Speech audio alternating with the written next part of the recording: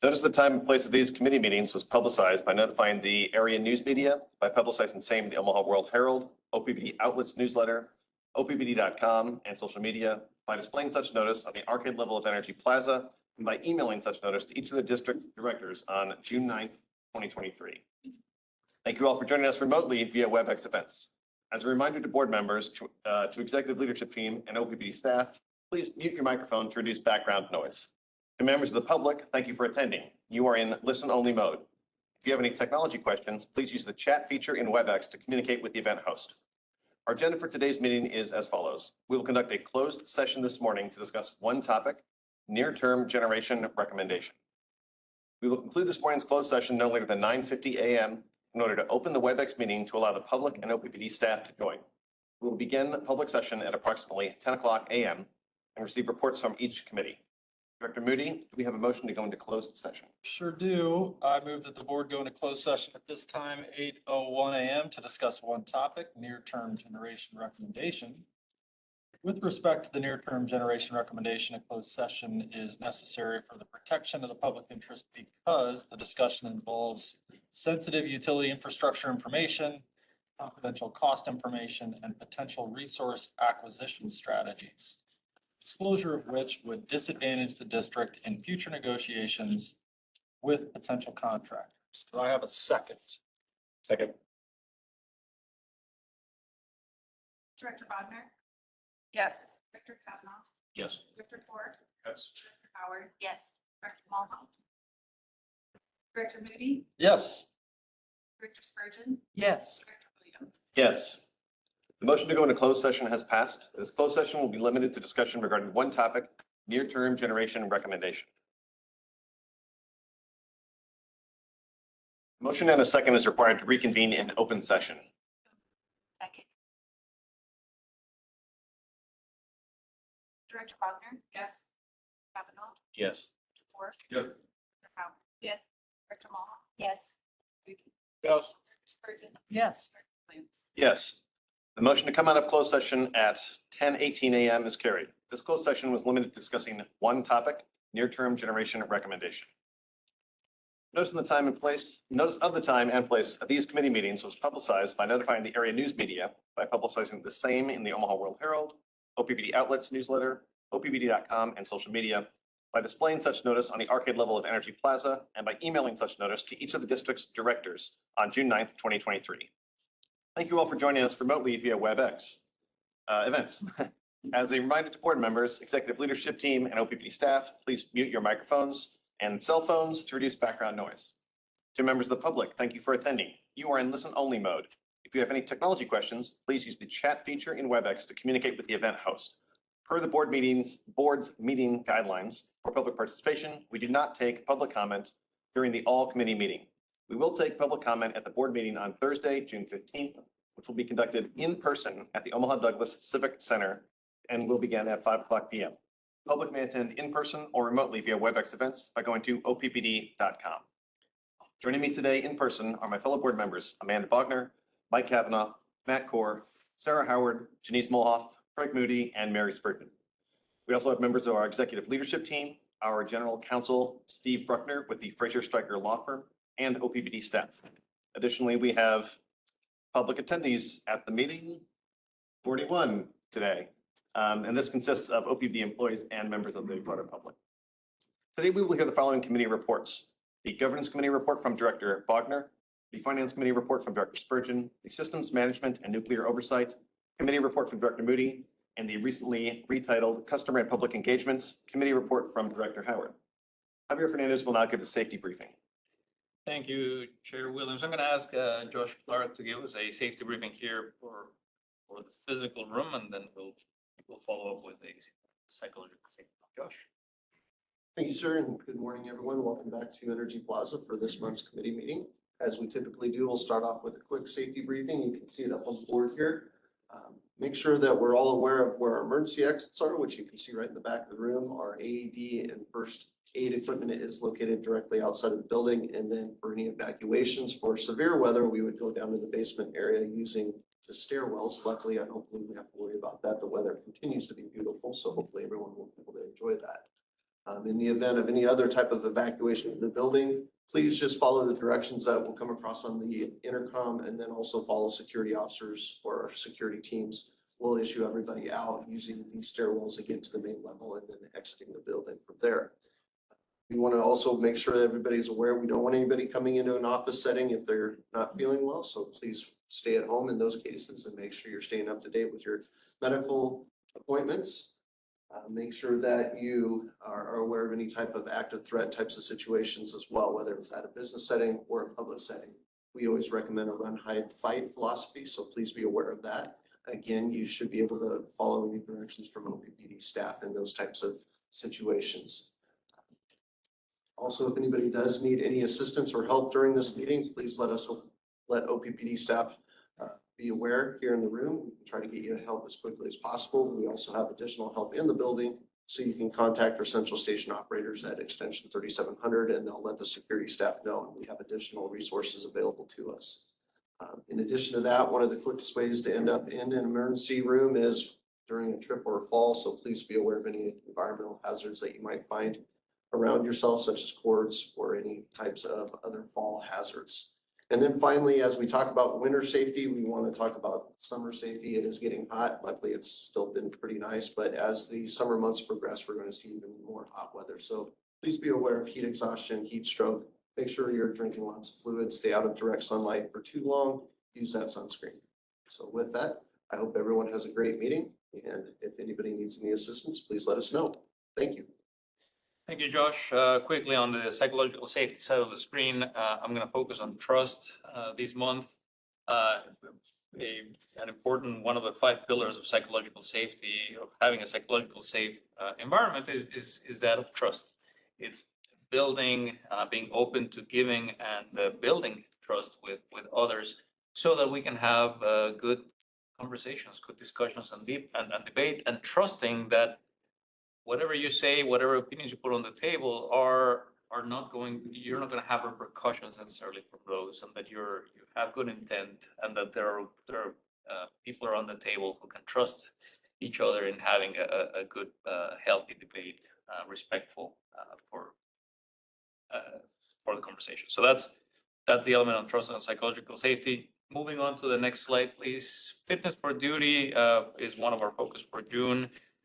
Ensuring that our mental, very important mental, physical and emotional condition allow us to perform our duties in a proper, safe, and competent manner. It's not only important for us to be physically fit, but the emotional and mental state of all of us is super important, especially as we're going out and doing activities that are potentially hazardous, to make sure that we're checking on each other. We promote that with Oppd employees, and I encourage the members of the public to check on each other regularly, and especially as you're entering into potentially hazardous activities. The increasing strain and tear is something that we're very aware of. Over the last 5 years, about 2/3 of our injuries in June, especially in June, as the work that we do typically in June, involves sprains, strains, or tears. Focus on preventing these injuries before you begin each day with good stretching and ergonomic assessments, and making sure that we're not overseeing the physical part that I just talked just a minute ago. Also, roadway reminders. Kevin McCormick, our Vice President of Safety and Facilities, always reminds us that probably the most dangerous hazardous activities that most of us take on any given day is getting behind the wheel. Not only for us, but for our passengers and for other people on the road. So we are twice as likely to suffer a serious injury or fatality at work being behind the wheel than from any other type of event. So please don't lose focus when operating a vehicle. Fractions of a second make a difference, and only you driving, and it's important for us to be attentive to the roads. But know that many other people are not, and so always being attentive to who's around you and trying to prevent those circumstances. That concludes my safety briefing. Great, thanks very much. The first committee report for today will come from the Governance Committee. Director Bogner. All right, the Governance Committee met on June 8th, and we worked through items 1 through 7 fairly quickly to make room for committee members to spend more time on discussing the new term generation resolution. As you'll see here, items 1 through 3 are standing agenda items, but item 2 is new this month. Following the finance committee lead, we are starting to include a 3-month outlook in our agenda. I would say this was informally being done, and I appreciate finance committee kind of showing us how to formalize this in the future. So that's on the next page, but we don't need to move there yet. Regarding agenda item 4, the CEO performance evaluation timeline has been adjusted to allow the board more time to complete the performance survey. It's due in late June. Later today during a closed session in the afternoon, the board will meet with Brian Junker to discuss CEO growth and development. Brian is managing partner of STS Strategic Talent Solutions and is Javier's executive leadership coach. So we'll be hearing from him. Items 5 and 7 are included in today's agenda, so we won't dive into those right now. But Mr. Foch gave an update on workshop planning during item 6. This month, the directors are each participating in conversations with Eric Douglas, our workshop facilitator. The info gathered through those conversations will be used to tailor the workshop agenda. The workshop is scheduled to be held on August 30th, and more information about this workshop and how the public can listen will be provided as the workshop draws closer. The remainder of our meeting was used to discuss the near-term generation solution, which is on the agenda for assistance committee discussion later today. Finally, we reviewed the board work plan and confirmed that no new items are being added to the governance committee work plan at this time. So on the next slide is that month agenda outlook. So I would say the big topics for us in August are corporate officer performance reviews and compensation adjustments. We'll do the CEO performance review and compensation adjustment at that time as well. And then September, we have SD 10 ethics monitoring. There's a couple other elements there. So with that, the next item on are any board members from the committee want to add into that? Okay. Any questions from non-committee members? All right, Eric. The next agenda item is SD 15 Enterprise Risk Management Monitoring Report. I'll turn it over to Mr. Great. Good morning, everybody. And first of all, I want to thank, we can go to the next slide, the board for SD 15. It really does provide very clear direction in terms of what the board is envisioning from a risk management perspective. And over the years, we've had an opportunity, I think, to build a system that works and serves the district quite well.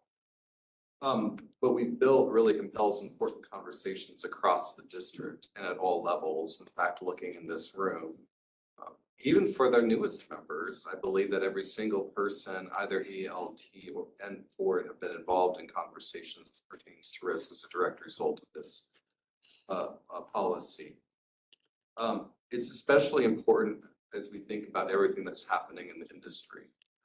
You know, this industry has literally been built upon decades of assumptions around generation, transmission, and distribution and service. And assumptions that are changing. What's being generated, how's it being generated, who's generating it? You walk through the chain and you see those changes, and with those changes come risks, things that we need to understand and we need to be able to take into consideration for how we operate. And they're compounded by things, as I look at a couple of them here, that are security, specifically as we think about physical security and increasing risks there, cybersecurity and other things. How do we ensure as an organization we have the awareness around risks that we want, that we're taking appropriate actions in terms of mitigating and keeping the utility alive and well in terms of its mission for those we serve. So the next few slides that I'll begin to kind of talk through how we are in compliance with this policy and give you a little bit next level of detail. The next slide, this slide, perfect. This slide highlights really the organization. As I said, everybody has been involved in conversations. As you can see at the bottom, there are working groups, governance, and excuse me, I should have caught this update with last month, but there is a change, customer and public engagement. Committee will change the committee name to match the board committee name at the top. Finance, insurance, audit, system management, and the security architecture. Each one of these committees, working groups, have a director level person accountable for facilitating meaningful conversations within those groups. Those conversations then are reviewed at the executive level, and ultimately, the most significant risks through those conversations, as scored later, you'll see, are brought to the level of management for insight. All active risks are reviewed annually. The most significant ones are reviewed quarterly, and new ones are invited into the conversation all of the time. So ultimately, all risks are identified, assessed, and managed and reported at the appropriate levels through this structure. Next slide, perfect. Yeah, and so what guides this policy, or this program rather, is two policies. One is the board policy that we're reviewing today, and then because of that, we have an ERM policy that really drives the responsibilities and procedures for managing risks and how we do that as an organization. I had alluded to those working groups. They all meet monthly to identify, assess risks, and they have at least one member from each business unit. What this does, while it's involving a lot of people, it creates risk awareness across the organization, and in my mind, cultivates a risk-aware culture. We want everyone to have a sense that there are risks we need to be aware of, we need to know more about. On a quarterly basis, the most significant risks are brought to the executive leadership team, where there is conversation, oftentimes debate, oftentimes robust. Even trying to make determinations, how red is this, how orange is this, how yellow is, well, no, we don't get to yellows, those are other groups, but how red and orange something is. Which leads just to increased awareness and understanding and really challenging the mitigations, making sure they're meaningful and good. Ultimately, the executive team talks that all the enterprise risks are identified. There are conversations that happen with each individual ELT member on a quarterly basis as well, and inviting conversations around other risks that we're not looking. What are the concerns you have? What are you seeing? And that's led to very robust discussion. Next slide. What you see, well, not really. What you can kind of see down here is an image at the bottom, and what this is a risk matrix. It does provide some level of consistency so that, for example, Lisa's sense of risk would be scored the same way as Tim's were, and any variance that would be between them is kind of sorted out through this risk and this scoring conversations. As a result of this, there's red risks, see at the top, which are the most significant in terms of their likelihood and perceived severity. Those risks are the ones that are brought to the board as directed through this policy, and they've been asked to be brought on a quarterly basis. So as you can see here, they have them. Next slide. There is an opportunity, of course, for any board member to be able to request and ask for additional information on any of the risks or other types of things that might not even be an existing risk. We have most of these conversations in closed session, and there's a reason for that, because we need to be able to share very pertinent information that could be viewed as competitively sensitive or security-wise sensitive or anything else that's productive for the open meetings act.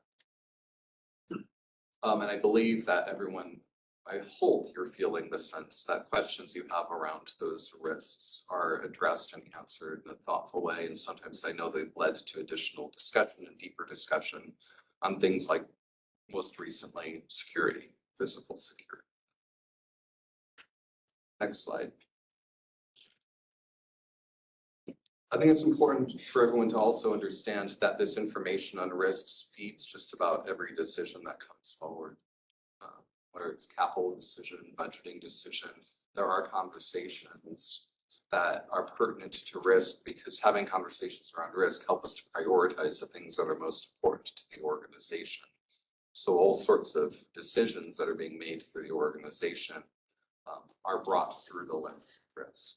In fact, it's a component of our business decision model where the most significant decisions are brought forward and are expected to be discussed. You have seen ERM supporting COVID-19. We're taking this bullet off for next year. But up until this point, they were the ones that were really driving the types of reports that we receive on a regular basis in terms of health of the organization. So it's really with everything that I just shared in mind that we came to the governance committee and I'm not sure if you would like to report the recommendation, Director Bosman. Yeah, we would, the governance committee would like to recommend that we accept this monitor report. But we can can have discussion about that now. Are there any questions or comments? Just would like to share at this time.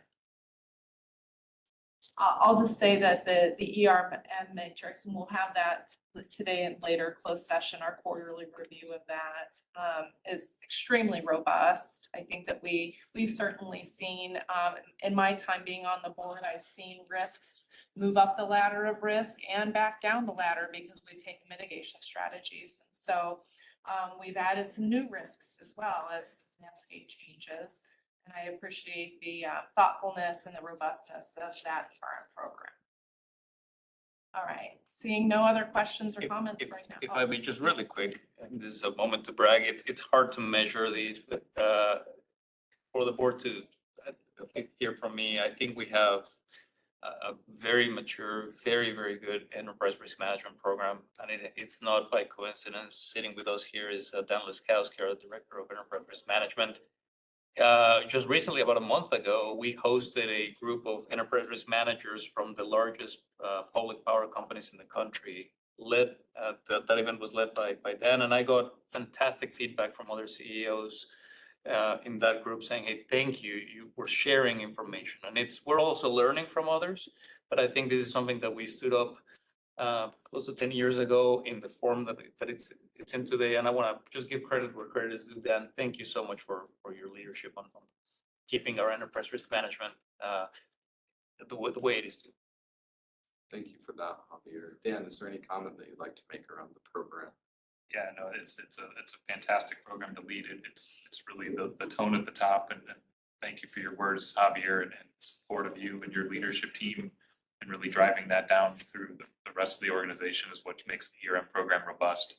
You know, and luckily I have the joy of leading that program, but it's really through the inputs and the challenging conversations and questions and that psychological safety you emphasized earlier that makes the conversations lead to the productive results that we can then bring back to the board in our closed session discussions. So it takes the whole team, and I appreciate that support very much. Thank you for your outstanding leadership. Scott, Dan, Javier, this is a strange item because we have a public discussion now where we see a tiny bit of information, and then we have closed session discussion where we see a lot more information. And so I would echo comments about the appreciation for the program. And although that is not always fully visible to the public, I appreciate everything you all do to provide those reports to us quarterly and then continue to work to bring things down as Director Parker said, bring things down in risk moving forward, identify the solutions necessary. So again, it's a little bit of a strange report because there's so little available here, but I do appreciate that the meeting that we will have later and how those help to inform the board about the great work you are doing. Thank you. Thank you. Aaron, can we go to the next slide? Just in the spirit. Yeah, would anyone like to offer any additional reflections or challenges or gaps on this SD?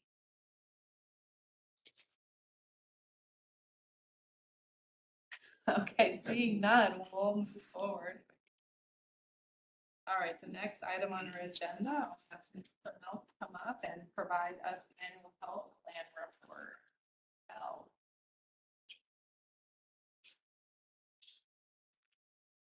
Good morning. Good morning. Morning. One of OPPD's core values is that we care about each other. And I'm sure Lisa and others who've been here for a while can attest to that. Our health plan is a part of that. But not only that, OPPD is committed in its efforts to attract, to retain, and to develop our employees. Again, our health plan is one tool that helps us do exactly that. Additionally, there's SD8 that speaks to employee relations. And of course, we are now in a time when employees, both in our nation and somewhat across the world, have come to expect that their employer will have a health plan. I have with me today Vicki Lee, who has been working with and administering our plans this one in particular for about the last 2 decades. So if you have any questions relative to what you have received from the financials relative to the plan, she'll be able to answer those. But what we have presented to you here today really is in the vein and the spirit of the Nebraska statute that requires us to prepare these financials. And we have prepared those and we're presenting those rather here to you today. What is really happening with the plan, I think over the last 2 years through COVID, we have reported to you that we were facing and we had seen some delayed care. So our health claims were not where they were pre the pandemic. We have 2 plans that are self-insured. As you may know, there are lots of companies, they elect to outsource, so to speak, their insurance plan. Our health plan is self-insured, as is our dental plan. What that means is that we act as our own insurer. So each and every week, we get quite a bit of claims that need to be approved. And claims on average, I will say, run from anywhere from $300,000. Sometimes, very infrequently, we get claims in 1 week of over $1 million. So I just wanted to give you the extent and magnitude of that. So as you're looking at the numbers, you understand where they're coming from and the context generally around that. So what we have seen this year is an increase in claims. And I am going to say that this is a nice, this is a welcomed, not a surprise, but it's welcomed for me, because what that in fact indicates to us is that our employees are returning to the doctor. Delayed care it concerns us, just from the mere fact that if someone has a chronic disease or if they're not checking on themselves regularly, that could eventually cost us more in the long run. So we encourage employees to go and have regular checkups and things of that nature. So that's what that speaks to. Claims themselves have increased by just over 4% year over year. And the total cost, because we do get rebates and we have some reductions in place, there's an increase of just under 2%. So it's about 1.6, 1.7%. The driving force we have seen here in our health plan, though, really is in the space of prescription drugs. And believe it or not, most of our employees actually, or most of the claims, I should say, are attached to generic drugs. So that speaks to the impact of specialized drugs. So as an example, if we have a few members who have cancer or some other type of disease that requires an expensive drug, then that would show up for us as being quite significant as it relates to the cost. I am going to stop there because I want to give you the opportunity. I'm sure you've had a chance to view this to some degree, but again, wanted to give you an opportunity to ask questions. And I'm going to ask Vicki to address any questions you might have. I just have one question. This is self-funded. Is it also self-administered? Do we actually in-house review claims? And what would our turnaround time be? Is that just for claims, or is that do we also have to authorize the care? And is that something that causes delays at all? Does that make sense? We do not administer. Oh, we don't ourselves. administer it. You just fund it. Okay. We have, it's a United Healthcare company, UMR. They administer the plan for us. We were with Blue Cross Blue Shield. So if you're looking through that, you may still see we have a few financial items that are lagging from our time with Blue Cross. But right now we're with UMR. And we haven't experienced any significant lags in terms of claims and claim payments. Thank you.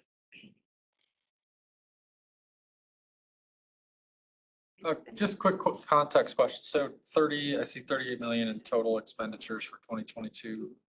Is the 2% increase, 1.7 maybe that you talked about, is that, we're in the ballpark pretty much on an annual, is that pretty typical from years prior? Or maybe did we see a dip and it's coming back up, or could you add a little bit more light to that? So thank you for the question. Yes, we did see a dip with COVID. So when COVID came in, we did see that delay in care. We saw a dip. Towards the end of 2022, that's when we saw our claims starting to go back up, getting back to that pre-COVID space. We're still under what we were for 2022, but we do see that increasing and going back up. Okay. But generally speaking, there aren't massive swings in these expenses. It's Not usually, predictable no. every year. Okay. Great. And the other thing to consider is also the number of employees we have. Mhm. So we have grown the number of employees from 2 years ago, pre-pandemic, we've been adding more employees. So we also expect that to Total increase. dollar go up. Right. Okay.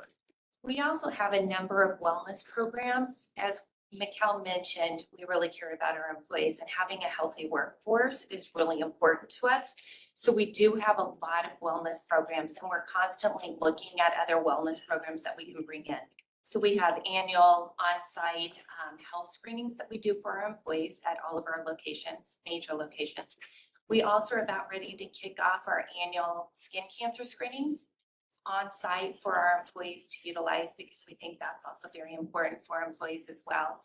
We also changed diabetes management vendors from Levanco, who is only managing diabetes. We went with UMR's ongoing condition care program, which now manages not only diabetes, but hypertension, heart disease, high cholesterol, cancers, kidney disease, a number of other factors. But they also have a program in place for those that just have that personal health issue that they want to do. Maybe they want to work on healthy eating or an exercise or a physical fitness program. And we have smoking cessation programs available for employees as well. And a robust 52-week-long weight management program that's through UMR as well. So we have some other programs through like Support Link, which is our new employee assistance program for employees, but we also have a robust one. So we have a lot of other programs in place that we want to help employees reach their healthy goals that they might have, but then also lessen and mitigate those claim costs. That's super helpful, and not my job necessarily, but I'm curious, given that you've described a couple of those programs, what are the ways in which we support employees' mental health? Do we have an employee assistance program, some of those kinds of things? Yes, and I'm glad that you asked that. So we've done a lot in that mental health space. So we did change employee assistance program vendors last year to Support Link. So it offers more visits for employees, as well as a lot more resources and tools for employees to access that care. UMRs, through that ongoing condition care program that we just moved to, they also have that mental health space as well for employees to access, as well as a number of in-network providers through our UMR. We also have a lot of resources. We're going to be kicking off training in September for employees for mental health awareness, and we just went through that with our leaders in May. Great, thank you. Yes, thanks for the question. Anything else? Just a question about utilization. Are employees using the programs that are available? We are monitoring that. So the ongoing condition care, we're going to be really interested in that. We just moved to that May 1st, so we don't have data available yet. We just received a program or a report from Support Link for our new EAP, although it's not a full year because we just switched to them for September. But we are really encouraged by the outreach that employees are doing, which was a lot greater than what we had with our other vendors. So we do keep an eye on that. And if we find that programs aren't really being utilized, we are going to look for vendors that we feel are really supportive for our employees and fit the OPPD culture. Any other questions? Thank you very much. And with that, the governance committee reports concluded. Great, thanks very much. Next committee is the Finance Committee. So Dr. Spurgeon. Thank you, Chair Williams. Well, let's see, I think we have a little agenda up here there. Following the safety briefing, we moved the agenda around a little bit so all topics could be addressed as well as possible during the time available. The near-term resources topic was taken on first, but we're going to talk about that this afternoon, so we'll leave that aside. We very hastily covered the board work plan, like there's nothing new on it at this point. And the summary of committee direction was pretty quick. But the SD2 rates monitoring report and the external auditor vendor selection were other items of business, which we will share with you now. So let me introduce CFO Jeff Bishop to give the SD2 rates monitoring report. Thank you, Director Spurgeon. Good morning. I'm excited to present the SD2 monitoring report. We have a good story to walk through with you. Before I jump into the report, I do want to take a moment and commend the board for their focus on rates and affordability through the SD2 directive. It's fantastic. When you think about what the utilities are doing, both from a public power perspective as well as from an investor-owned perspective, you don't see this level of detail. So again, we're a leader in this area. So as we look at the directive, we've got it laid out here. Again, it's focused on rates and affordability, obviously a key interest to our customers, part of our mission statement to provide affordable, reliable, and environmentally sensitive energy services. What we've got laid out here, it's driven by 7 principles, and we'll walk you through each of these. At the end of 2022, I will note that we did SD2, we put one bullet at the bottom, which was to pursue a directional rate target of 10% below our average published rates of 7 states in the North Central region on a system average basis. We put a lot of time and effort into that specific change. This is more hygienic to get it placed in terms of the principles. It was called out before separately. I'll go through specifically what was changed there in a moment. But again, this North Central region, again, is defined by the board. It's very specific to Oppd. Move on to the next slide, please. So again, we went from the West North Central to North Central region, a lot of time and effort on that. With that, we dropped North Dakota and Minnesota, and we added Illinois and Indiana. Again, as we looked at the driver for that, that was really to align more with states that were more climatically similar to Nebraska. In terms of how we approach compiling and doing the analysis, the data that's used is EIA data, so U.S. Energy and Information Administration data. That's used to ensure that we've got consistent methodology and comparability across states and utilities. The formula itself is very simplistic. Retail revenues over energy sales to get us to an average price. Why do we use that? Well, that's for comparability purposes. When we look at how different utilities structure their rates, customer charge, demand charge, energy charge, those are all different by individual utility. This allows us to have comparability if we look at the information. Just as a reminder, we were out of general rate increases for 5 years. Fantastic. Again, a testament to the enterprise, the employees, the board to make sure that we could deliver on that. Great outcome for the customers. And specifically with that, in 2021, I did want to highlight that the focus of this presentation is going to be on 2021. We don't have the updated EIA data yet. That will come out in October for 2022. So what you'll see in the data is that there's no general rate increase. Move on to the next slide. So how did we compare? This is average retail rate. What are we looking for? We're looking at time elapsed data over the past 10 years.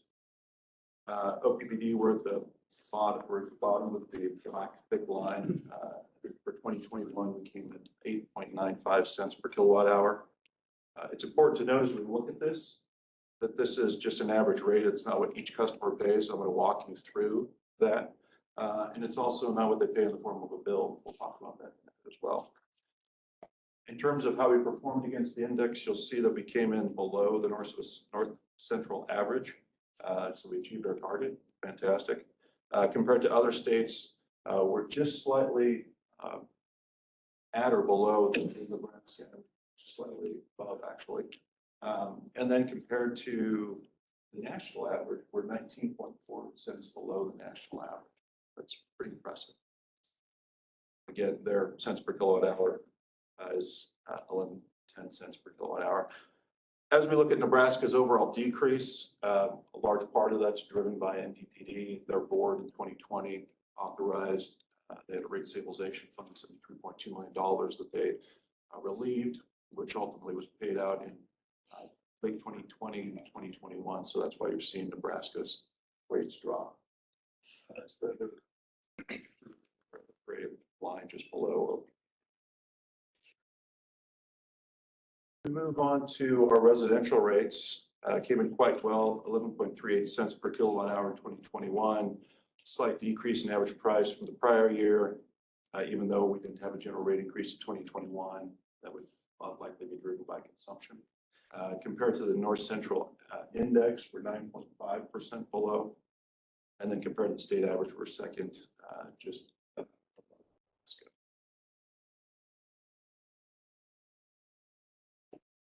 as we continue on to the commercial rate class, again, coming in well, 8.86 cents per kilowatt hour for 21.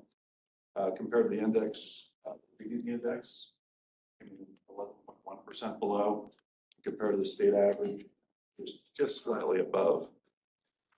One item that's important to talk through is we just went through residential. We're now talking about commercial. We've seen that the rate drops. It's important to understand why. We've talked about this quite a bit as it relates to load factor, but I'll take a moment just to go through it. That's an important concept that people understand in terms of how we utilize the system. Customers who have a higher load factor use the system more efficiently. Therefore, they, on a cents per kilowatt hour basis, translate to lower average costs. As we think about an example of that would be industrial customer, let's say a distribution center where they're running 24/7. They're using the full capacity of the system 95% of the time, and the investment we make is highly utilized. If we compare that to a residential situation, my house not right now because we're in summer mode, so kids are home around the clock and it's on all the time. But if we look at that in a typical day, in the morning, we're high users of the system. That drops off midday and then reconvenes later in the afternoon through the evening. So again, you see these peaks and valleys in terms of utilization of the assets. Also important is proximity. So typically, when you look at those large industrials, they'll be located right next to the transmission lines. So the cost to get that power there is lower, and oftentimes they're paying for their own substation. And then lastly, just in terms of scale, when we simply look at specifically how they consume, we're sending one bill or maybe a couple bills to the very large industrials or commercial customers. And we're also doing the same things, sending a single bill to every individual's home. So your cost, marginal cost to provide service is higher for residential customers than it is for commercial industrial. Move on to the next slide.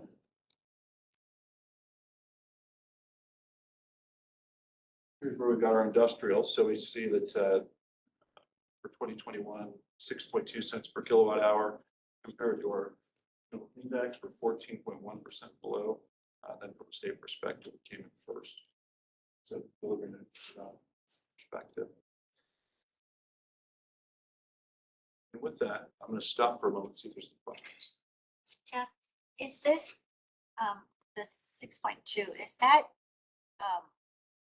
based on a cost of service formula, or is that because of a special rate that that Oppd gives to large industrial customers? So that's going to be their blended rates. We do the cost of service to figure out what their demand costs are going to be and then their energy costs. This is simply looking at the total amount of sales to our industrial customers divided by So I think I ask this each year, but the numbers we're seeing here, 6.2 or 8.8 or 11.38 from the previous slides, those are not actually in our rate table. That is not what appears on a customer bill. This is a different method of calculation. And can you say it again? It was total sales divided by total megawatt hours. Is that correct? Okay. Yeah. So Janice, to your point, I think, yeah, we do cover this each year, that these numbers do reflect slightly differently, but I appreciate reminding us each year because that number on the right does not appear in anyone's individual bill or in any rate table. And so we just want to make sure that people understand what it is we're seeing on screen. Yeah, that's a great question. And simply as we highlighted, just a way so we can compare ourselves against other utilities and other jurisdictions. Jeff, I'll ask, connecting some dots here, right? Like we're near-term generation, we're seeing a pretty significant uptick in industrial class. We look at the deltas between our rate and the regional average. It goes up as you get larger customers. So one way to look at one interpretation of those three charts against one another would be that we're intentionally keeping rates low so as to attract industrial customers. Confirming that that's not the case, right? That we're not pushing rates down as an economic development tool. And perhaps that leads to maybe giving us, I think, probably a review of the cost of service and how we arrive at those rates, reflecting how a customer, you talked a little bit about how a customer uses the system, right? But can you just kind of talk a little bit about that? Yeah, and we'll talk about, that comes up later in the presentation. Okay. We'll talk about the cost of service and how that's applied. To answer your questions, you confirm we don't rates low specific a customer, you do that for all customers. Very tuned with the impacts we have relative to our residential, commercial, industrial customers. So our goal is always to keep them as low as possible, while maintaining reliability, our sensitivity. Right. Relative to the cost of service, we'll talk about that here in a moment. We feel we're following best practice. We can ensure that we've got the right cost causation principles in play, and we're charging people fair and equal rates. To your point, Director Moody, generally speaking, we have so broad categories. You have administrative costs, et cetera, but it's cost of distribution, transmission, and generation. A residential customer uses all of that, and heavy on the distribution side. All of our homes, poles, transformers, et cetera. It uses more of that type of system. An industrial customer, I'm not saying they don't use distribution, but they use less of our distribution system for the reasons that Jeff mentioned. They're usually located near a high voltage transmission infrastructure, and oftentimes they're served through high voltage transmission. So the nature of these type of industries make them use typically less of the distribution system. So that's all tied into the cost of service and figure out the cost causation methodology that we follow. Sure. Okay. Thank you. Can I follow on that? So Craig, your point, I think about the difference between 11.38 and 8.8 and 6.2 between the classes is one question. And I hear that, and we have talked about this in the past. On top of that, the percentage that we are below the comparable rates is goes from 9.5% below to 11% below to 14% below. I do think there is some additional, I would appreciate additional clarification about how is it that we are achieving a wider margin below the comparable rate in the industrial class than in the other ones. The understanding of lower cost for higher utilization, I think we have talked about a number of times, but in the industrial class specifically, we have a wider margin than we do in other areas. Yeah, Is that? that's what I was getting at. Yeah. I was trying to understand that. Yep. Yeah, and I think that that's an interesting point. And we did the cost of service study workshop that was 4 hours of the most intense spreadsheet I've ever seen. Helpful, appreciate it. But I do think that that is an interesting, and I don't know if there's any additional clarification about not the difference between the types of use, but the way in which we are achieving a farther gap below in one class relative to the other classes. Real quick, and Jeff, you can go into more detail here. At a high level, it's density, right? Not all utilities are created equal, and some utilities, some states that we're comparing to others have more densely populated urban centers versus those that are more sparsely populated, and serving the same customer costs very differently when we're serving customers who are located more remotely. You still need the same type of infrastructure to serve that customer, or you need more infrastructure to serve a customer that is on a remote rural area, which we serve. About 50% of our residential customers are there, versus utilities who have very concentrated apartment buildings where it's a lot easier, more efficient to serve that. So taking that into consideration is important when we're looking at why Nebraska is different than South Dakota and than Kansas and Missouri. Well, they have different topographies and different ways in which they serve. So can I ask, I've heard others talk about a utilization metric of the entire system. Is that something that we calculate? And I know this is not specifically related to rates, but industrial customers are a higher utilization customer than commercial or residential customers. Is that a type of thing that we generally understand, like how much are, A load factor. yes, I guess. And I realize that this is not probably an SD2 specific question, but I think that would be helpful to understand more about full utilization of our equipment. I mean, how much stuff do we have that is maybe not being used? Yeah, the load factor, I guess, is probably the. Yeah, a lot of infrastructure was there only for a couple of times a year, the most Right. important times of the year, but Right. the rest of the year is not necessarily used all the time versus others who are used. But we have all that information. I don't think we've presented that in the past.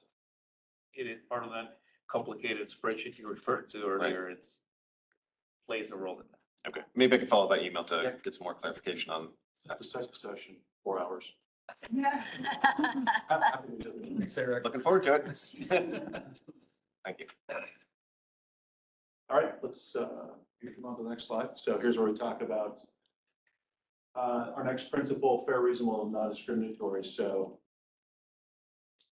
pursuant to our Nebraska statute, how do we do this? We do it through a cost of service study. And when we think about what a cost of service study is, again, it ensures that we allocate costs across the classes according to their unique usage characteristics.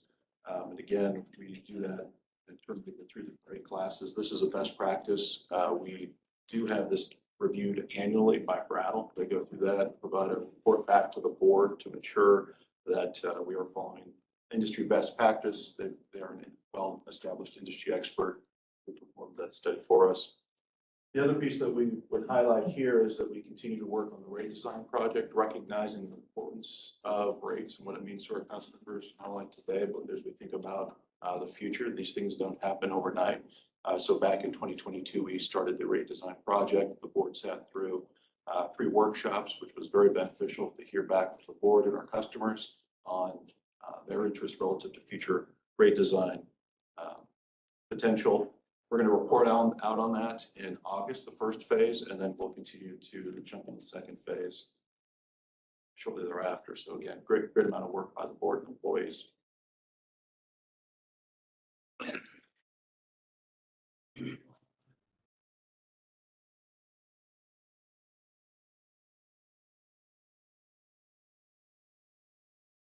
All right, the next principle we talk about is equitably assigned costs across all customer classes.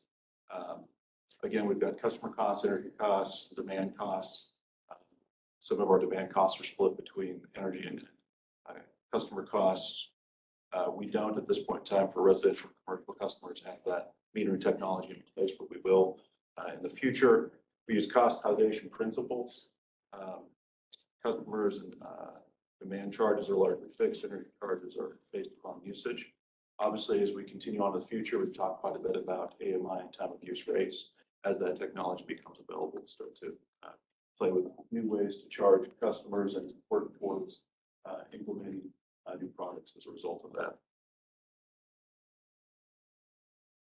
Move on to the next slide. So one of the principles as well was to monitor affordability indicators. And to do this, we look at what residential customers pay in the form of their monthly bill.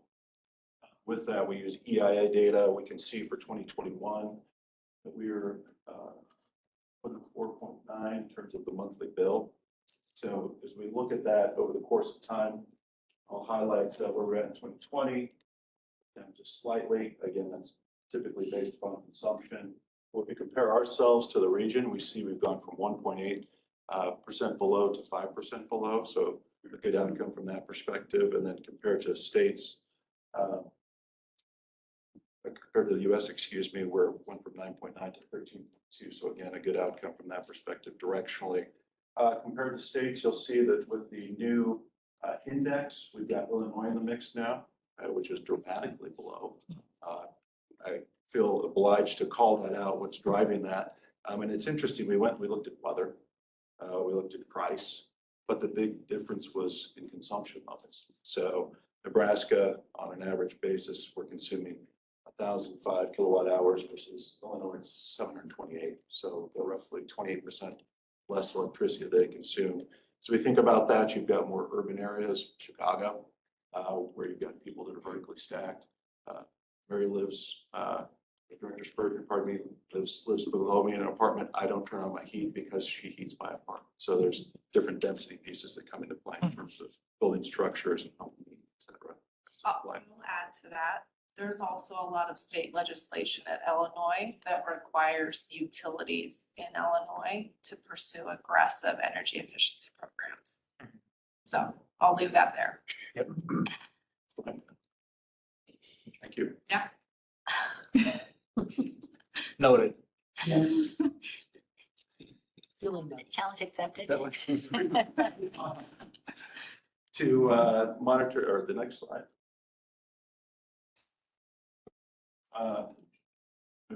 Brett, Mr. McRae here as well. We've talked here about monitoring affordability, and specifically here, we're looking at the residential electricity burden. What is it? It's the average electricity bill over annual income. And so again, when we look at the income, that's median household income data from the US Census. The electric bill comes from our EIA data. As we look at the results, we can see that it continues to trend down, so good outcome. Nationally, 2.1%. If we look at Nebraska, that goes to 1.95%, and we're at 1.7%. So again, trending the right way. A lot of work going on in terms of our energy assistance program and trends that we're seeing relative to dollars invested. You can see that 156% of the increase from 2019, when we look specifically at how it's grown, it's gone by 156%. And there's been a 67% increase in the amount of customers who receive assistance. So a great outcome from that perspective. A lot of that has to do with COVID and the ARPA funds that were available from a federal perspective. We're really reliant on that. This will be likely a much different picture in 2022. But Tim, I'd ask if you've got other thoughts or comments in terms of the work that you guys are pursuing in this area, both from a funding and just programs perspective.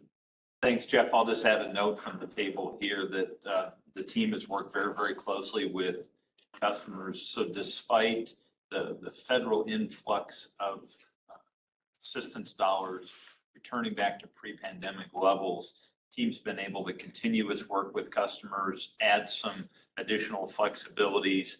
We've worked to beef up other parts of energy assistance and other components. It by no means, the increases we've generated there by no means make up for the reduction in ARPA funds from 22. But the bottom line of all of that is we've been able to keep customer recency or currency on their energy bills very constant, and in fact slightly improve it and continue to have a good impact along with wage inflation as well, frankly, on the electricity burden. Thanks, Jeff. Thank you. And we hear a lot about that, Javier, CEO meetings we have for LPPC, where we hear a lot, especially from our partners over on the West Coast, where they have arrears of $7,500 million past due funds because they didn't disconnect or weren't able to get funds available to offset some of these costs for our customers during the pandemic. So really good outcome that we found ourselves in as a result of the hard work. I appreciate the energy assistance program graph that we can see here. Maybe a little difficult to see specifically. It looks like there's larger amounts state HHS, and then also the gray is other. Can you tell us what other is exactly? The top portion seems to be significantly larger in 2020, 21, and 22. Yeah, I'm going to phone a friend on that. Mr. Sire, do you have any background on that, or Tim? An email follow-up might be okay also. And I guess I'll jump to the next question. We initiated a pilot program on the customer assistance program, and I'm curious if that is in the other category right now? That would be in the other category. Okay. That's not yet fully subscribed, but we continue to work through that to add customers to that program that qualify. That would be in there, and we can, to your point, Chair Williams, follow up with additional detail the composition of that other category via email. Yep. Can you give us kind of directional information about the CAP pilot so far? I think there was a number of customers that were going to be eligible for the pilot. Is that right? And how many are currently enrolled, or how's that going generally? Yeah, so we're at about 3,000 of enrollment right now. That continues to fluctuate. We're working to grow that markedly, and unfortunately, what we find is we'll grow it. We also have customers that will kind of fall out of the eligibility. So the growth of that number toward a cap, I believe, is 5,000, has been slower than we would have anticipated, but we're looking at different ways to reach customers that may be eligible, and we continue to work with other agencies as well to make sure that we identify and enroll all of those that are eligible and meet all the requirements. Great, appreciate that. I guess I'll just say, I think that's a great program. I'm very glad that we have that. I think that was a big step forward. So appreciate that, Mina. I'm glad to see that. Again, let's assume that's in the other category for right now. Glad to see that there. Glad to hear that we're continuing to push that out to more people to make sure we get to that maximum enrollment. Thank you. I think important to call out here is, the bars and the colors of the bars are really important. That's the instrument that allows us to provide assistance. It's the green line, in my opinion, that I focus on a lot. Comparing to 2019, we're serving now over 8,000 more. It's 8,000 families who have benefited in one way or another from these. The sad thing is that there's more, right? And I am not counting any victory here, but it is a significant improvement and something that I hear back from Tim McRavy's team on the families, that the effect that this assistance is having on families is huge. And knowing that there's more families under all these different programs, it's good news. I wish we didn't have anyone who needed these, but that's not the reality. I would add, Javier, that, and Chair Williams, to your question, that one of the things I'm proud of the team is that we don't operate in a silo per se. So granted, our team interacts with customers when they're having difficulty with their energy payment. But as you can imagine, when that occurs, it is often other situations that they're having difficulty with as well. So from a customer care perspective, we certainly respect confidentiality. We don't bridge any of that, but we do work very closely with all other agencies in the service territory, even other utilities, realizing that when we're talking with a customer, they're likely, we may be the first point of contact or the first sign that they're having difficulty. So it's often that we'll share information about other programs, other agencies that either might be able to offer other assistance should they need it, or that may be able to help them with eligibility and enrollment in one of our programs. May I add also, I'm also proud, tagging on that is, our own employees raise hundreds of thousands of dollars to put into this fund from our, because we see it firsthand. So just wanted to let you know that it doesn't go unnoticed. Appreciate that, Lisa. So I want to just draw some conclusions that I'm seeing. It's certainly fantastic that we're helping people afford their bills with this. But if we go back to the slide previously and look to Illinois as a model, I wonder what types of scenarios we can create in the future that focus on efficiency and driving efficiency so that the utility bills are affordable before they then have a problem paying for them. So it's a two-part problem, and I appreciate the effort we're doing on the back end, but we need to be moving to the front end of that problem to help make our residential bills more affordable. So, thank you. Already talked to the team on that as well. Thank you. Yes, just as a data point, our rate is 11.3 cents per kilowatt hour. Illinois is 13. So interesting together how it plays out. But yeah, great point.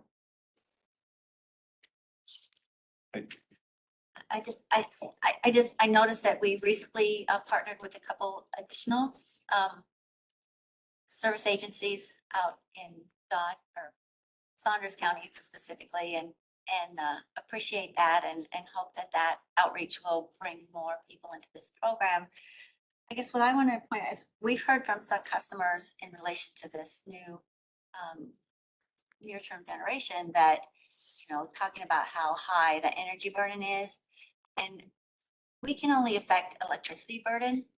Energy burden of our customers may be higher because of the fuel oil and the gas consumption that they have. So this is just electricity burden, and total energy burden for our customers might be, or certainly is higher because of the heating during the winter, especially related to other types of utilities. So this is just, so for those people that care about that, this is not total energy burden. This is just electricity burden, and that's the only factor that we can have an impact on. So just wanted to kind of make that point, and thank you for reaching out to additional service organizations to help us to roll out this program. It's a really good point. Yeah. Difference between electricity and energy burden. We can bring that up. So this is SD2 rates, but I appreciate that we're talking about programs because the customer assistance program is a program, not a rate. And Director Wagner mentioned efficiency programs. I think it's important to look at the overlap between SD2 here and SD8 customer satisfaction, in that, the programs that we have that are not specifically in the rate table do have an influence over the affordability indicators. And I'm glad to hear that we are connecting those two so clearly together. And I hope that we continue to do more of that in the future, because that is a weird bridge between rates explicitly. And if you have a narrow definition, we might not be exploring all of the options to get to the desired outcomes, but it does not sound like we're doing that. I don't believe that we're doing that. I'm glad to hear that we are reaching out to that other opportunity, which is programs, not specifically rates, to achieve the outcome that we're looking for. And I think Director Wagner, your point about efficiency programs is one I also very strongly support.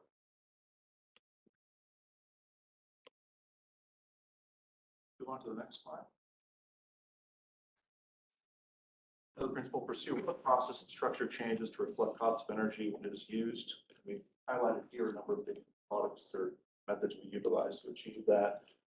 Obviously, as we continue on, tapping into potential technology solutions in the future will further enhance that and allow us to continue to make that a more robust process. But we do have a number of pieces in place today that we use to ensure that as we think about cause of cost, bearer cost, that people are being charged for what they're consuming. We can move to the next slide. Every principle is offer flexibility and options in rates, and we've got it shown here in terms of residential and general service customers. So a number of different products that we have in place in terms of flexibility that's out there. This is just for specifically residential and general service, and that highlights where we're at today. A ton of work going on in terms of looking at different products. So the product development and marketing group working with our customers, looking at what needs they have and what interests they have.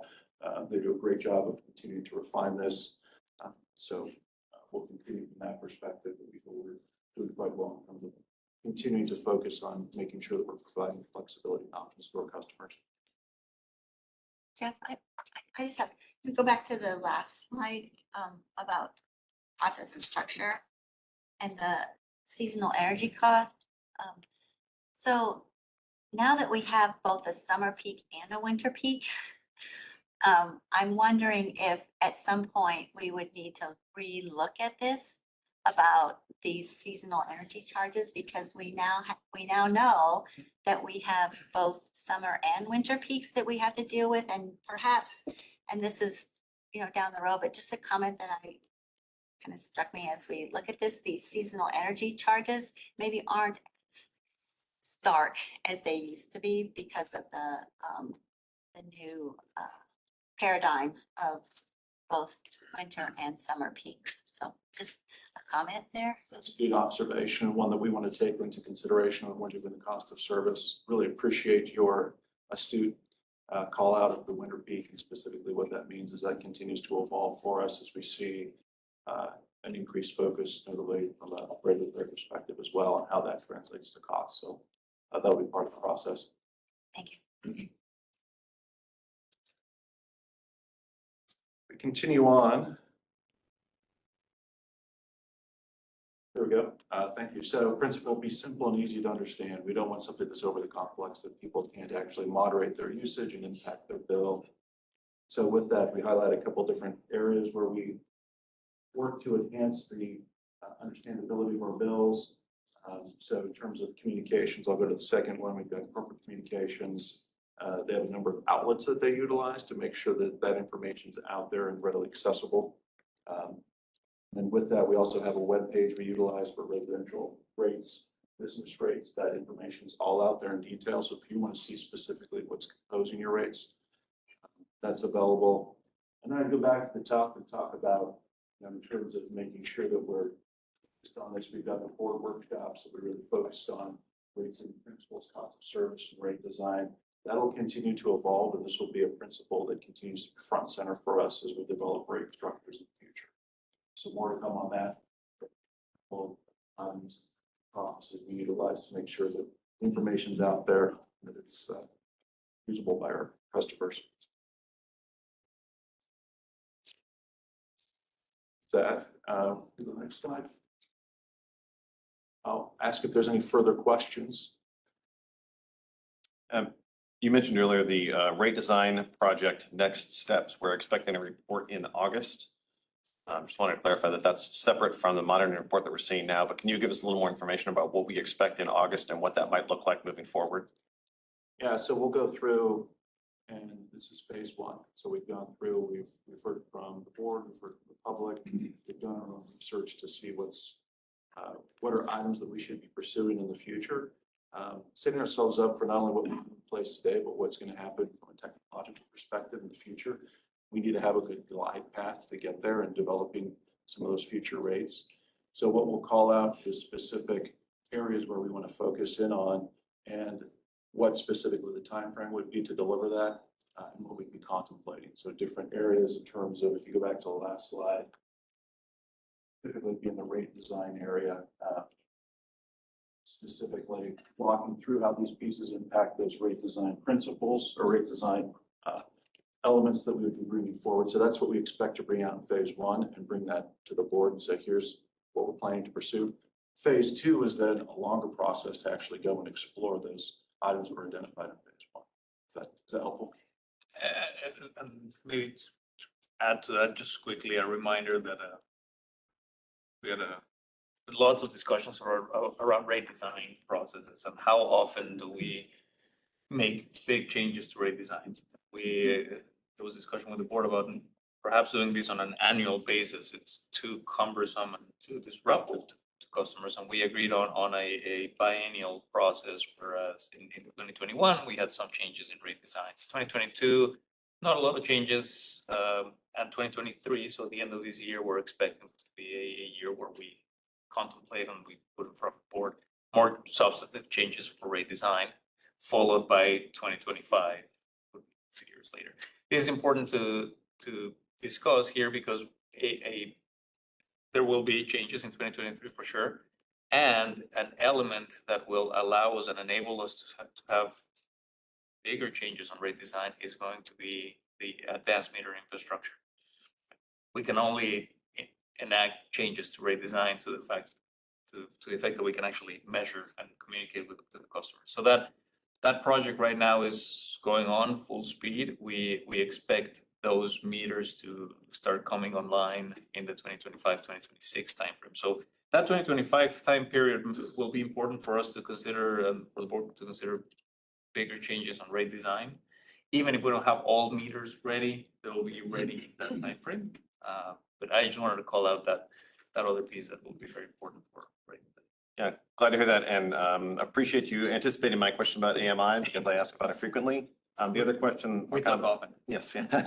The other question or comment that I share regularly is that I generally do not support a blanket declining block in the residential sector. And while I understand that the AMI would enable more specific rates in the future and that we will not be ready for that at the end of this year, I do hope that as we get to the end of phase 1 and look to phase 2, we get a chance to discuss that, because to Director Mulhoff's point about people who have other types of energy burden, they can save energy and save money by using efficient electric appliances, heat pump, for example, as one of the programs that we have listed. But that we have a rate for that specifically, and there are other things that might fall under the declining block, but are not specified yet in our rate structure. And so I guess I just want to again voice support for identifying ways that we can intentionally look toward beneficial electrification, not just making it cheaper as people consume more, as declining block would do. And I say this a lot, and I just wanted to express it again during the ST2 monitoring report specifically, because I know we have next steps in August and moving forward from there, and it is very important to me. So I appreciate you hearing me again as I express my feelings about that particular rate. Other comments, questions? Mine are more maybe on the additional reflections slide, so if we're ready to move to that. I'm wondering, as AMI is deployed, do you envision anything changing here in the SD2 framework that we'll need to implement to do something differently with AMI? Or is the framework that we have at hand enabling for you? Yes, I do think there are opportunities for us to change and refine this, especially if you look at one of the elements here of SE2 says, pursue rates, process, and structure changes to reflect the cost of energy when it is used. The presence of AMI will open up a variety of options for us to really pinpoint customer by customer, talk about when rates are used, when energy is used, when capacity and curtailment rates and EV rates and time of day use. And so right now we have a blanket statement there, pursue rate processes to reflect the cost of energy is used.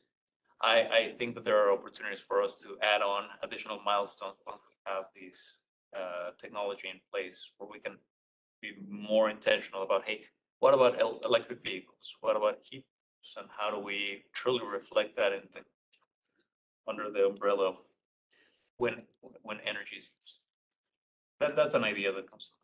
Thank you. On the, I would say the heels of the near-term generation resolution, I'm curious to see how like the planning reserve margin changes across different RTOs will show up in the regional data going forward. So we've talked, how that is likely going to cause a rate increase for our customers as we build more generation to cover that planning reserve margin. We're not isolated in that. And so it'll be interesting to see if we manage that similar or better or worse than our neighbors. Especially our neighbors east of the Missouri River who are on a different RTO, right? Correct. Everyone in this side follows the same. I also just want to reflect on that rate designs an opportunity to drive uptake and demand response participation from our commercial customers. And I look forward to hearing more about that strategy as new rate design options. Thank you. Anything else? Okay, thank you, Mr. Bishop, and thank you to all the staff who worked to meet the requirements of SD2. Fellow directors, the Finance Committee recommends that Oppd be found to be sufficiently in compliance with SD2 rates. Our next item is the external auditor vendor selection. So Vice President of Governance, Mr. Scott Post. Excellent. Thank you, Director Spurgeon. And actually, it's a good to stand in front of you again, talking about another topic that's pertinent to how we manage risks. In this case, it is the board's accountability to hire the external auditor. You're on the radio. I am on the radio. I'm hearing myself echo. And it's that time. So what we presented to the Finance Committee was the recommendation to once again hire Forbes to be the external auditor for the district. I just want to highlight a couple of things. One, Michelle DeSuri is on the line, so she's standing by should we have any technical questions. And I want to thank her team as well as Laura Langford for what they do to really manage the relationship. This external auditor is hired by the board. It's very important if you think about that, because what it does provide is that external line of oversight, and that assurance that ultimately you need from an objective outside. This is the financials that you're looking at, you can rely upon as being good and meaningful financials. Forbes has been an exceptional partner with us for the last 5 years. They've done an amazing job delivering on communication and accessibility, been extremely timely and very cost effective, and added a lot of value with their knowledge, skills, and experience. They've been also their contract fees. We've had an opportunity to review those, and we've had an initial proposal with them, and we are pleased that the type of increase is about 4% from what it was, which is reasonable. And actually, what we're seeing are increases less than what we were getting bid on from alternative providers a number of years ago. So we felt financially it also is wise and prudent. It's really based upon the proposal that they gave us for a 5-year period. We wanted to move forward. It locks in that percentage increase. It's something that we feel is very reasonable, around 4%. And that's different than any other of the options that would have given to us. But because of their performance, we're comfortable to that. Of course, contractually, we would ensure that we're able to manage if there were any performance issues through that as well. So the numbers you don't see before you, really, that's not the ultimate determination for the board. The determination for the board, the recommendation to the finance committee is Forbes becomes your auditor as a result of the fact that their performance, what they've done, what they brought. Director Kavanaugh. Scott, if for the longest time, we used the same auditing company, I think, and even though and we use them long term, and even though the auditors assigned to us changed periodically, we used the same company, and there was a feeling amongst the board became maybe it'd be a good idea to change up periodic, if nothing else for appearance reasons. Yeah. Do you anticipate?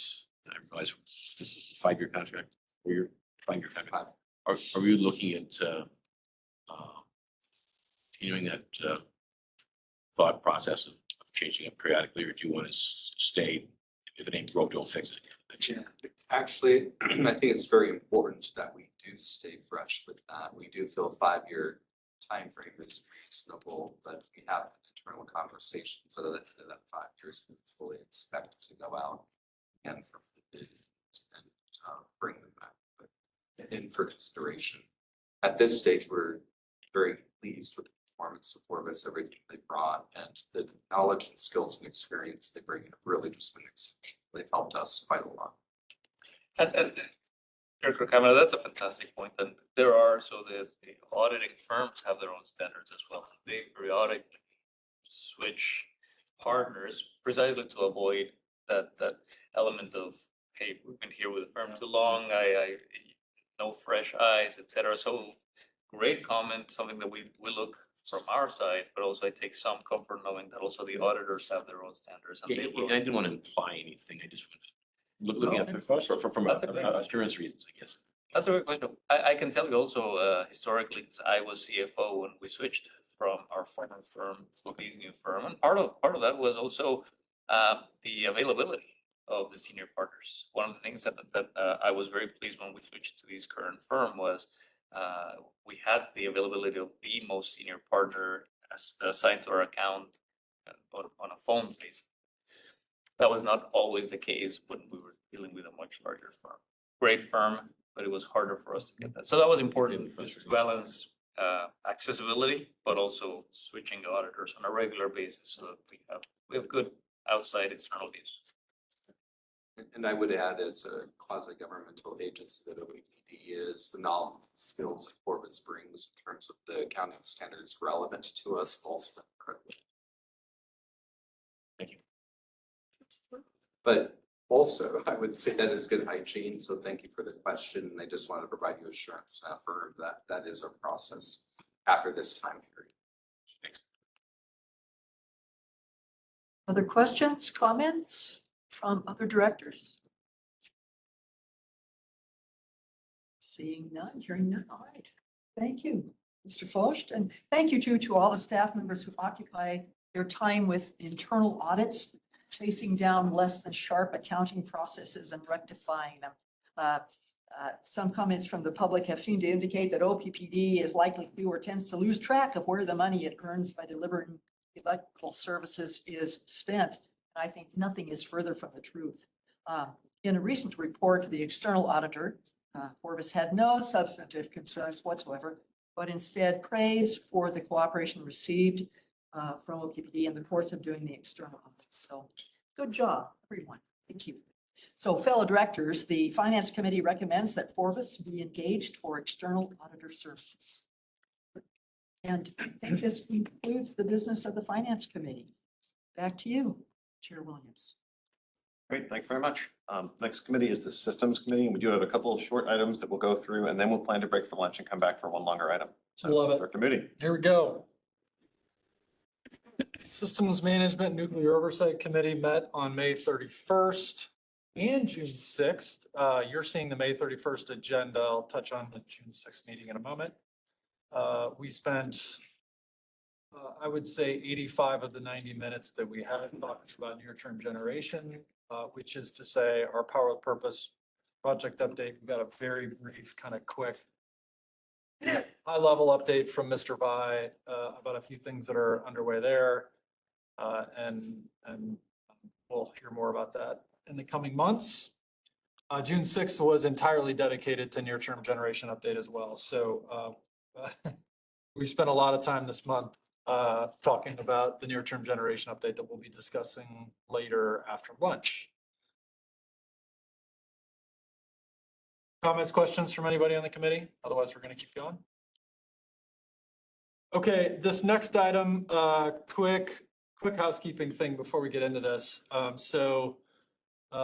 Before the board is the sale of a property near 43rd and Center to an organization, a nonprofit for which my wife is on the board.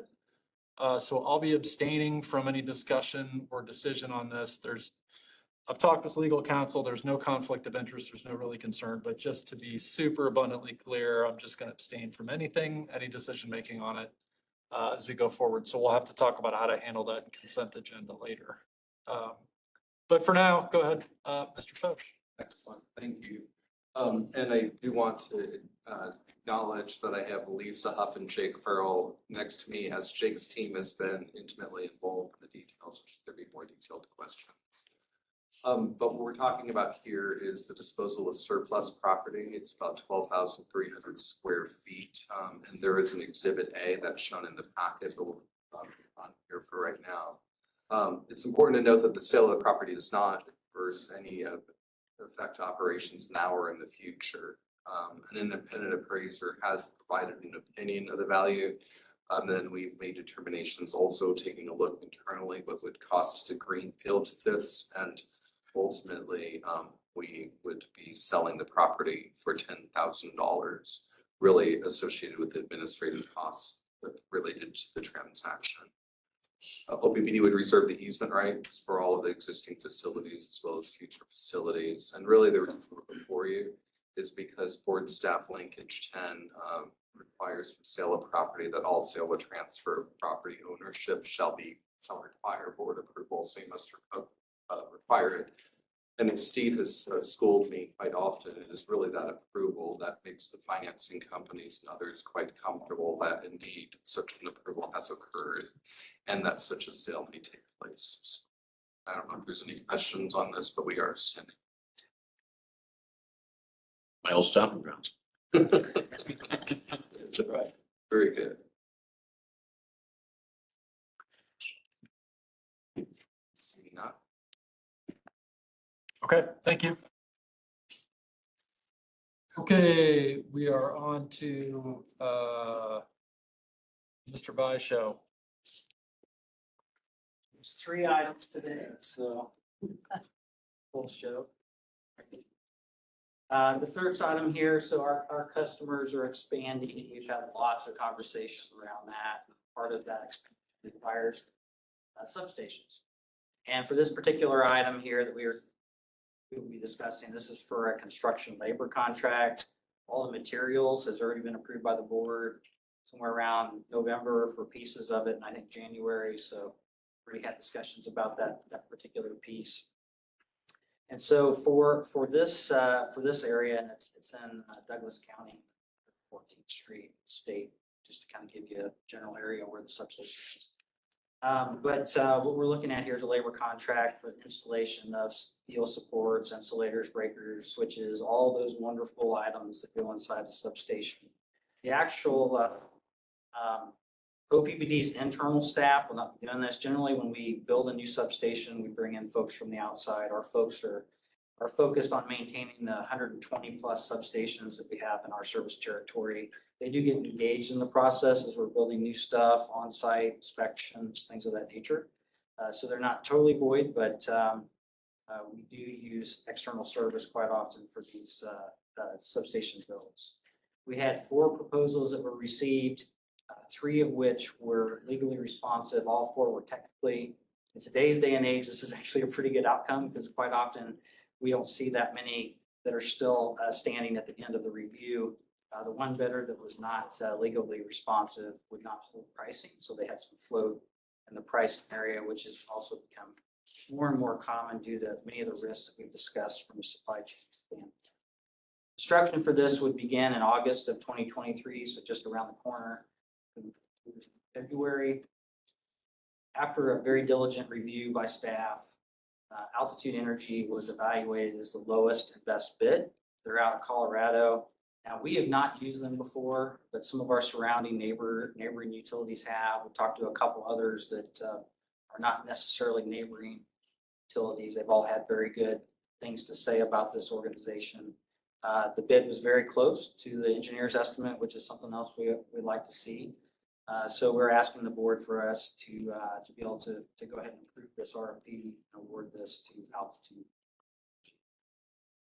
With that, I think we have a picture somewhere on here if we want to throw it up there, but just generally what substation looks like, lots of pieces of parts. Any questions you may have? I'll take those at this time. Installation of materials, right? Yep. Materials have already been approved. Any questions?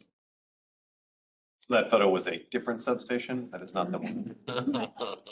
As we've got plenty of, we've built more substations in the last few years than we have probably the last decade. So Oh, it's been pretty significant. It's not a photo from the future. or anything like that. Computer record. There's some discussions internally about whether they're pretty or not. I think we have some different points of view on that. Regardless, they are needed to do the Great. job of serving. Great infrastructure is beautiful. Not worried about pretty, I'm worried about safe. All right, next item then. Jones Street Station, units 1 and 2, Sarpy County Station, unit 1 and 2. It's time for us to change out the protective relays that we have in those stations. Equipment's been there for a while. It's about 40 years old, so pretty far along from a vintage standpoint. For those who wonder what a relay, it's similar to a breaker box in the house, right? It protects from voltage swings, things of that nature, helps keep your assets in good shape. These are a lot more complex on a breaker box, but still performs a similar function. In this particular contract, we're going to ask the board to allow us to reject the proposals, and I'll go through the why on that here in just a minute, and to be able to negotiate the contract that we need to replace these super important parts. I will tell you, we've had some extensive review. I shared that this equipment's 40 years old. We had some extensive inspection and review of the equipment, so we do know it's time to do something with it.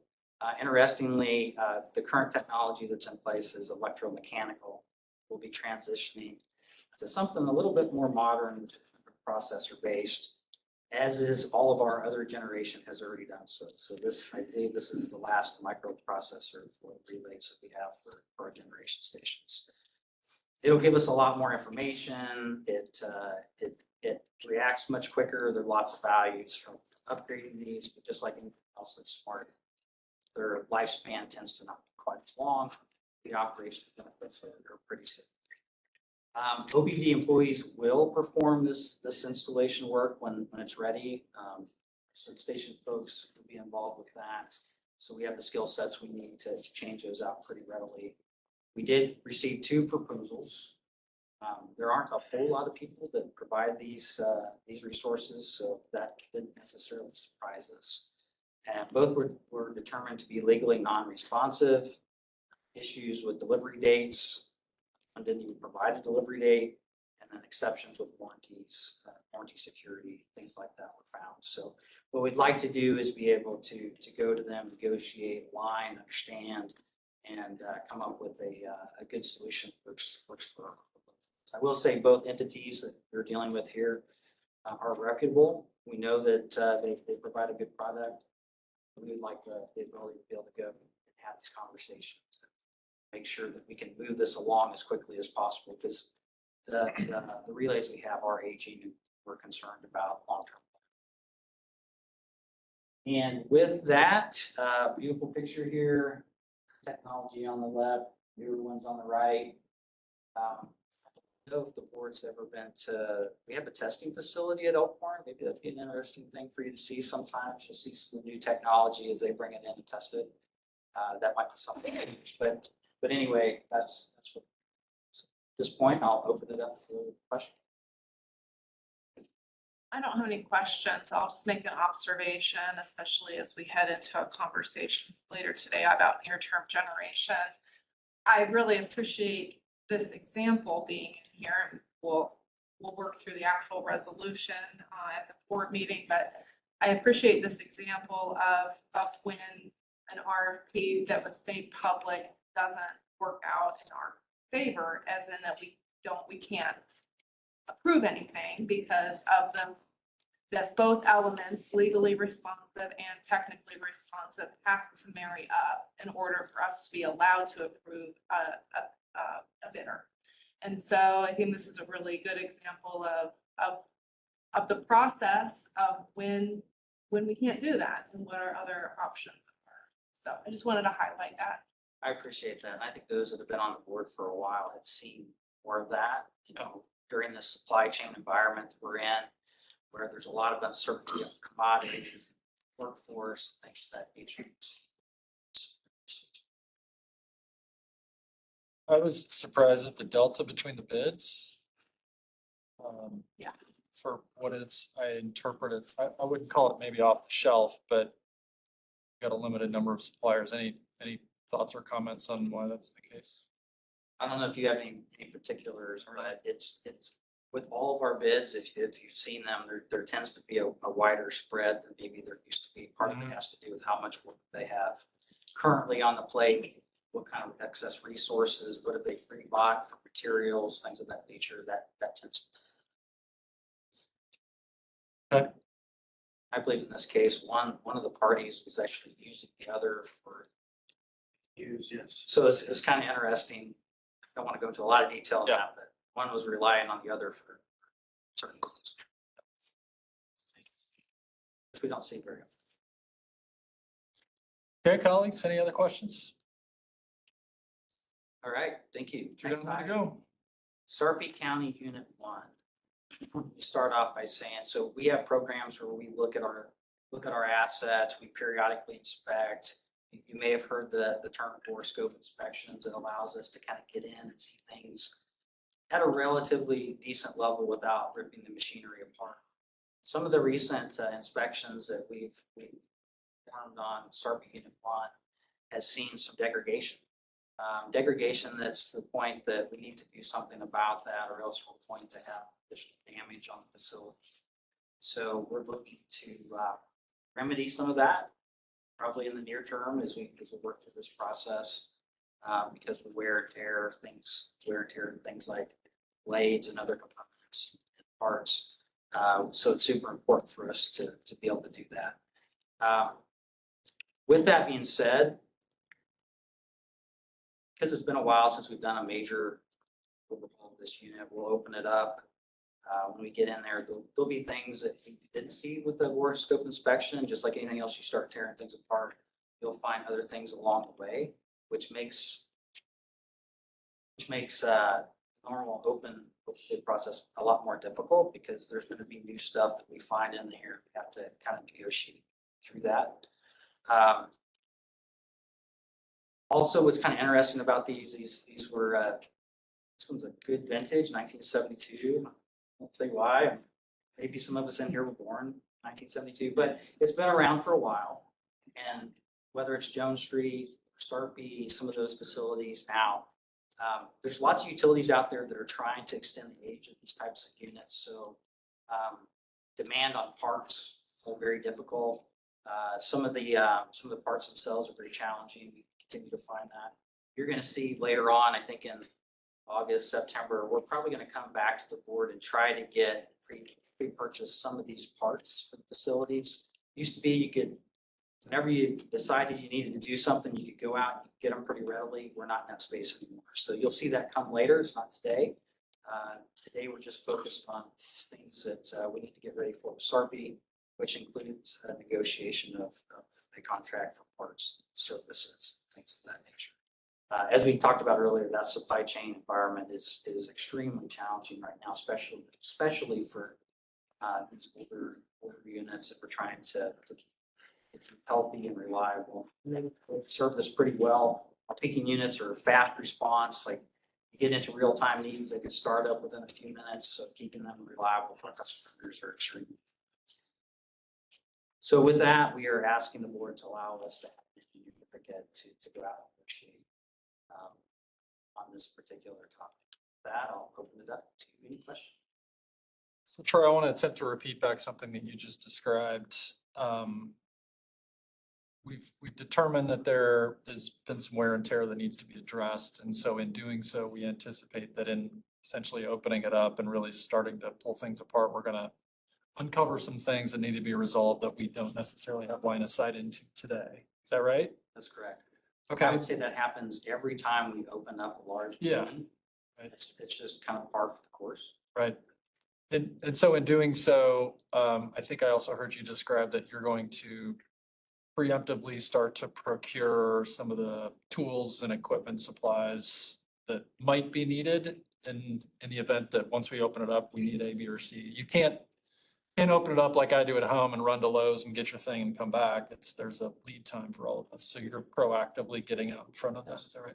So the things that the inspections have identified from the lab go around, and, we were measuring things to see how they change, and from the more recent inspections, there's things that we know. Those things we get ahead of. And there's things we don't know that we'll have to work on during the time, which may mean we have to find a refurbished option. Yeah. Or we may not be able to, because we may not be able to find a new one, or the time frame to get a new one may be outside the realm of time that we're willing to wait. So there's that kind of flexibility when you go into it. And that's why I mentioned later here, we're going to come back looking at these other assets that have been around for a while, looking at those parts that we know are likely going to need to be replaced in the next several years, and start to get ahead of some of that. Again, there's lots of demand in the market on these parts, and there's fewer and fewer new ones being made. Okay. Thank you. Yep. So I'll just ask this question, I guess. So at what point does this particular piece of equipment, is it better to retire it and replace it with something new? Give me a timeline for that. Or we are, by investing in it in this, I don't have a better word, piecemeal replacement fashion, is that really how we handle these older pieces of equipment? And then at some point, do we replace them entirely? Yep. Walk me through that. So I think this is where utility operations and systems transformation comes together. We start looking at, what do we see for asset management plans? What are the costs to do that? What are the costs to build new? You know as well as I do, you have a car with 70,000, 80,000 miles on it, and it's paid off. Like, there's value in having that. There's certain things that you can replace along the way that make a lot of sense. And then there's a point where you get to where you may have to do something a little different. What I'll say about some of these natural gas companies, they were made to transition pieces and parts really well. And so that gives us a lot of flexibility around that. The other piece that comes into the conversation, which you're all very aware of, is interconnection agreements, other things of that nature that come into play if you were to rebuild. So would you put something new in this location? Would you think about some of the other expansion that's coming down the road and maybe tie it into that? There's a lot of complexities with that, but that's where our teams come together and say, where are we seeing the cost of the asset going, best of our knowledge, and then what's the options to replace it? What's the time frame? Director Wagner, that's a fantastic question, and we will have to make decisions specific to address the age of the unit at some point. Just as a reminder for context, today we still have in operations North Omaha 1, 2, and 3, which were built almost 20 years earlier than these units. Right, and they've definitely come to the end of life, and we're actively looking at decommissioning and retiring those, followed by North Omaha units 4 and 5, which we already have plans for refueling, and those were built in the mid-60s to late 60s. These units are the next ones in age that we need to address, and likely we'll have plans to do that at some point. And to be clear, to tie these to the near-term generation discussion, this near-term generation discussion does not contemplate us retiring this unit. It counts on this unit still being available for a number of years.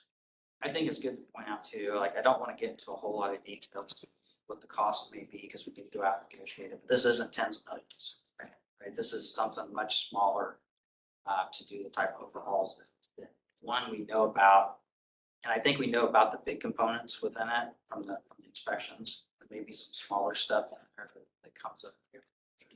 But I think we have some clarity on what the scope actually kind of look like. Good discussion, great question. Other questions, colleagues? Okay, Right? thanks, Troy. I won't take offense to the age conversation. Me neither. I wasn't gonna say any of this.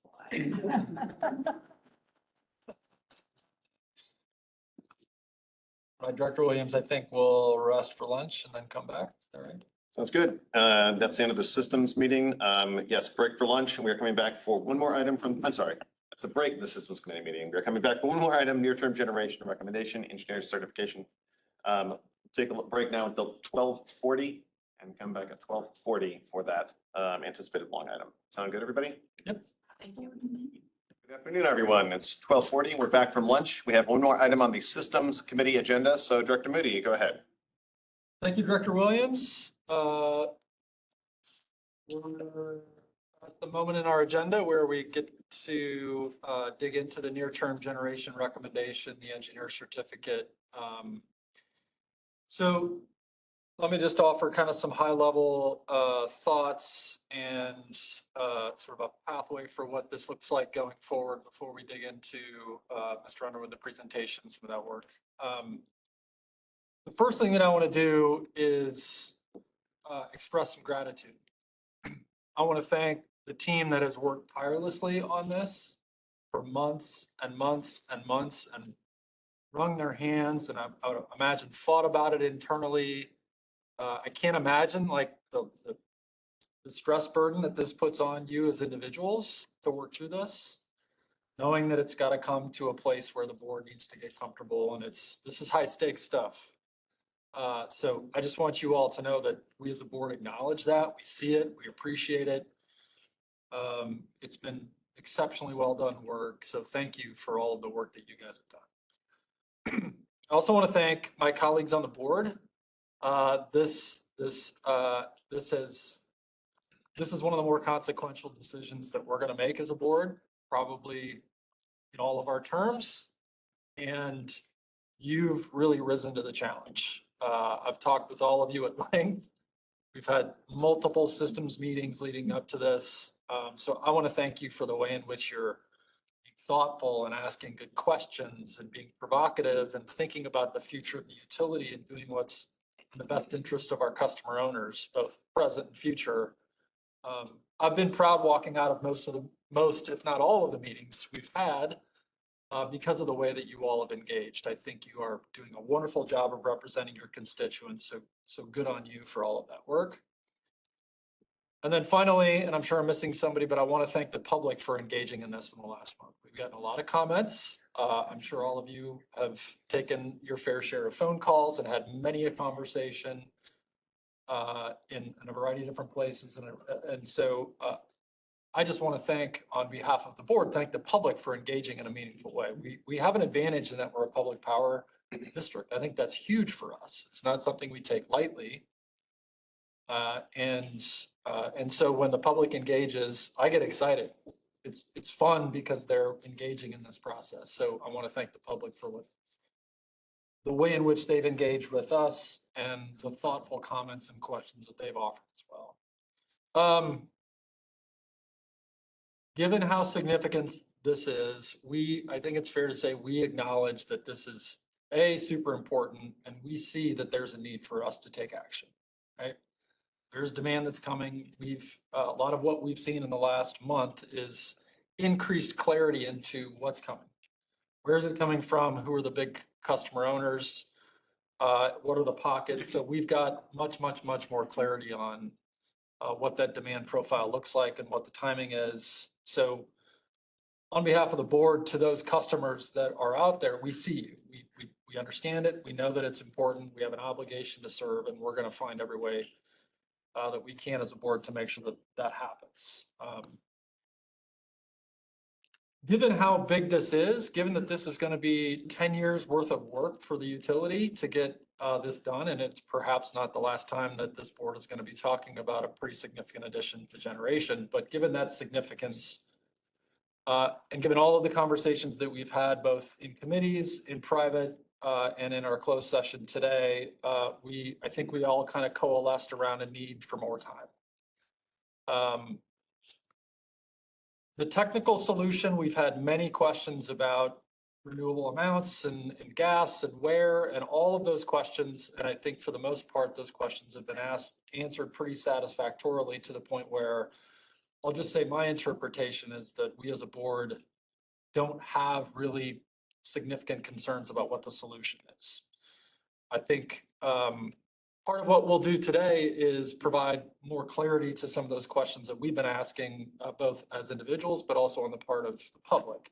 So we've got a lot to cover that's going to really touch on some of those technical elements of it. But as it relates to the need for us to delay the vote, that's not the thing that is the itch that needs to be scratched.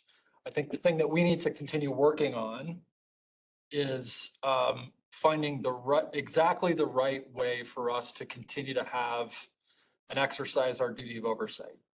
We have ways to do that, and we've talked at length about those in other committee meetings. But specific to this, part of what I think we're planning to do and what the vision is going forward is to leverage the existing governance framework that we have, our strategic directives, and start to incorporate some changes into those strategic directives that can give us as a board some consistent opportunities to not only get updates, but also to provide perspective and guidance and feedback and direction to you, Javier, and to the rest of the team as we have all of these really significant decisions to make.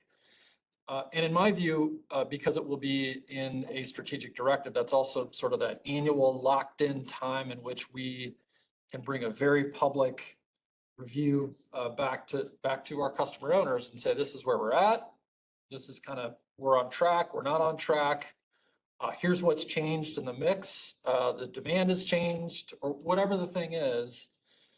That's a really good opportunity, in my view, for us to talk publicly about it and to affirm that the direction is sound, or perhaps help the team make some tweaks to that direction. So if I've learned anything, I've learned that this industry is changing way faster than I think anybody really imagines. And so I think those regular checkpoints are going to be important for us. But we don't have it figured out yet. We don't have it figured out yet. We've started to entertain some potential ideas around how Strategic Directive 9 might look. But those are very preliminary, very illustrative, not for public consumption. And so our pathway today is not to vote on Thursday. It's likely to move towards a vote anticipated in August, which would pretty close to marry up with revisions to likely SD9 that would start to sort of solve for this opportunity that we have to really better articulate how we'll be engaged in the duty of oversight going forward.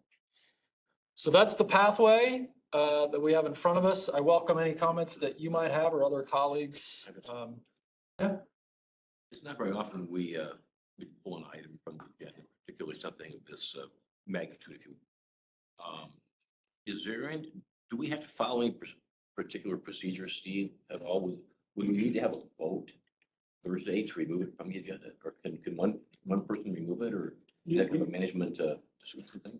No, you don't need to. It could simply be a discussion as you're having here, and just kind of a general consensus that not to move forward with it. You certainly could have a vote to postpone it as a matter of parliamentary procedure, but you do not have to. The agenda doesn't need to be firmed and finalized until what, 24 hours? 24 hours ahead. So if it doesn't show up on the agenda, then you're fine. Yep. From an open meeting standpoint. Okay. Is everyone okay with removing it from the agenda? Okay. So maybe to react to both your comments, I really appreciate all the comments made and the fact that it's big, it's very consequential. We have 850,000 customer owners today that we're serving day and night, 24/7, 365. And we have more that are coming. More customers, residential, commercial, industrial customers. And again, that's the reason why we're presenting this today is this load growth.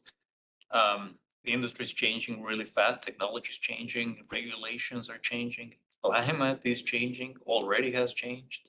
So many things that are changing, and we need to remain nimble and expedite a lot of this execution. One element that has become very evident to me throughout this process is information. We need information. We want information. Why haven't we performed X, Y, Z? Why haven't, for example, right, the board approved, authorized us to pursue between 400 and 600 megawatts of solar back in 2019. Today, we have announced already, we have a project going on for 81 megawatts, not 400. Questions from the public and from the board have been, why? Why haven't we been able to execute more? And I think go into a lot of details, and we have gone recently with the board. These additional governance framework with modifications to Strategic Directive 9, I welcome that because it will allow us not only to have more oversight and good conversations with the board, but yet another avenue for us to continue to explain to the public how hard or how easy it may be for us to execute this portfolio. So I welcome that. I really appreciate us leveraging, or the board considering leveraging the governance framework that it's taken us so many years to create. I think this is a great opportunity for us to continue to leverage that and have good accountability and visibility for board members and therefore the public on how we're executing on this portfolio. Director Moody, as you said earlier, it's likely this is not the last time we will have additional generation. Now, I don't expect this to happen every year, but I believe that by creating this governance structure, we are also doing our future board and future management a favor because we're building upon a structure that will help others continue to carry out the duties of the district with good oversight from the board and enable management to execute on a very complex portfolio. So I welcome that. On the other hand, a delay in August is not ideal. We have work to do today. I think this is a good compromise. It's good oversight. The teams are ready to roll. They need this approval, but at the same time, we also need to do it in a way that is thoughtful and with good governance and having the board feel comfortable that we will be able to report back and for the board to hold us accountable on executing the portfolio. Yeah, the hope here is that we've got 120 months of time to execute on this, and by taking a month or two to really kind of make sure that we're good, it's a valuable investment in making sure that next 10 years goes well. Board, we've had a lot of conversations about this, and obviously we're going to get into the recommendation and some questions on the deck, but as it relates to the timing and that decision, any questions, thoughts, comments to add, echoes, concerns? I would just add, because a lot of my concerns, I don't know. My concerns were not about sort of the technology, my concerns were about process. And I wanted to make sure that the public really had enough time to really digest it and that the board had enough time to digest it. And so I think moving into August is really the prudent and most thoughtful method to show that the board itself is being intentional about these larger projects for the organization. And so I'm very grateful that this is the tenor of the conversation today. I'd like to say, I think if there's specific issues, let's address it, let's get them addressed. Just waiting a month or two, I don't think it's gonna change anything otherwise. Public's been made fully aware of this. Headlines during the World Herald a couple weeks ago. It's been on television. I think the folks that care are already aware. And I just don't know. This delay is gonna accomplish anything unless there's specific things we need to hear of. Well, thank you for asking a question, because I think it is ultimately a question. The heart of my issue goes back to our ability to provide adequate oversight into the future. And so even with the revision of the resolution, I was concerned that it wasn't sort of meeting our aims to make sure we had full line of sight for such a massive project. And so what's exciting about this conversation is that it sounds like we'll be able to work on SDs that do provide oversight and run them concurrently, so that at the same time that we're authorizing a broad amount of authority for major projects, series of projects, we're also providing ourselves with that oversight balance at the same time. And so I think that's both sort of fulfilling the aims of management, but also fulfilling the work of the board and our role here, which is to make sure that we're providing adequate oversight for this future. With respect to the time, Javier indicated that, it's only a couple of months, but previously there's some indication that a couple of months could be magnified somewhat based upon the things out of our control, some supply chain issues and so forth. With respect to time, would it help if the folks that had concerns with this offered maybe either a substitute motion or an amendment to the resolution? Would that help at all? Sounds like the oversight belongs in the SDs, so we would need to run an SD alongside the No, resolution. we can overcome an SD like that for just a vote. So I think the concept of strategic directive policy updates to provide additional clarity and oversight was, perhaps it's been used in the past, but was specifically utilized last year related to North Omaha Station, where we had identified a specific set of input from the public, people who were most directly impacted by continued coal operations in that location. And we recognized that approval of the extension was critical on the timeline that had been presented by management, but we needed to have clarity on what the expectations would be in the future. In that example, we had a specific set of metrics that could be applied in a very short timeline. And in August, we were able to discuss what we expected from the exact language update in SD7 in September.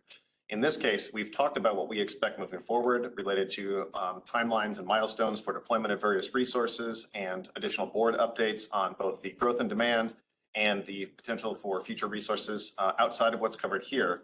But I don't think that the policy language that we've discussed to date is currently ready to say, yes, I 100% have confidence that what we have seen now will be approved in X particular timeline. I think additional work is necessary. And I think that the systems committee has gone through some of that. And I think that our discussions in recent days and weeks even have all kind of pointed to the same idea that we do have a shared understanding of the need for new generation because of the growth in our community, economic development that is occurring. But what will happen in the policy language update if we don't have a clear version that we're ready to present now, when we are accountable to the public to say this is what we anticipate approving in August, for example? I think it's very difficult to say we 100% know exactly what will happen in the future. And I don't think from our discussions so far that we have final agreement on exactly what that will be. Correct. And so as we look toward the future, if we had a version that we could say this is exactly what we will be approving in the future, I would have much more confidence in saying we could do an approval now and we know exactly what will happen next. But because we don't, I feel like it's worthy of additional time for discussion and engagement between the board and the executives and the staff, and also with information available to the public about what they should expect in the future, so that we can know with certainty we are all on the same page about where the organization is heading, how we will achieve our mission, and how we will continue to engage with the public into the future. I just wish folks that have concerns with the proceeding forward on Thursday had taken some action earlier. So we could avoid this. I think there's been a lot of action that's been culminating to this point to try and get the resolution figured out. There've been discussion. Yeah, quite a bit. I spent most of the weekend doing it. And many days leading up to it in committee meetings and otherwise. So I don't want anybody to get the impression that this was ignored for 30 days until the last couple days and we're still just trying to stumble our way into figuring it out. That's definitely not the case. To Eric's point, because this is having one of the things that I value the most about this organization and the way that it's governed is our strong policy framework. It works really well. And I think we can continue to leverage that. And getting clarity within SD9, making sure that we're all like, you can see the language and then you take a week to think about it. And then we have a discussion about it, like, cause it's gonna last for 10 years. So I think it's really important for us to take the time that we need to get that right. Denise? So I'm only on the board for one more, I'm elected to this position for another year and a half. And this is a decision that's going to affect future board members. And so making sure that we have at least line of sight on a way forward for oversight for this going forward is really important to me, because I don't want to make a decision this week without some kind of structure at least outlined before we move ahead with this, because this affects, just like all the other decisions that boards made in the past, whether it was with rates, whether it was generation, whether it was Fort Calhoun, all of those decisions affect future boards. And so taking an extra 2 months to make sure that we have some governance processes in place to put some guardrails on this, I think is really important that personally I don't, or this board doesn't leave a legacy that future boards would say, look back at us and say, they were not doing due diligence to move forward. Yes, we need the generation. Yes, we have customers that are waiting in the queue for this generation. It's important that we move forward, but for this particular resolution, I think it's important that we have some guardrails on there before we approve a whole package like this.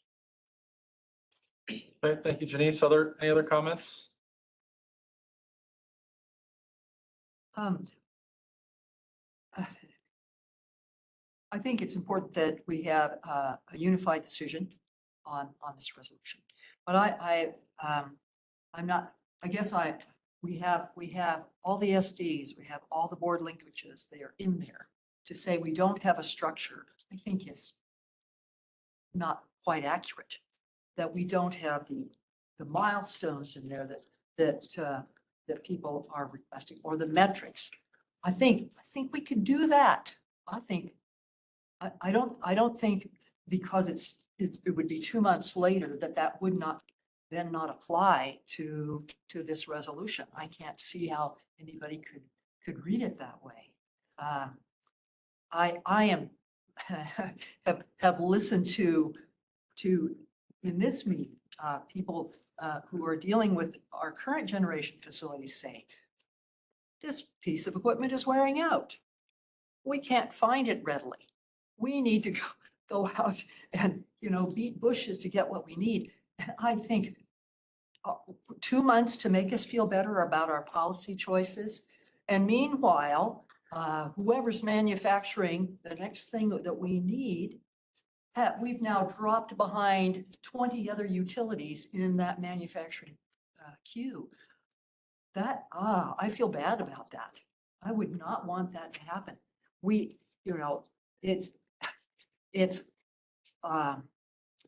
This resolution is large and it's all encompassing. I really, when I was reading it, I thought, and by the way, thanks to everybody who worked on this resolution, Mr. Focht, and I know you, Craig. I think it's really well written. it's an everything, everywhere, all at once resolution, which is pretty daunting and pretty scary in that sense, but it's all needed. It's a great resolution because we're ticking off everybody.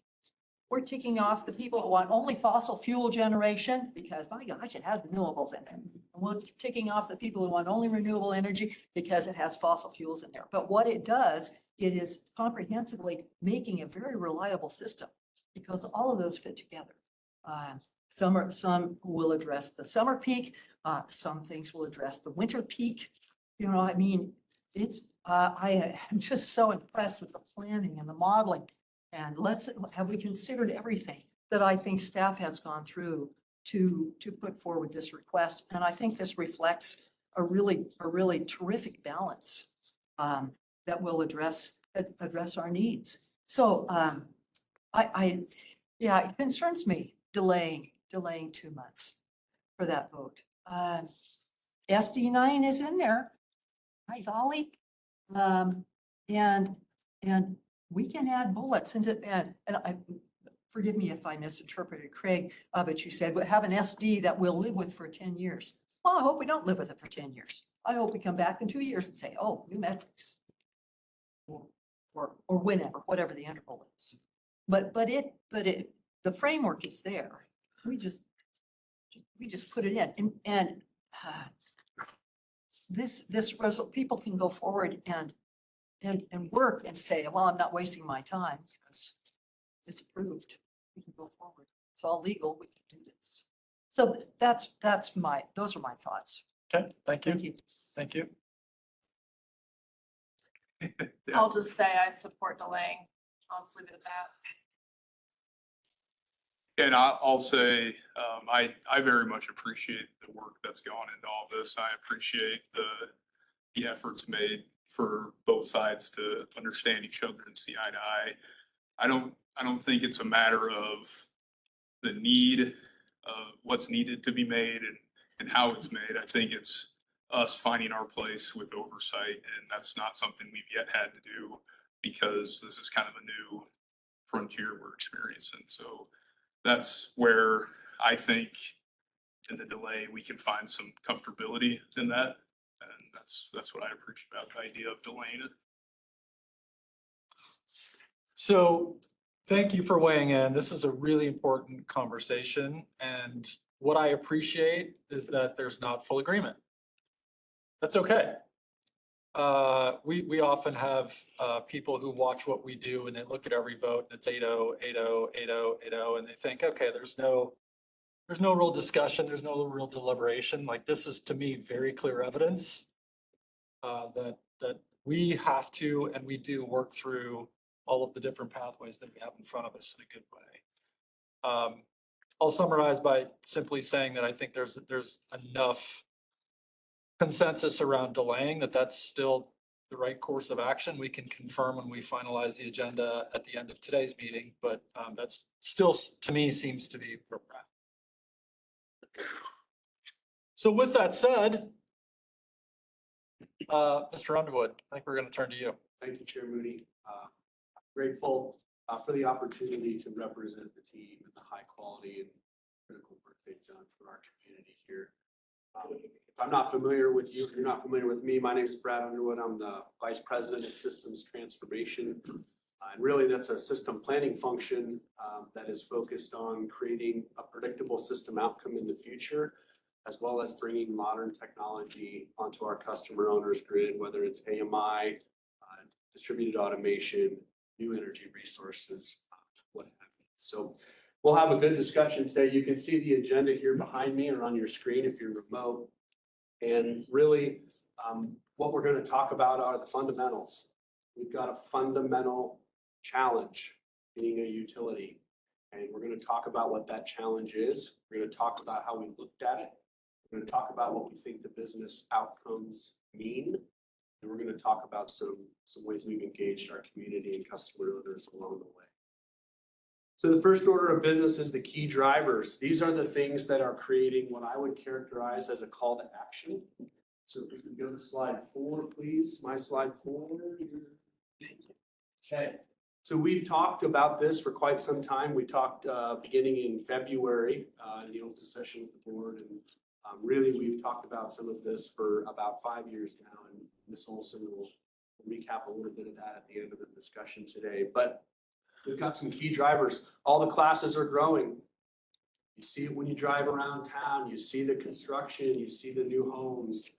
You see a lot more vertical work than maybe we've had in the community. So you've got a growing kind of city in some areas, and then you've got a sprawling area of the city in some other areas. But any way you slice it, they're all moving in the same direction. There's more customers, and we need more energy. So as we look at a couple of images here, you can see in the bottom right, that's the residential and commercial class. That's the customer count forecast. You can see the upward trajectory. The other large piece of this is the industrial class. In the top right box, we've got kind of an industry classification for those customers that are wanting to locate here and or grow their existing business. So it's a mix of both. You've got electrification going on. You've got biotechnology, manufacturing. You've got data centers, food processing, agricultural processing, and more. And so it's a loose characterization, but all the signs are pointing in the same direction. So the other things that are going on is we have growth in the industrial section of our customer base. So you can see in the bottom left, you can see 2 pie charts. It's electrical consumption both from 2022 and 2032. The commercial and residential classes are growing, even though it looks like their slices of the pie are contracting. Just want to highlight that. It's just the simple way a pie chart works, but everybody's growing, and here's a little bit of introduction into who they are and where they're at, and what their order of magnitude is, directionally speaking. So speaking of order of magnitude, if we can go to the next slide, please, Aaron, you'll see here a couple of data points and then an image.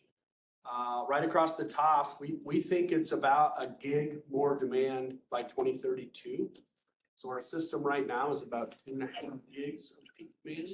So this is another gig of peak demand. And so from an order of magnitude, it is colossal. There's no way to speak about it forthright than to say that word. And so the demand is large. It's about 100 megawatts per year. If you've been following us, you've heard that characterization, whether you're out in the county with us or you're at a board meeting or in an open house, you've been hearing that characterization. And on the far right, that's what the gap looks like going out to 2032. So there's a couple of lines on here. I'm not going to talk about all of them, but the highest line is the line that we have to meet. That is our regulatory obligation. We have to make sure we have a sufficient resource mix to serve our customer growth with some margin. And so that's the size of the challenge. The other piece that's driving that line up is what's called planning reserve margin. So you're going to hear me talk about PRM a lot.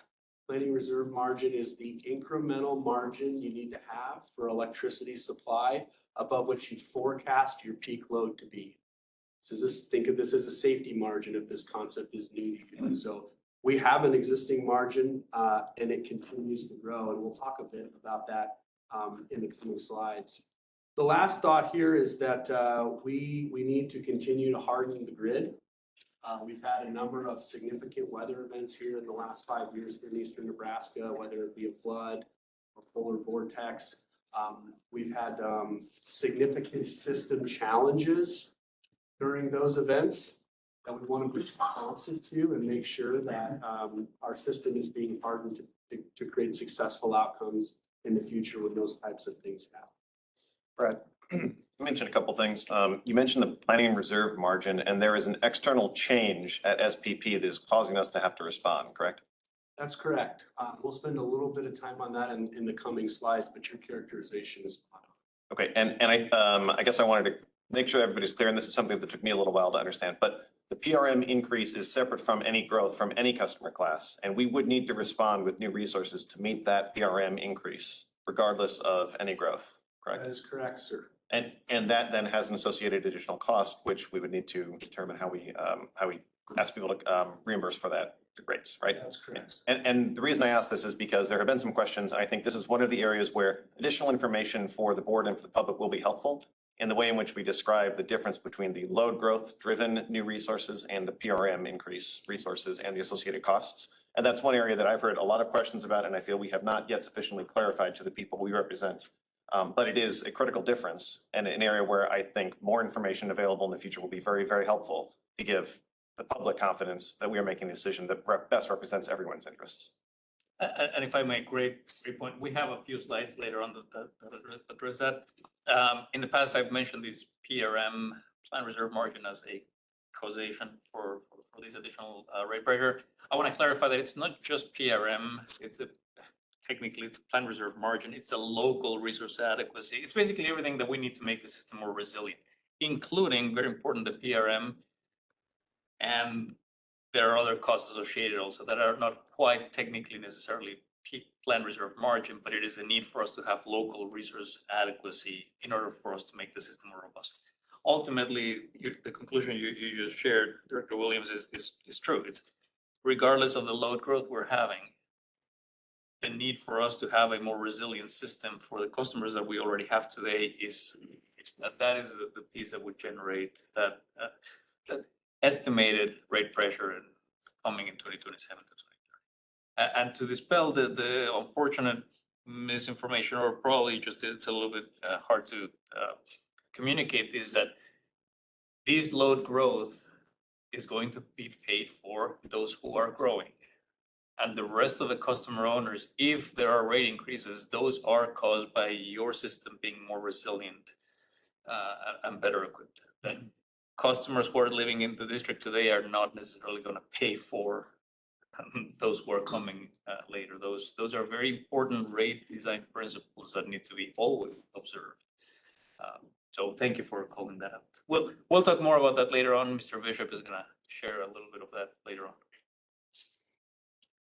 Okay, very good. Thank you. We can transition to the next slide. So as this PRM is going up and as the customer count and customer requests for service is going up, there's another dynamic here that's creating challenges for our customers, where because of the long lead time to put these resources into service, it's creating uncertainty.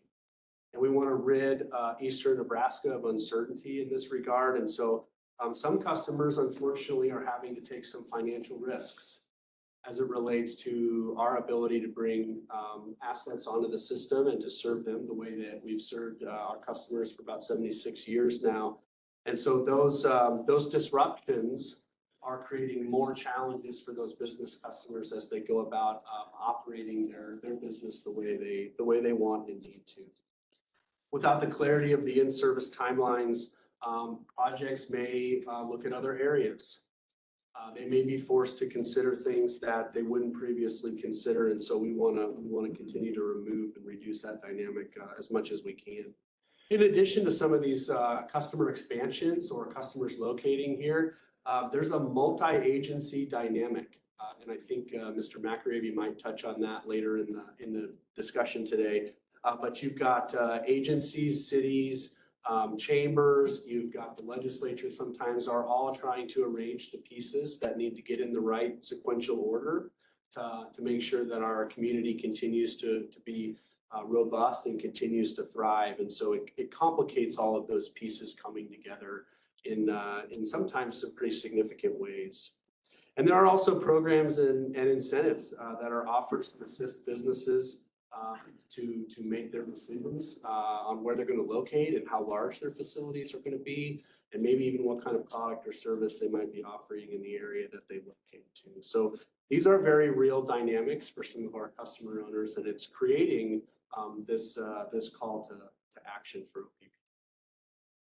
We can go to the next slide, please, Darren. This was a slide I was referring to, Chair Williams, as it relates to the planning reserve margin. And so if you haven't been following, a year or so ago, SPP made a change to the planning reserve margin for the summer PRM. They went from 12 to 15% in a rather expeditious manner. That's a 25% increase. So in anything at scale, a 25% increase is material and significant. And so SPP did that for the health of the system based on the probabilistic determinations that the engineers are running on the resource mix and the load. And we don't expect that to necessarily slow down. So we expect a planning reserve margin of probably at least 16% in the summer. We also expect a stronger establishment and enforcement of a winter planning reserve margin. And so as we think about what the winter planning reserve margin would be, we look at some neighboring RTOs, and we expect this to go. RTOs, regional transmission organization. It's the same word to describe SPP in other areas of the country, if that's helpful for folks. Thank you for that. And we think 25% is very likely where this number will end up. And so when you aggregate all of these things together, you've got a very challenging sourcing environment, whether that be engineered equipment or materials and components. You've got a very challenged environment for workforce. You've got businesses and customers that need to make decisions on what they do with their businesses here in Eastern Nebraska. And then you've got a higher resource requirement to serve your existing customers in the residential sector in particular, and when that residential section grows. And so these are the kind of amalgamation of circumstances that are really sending the leadership here at OPPD a very, very strong signal about the need to act. And I think we've, Chair Moody, you've talked about some of those things in your monologue, and so I won't revisit those. If we can go to the last slide, I touched on something briefly a moment ago, and here's a better illustration of that. So long lead time for major engineered equipment is continuing to get longer. So if you're not familiar with a power plant, you need an asset type or the technology in the power plant facility, and then you need a step-up transformer. And that here is a large-scale transformer, and so the lead times for those are getting longer and longer and longer, it appears. And then in addition to that, you need to source a substantial amount of commodities, whether it be steel, copper, the components in a storage facility. They're robust commodities, but they're all getting more challenging to source and bring in predictable cost profiles. Another good example of these is not just on the transformer side, but on the generation side.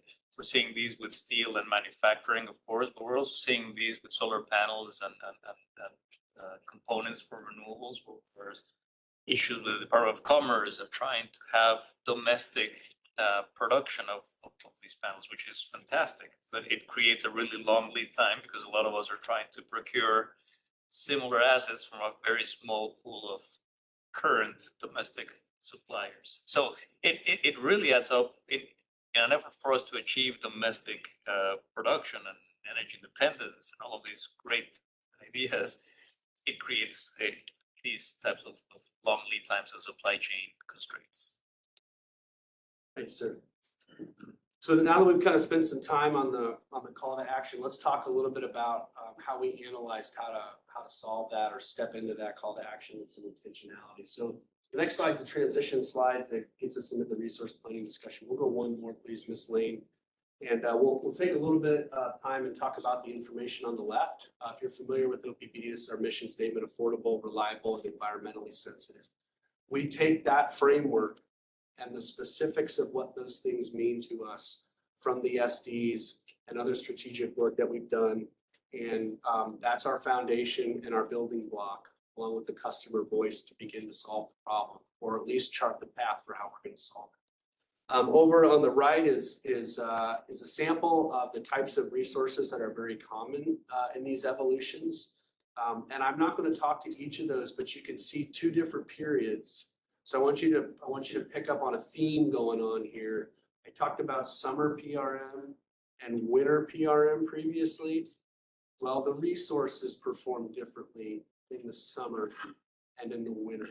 And this image on the right just articulates the amount of accreditation or basically the expectation that that resource will be able to solve our load in those periods, specifically in those peak times. And so it's different.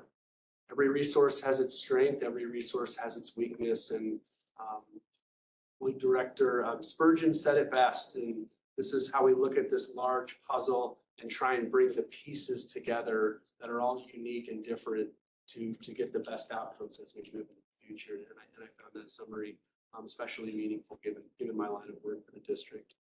If we go to the next slide, we take our framework and we take the technologies and we went and found a strategic partner. Many of you are probably familiar with E3, and so I'm not going to spend a whole lot of time unpacking the slide, but I am going to recap our history with E3. E3 has been involved with us for some time now on our pathways to decarbonization. We've had a great evolution with E3, specifically on their ability to model reliability and economics and the emissions implications of those resources. And so we wanted to continue that discussion and kind of carry what we thought was some high quality work that went into the pathways to decarbonizations for how we were looking through all the different lenses of the energy puzzle, continue that in this setting. They were founded in 1989 and they're used fairly extensively by a large group of people, whether that be utilities, developers, government agencies, and environmental groups on clean energy issues. So they're along the ride. We have their expertise and their tools, and we go forward into the solving. Here, if we go to the next slide, please. This is also, you heard me use the word fundamentals earlier. This is a fundamental dynamic with resource planning. So if you ever had the question, how do we decide which set of resources are the right resources to solve the problem? And the first thing we do is we take a look at the load profile and we take a look at our existing energy resources. And just like you can see in that top right, you see that white again, the loss of load event. We're trying to get rid of that white. And we look in areas of the year where our system is weakened by this incremental load or by this incremental planning reserve margin that we've been talking about. And then we tell the software, we want you to find the most cost-efficient way, reliable way, and environmentally sensitive way to solve that problem. And what happens is the tool goes through and it creates what we would call as a dispatch, where we simulate the attributes of the resource, how the resources produce, when they produce, and then it applies the most efficient solution to that problem algorithmically into that white space. And that's the recommendation that we get. And so we don't sit around and ask each other, what do we think the answer is? And do you think that'll work? Or do you think that'll work? And so we want to make these tools kind of come alive. They're a little bit technically unpalatable to some. They're kind of difficult to follow, but they're very real and they're very, very important. The industry has relied on loss of load hour for basically its modern existence. And so we're continuing to take these timeless disciplines into our modern day problems to create the certainty that we all want to have in our system now and into the future. If you wanted to know the waterline for what good looks like, it's 1 day in 10 years. So we want to solve the system. You can see the number there towards the bottom, 99.972%. We'd like to get 100%. 100% is very, very, very, very difficult and very, very, very, very expensive. And so if you're wondering, well, wait a minute, you all provide me power 100% of the time. That is hopefully true. It's a target that we have to acknowledge the fallacies of trying to reach. And so 99.972% or one day in 10 years has been our historical norm, and we're adhering to that as best we can. Brad, I'm sorry. Yes, sir. I wanted to jump in here because this is some of the technical information that we've talked about a number of times, even as far back as Power with Purpose in 2019. And from our discussion earlier about additional policy clarification in the future, I don't think that I've heard anyone express any concerns about the technical information and backing. And I just wanted to clarify and vocalize that the information that we understand about the need for these resources is clear. And I appreciate everything that you and your team have done to help us understand that, me again over the last couple of years, as well as other board members, because this is critical for board members to understand, even if it's not as critical to make it all the way to full public understanding. And I just wanted to say I appreciate that. And you've done an excellent job. And I personally don't have any additional technical questions about this portion of it. I appreciate you continuing to share that so that there is public transparency about the process. But when we talk about what we're expecting in the future, I think this is some of the information that the board has been very comfortable with about understanding the good work that you and everyone have done about why we need the resources that we do. And so I just wanted to clarify my position as we look forward and kind of set expectations into the future, that this is very, very valuable information for us. And I appreciate all that you've done to help us understand it and get to the point where we do not have technical questions, or I don't at least have technical questions about this anymore, even if there are some additional policy things that we do plan to discuss in the future. So thank you for all of this and all of the adjacent technical work that you and everyone else have done. Well, thank you for the feedback, sir. And I also want to thank you for the time to maybe illuminate this as best we can for those maybe that aren't as close to it as you and your colleagues are. And we're grateful for the ability. Thank you.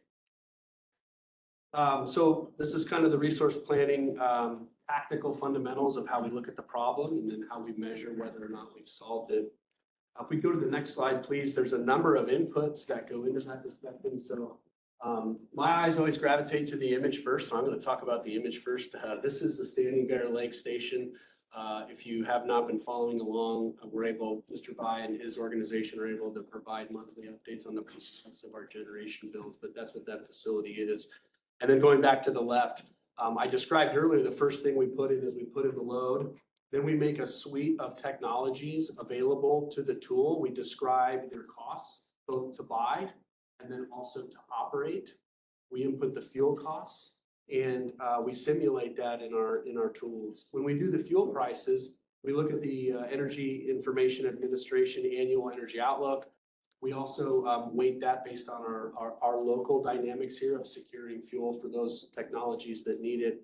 We overlay the transmission system, so the topography of the transmission system is very, very important to get correct, to get reliable outcomes of how dispatch modeling is going to be able to simulate your future portfolio. The way we did this, if you really would like to look at higher resolution on this, I'd encourage you to go to the Pathways to Decarbonization work.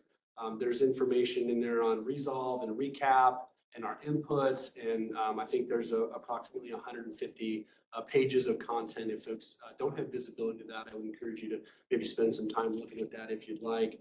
And so we've been consistent with how we looked at the components of Pathways to Decarbonization, and we continue to apply them in this setting. We also updated that a little bit based on some large legislation from the Inflation Reduction Act. And so we've got the specifically cost inputs changes to those technologies that are being impacted by the IRA. And then we also updated the accreditation values. If you haven't been following the country, there's been a lot of conversation in all of the regional transmission organizations on how we treat specific resources and specifically their ability to solve load and meet load and whether or not they're being valued correctly. And that is exceptionally important work. And I think you'll find that that will continue. So we've modified the accreditation values. We can advance forward one more slide. We'll take a quick look at some of the key technologies. And so this isn't meant to be a comprehensive review of the technologies that were included, but we did want to include a few key ones here that a lot of times folks have some interest in. We did not put in a couple of technologies into the model for a variety of reasons, but one of those is new coal. So the regulatory obligations for new coal facilities make it very, very impractical, if not infeasible, to build a new coal facility. Don't really see that anywhere in the country, and there's a reason for that, and that's why. We also understand that carbon capture and sequestration is really the only way to meet the emissions requirement of new coal, and so that was one of the reasons from a cost prohibitive nature it was removed from the model. There's more efficient ways to solve the problem that I've been referring to. The other is the traditional nuclear plant, so very similar regulatory and cost burdens. There was a facility built in the Carolinas that recently synced to the grid and went critical and is now online, I believe, at least unit 3. And the country learned a lot of lessons on that technology and how utilities think critically about it when they're thinking about their growing system and whether or not they might choose that technology. And so we've incorporated those industry learnings just like we always try and do into the modeling, and that's why those two were excluded. There were some tools, some resources that were included. So the small modular reactor, we see this as growing. There's an extraordinary amount of industry interest and money and mental horsepower behind small modular reactors. And I think the broad outlook is we expect that to continue and that technology to grow. Unfortunately for us, it's really not a pre-2030 feasible solution. So whether it's the Hitachi model or the new Westinghouse small modular reactor, X Energy, there's other models, I won't recite them here, but really it's getting those mature enough specifically so that they can be shipped in modular form and constructed in reasonable costs. And so we're excited to support that where we can and continue to monitor that. Hydrogen is currently cost prohibitive. There isn't a robust regional production or transmission system for hydrogen. And so those are the challenges. If you're familiar with hydrogen, those are a couple of them that really kind of come out pretty quick in that space. There's legislation to try and improve that, but the effects of that are still to be determined. However, and I think this is important just to pause here really quick. Well, it may not be imminent today, and there are a lot of technology advancements and policy regulations, pipelines, sites, et cetera. It is important to remind the public that even for our current generation stations that we're building today, we've had discussions with manufacturers about the ability or the relative the investments we would have to make in the future to make those facilities able to burn some blend of hydrogen and gas. We're not doing that today because we don't have the facility, but it's important for us to know, hey, what would it take for us to shift when it becomes available and it is more readily available facilities. We're not closing the door on a 30-year investment on a fuel that could come in within that time frame. I appreciate that, and that may come from a specific comment that I had submitted earlier about some portion of the technical area that I still have some questions about. How will the potential resources that would be constructed under the recommendation be compatible with long-term outcomes? So that is an area where additional technical questions and technical clarity would be appreciated. So thank you for addressing that, Javier. I appreciate that. And I think that's something I hope to talk a little bit more about in the near future. Very good. And Nebraska may play a strategic place in that supply chain. And so some of us are more familiar with that than others, but time will help us understand how successful that will be. One of the questions I have gotten with when I've talked to folks about this is, why don't we include small nuclear reactors? Because people in the public think that that's an affordable and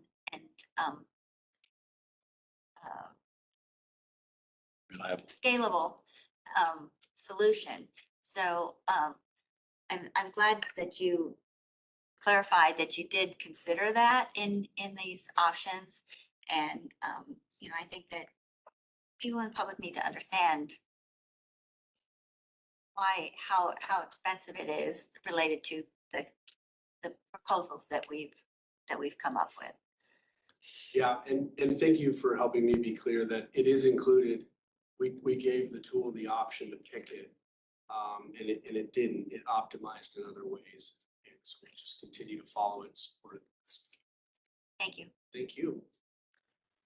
Distributed energy resources. We talked a bit about this, but these resources are projected to grow fairly significantly, and even with that growth projection, they're not able to make a reduction in the size of our need based on the scale of our need. And so we've done a lot internally. We've doubled our distribution planning staff, and there are other process workflow and steps that we've been supporting in Mr. McAraby's area of the organization. We'll continue to do that, but we do need a large suite of options outside of DER. And then combined cycle, again, this was put in the model. The model optimizes, and it said if you want the low cost solution and the same reliability and emissions profile, you would not pick a combined cycle. And so that can be a very common question. It said with the renewables and simple cycle that was the best way to solve the problem. So, and to clarify, Brad, just for the public, it's a simple cycle unit. Those are combustion turbines that we are today building at Turtle Creek Station, Standard Bear Lake Station. They're designed to run for a very small proportion of the time. They're part of our balancing stations. They match well with our need for reliability and also our goal to reduce greenhouse gas emissions. Whereas a combined cycle unit is designed to run for longer periods of time. It would still burn a fuel that is cleaner, it burns cleaner than coal, but I want to make the distinction between a combined cycle plant and a simple cycle plant, which is what we are currently building and what is on the proposal for the board on units that run 15% of the time. Thank you, sir. And then a couple other dynamics on the interconnection process. And so we've had to apply some feasibility constraints that based on the queue positions that are available and the technologies that we have, how fast can some of these resources come on? And we try to think very critically about that so that when we did have a recommendation, it was something that the organization could execute against. And I think we'll talk later about the size of the recommendation. And even in doing so, the palpable feasibility concerns that are there, even though we think this is the best recommendation, we need to move forward working for these things as quickly as we can. So that's kind of the model and the types of things we put in the model. And so let's get into the recommendations. So if we could go 2 more slides, please. On the far right, here's the recommendation. The resolution was released, I believe, Friday of last week. And the recommendation was also stated last month in May. So I'm not gonna spend a lot of time on that. But on the left, there is a inventory of strategic directives that uniquely impact how we think about the recommendation. And so we'll spend some time kind of talking about what the recommendation means in terms of the strategic direction the board has given us and where the organization needs to go in those areas based on our mission of affordable, reliable, and environmentally sensitive. A few quick highlights on here. No changes to the what we've announced for the North Omaha facility. We would like to try and locate some of the storage at that facility. So because of the energy storage, thank you. So because of that interconnection there, there's an enablement function of locating the storage there. And there's also a voltage benefit with some of the equipment there that when it sits there in the load pocket, it makes very unique contributions to reliability. And so we've talked a lot in the past on where the resources go, the implications to the outcomes, and this is a really important one in terms of that regard. And Brad, from the resolution, there was reference to a past resolution about North Omaha Station, I think it's 6518, and the resolution did specify a change to that. But what that means is only this change to consider potentially adding battery energy storage at North Omaha Station, no other changes at North Omaha Station, correct? Correct, sir. Okay, great. That was another question that I had not yet been able to answer for people. So thank you for the clarification. And this really, it shows that fiscal responsibility and financial prudency about, hey, we have 3 units there today that are accredited, units 1, 2, and 3. They will be retired. We have interconnection capability into that site. The question is how do we continue to use that interconnection and make that site continue to be available and valuable to the region while still committing to the things we committed in the resolution from last year. That's really the reason between our idea of potentially locating battery storage at that site. It's related to those other units that will retire. It's not. There are still studies that need to happen in order for us to bring that to fruition, but that would be the intention. 2 more quick thoughts. All these volumes on the right in the table are in addition to our Platteview Solar Facility, our Standing Bear Lake, and our Pearl Lake. So there's a lot of things going on here, and if you're wondering how to interpret those numbers, the numbers are incremental to those assets that are being constructed currently. And the other primary reason that there's ranges, and we talked at length about this over the last couple of years, is the sourcing environment uncertainty.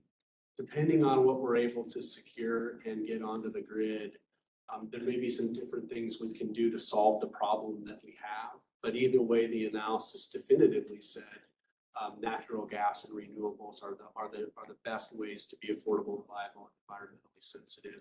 And so the ranges allow us to realize the facilities that we're bringing on over time and how those might affect the future decisions as we work pretty quickly and very hard over the next 5, 6, 7 years create this certainty for them. Right, if I may also the range, not on the ranges, sorry. The very top line where it says renewable generation, I think it's important to clarify to the public. We talked about that last month, which is not in particular whether it's solar or wind.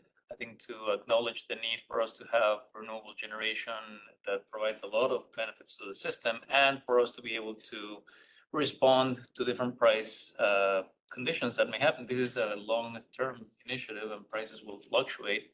We want to make sure that we acquire the best resource possible, but at the same time that we're acquiring it in an economical way and take advantage of prices that may fluctuate between solar. So if I could, thank you for bringing, that's helpful. Part of what I think we need to do today is make sure that we ask questions that pull out information that our customer owners are asking. So one of them that I saw come up time and time again was power with purpose, 400 to 600 megawatts. You've only delivered 81. What the heck happened with that? And can you give us some clarity for whether or not, another 1,000, 1,500 megawatts is achievable? So like, if we could give some clarity for, and we got closed session detail, right? But like at a top level, could you help the public understand what that market is like these days, how difficult it is to pursue projects, and perhaps talk a little bit about what we've learned and how it'll play into succeeding in pursuing this next 1,000 to 1,500? Yeah, thank you for the question, and there may be other contributions in the room. I would say first and foremost that any developer or provider of a technology is having the same struggles we are for materials. So whether that be cobalt, nickel, steel, copper, all of that, everybody is struggling with that. So it can create a good bit of project uncertainty, no matter which technology that you're talking about, especially low voltage electrical equipment in particular.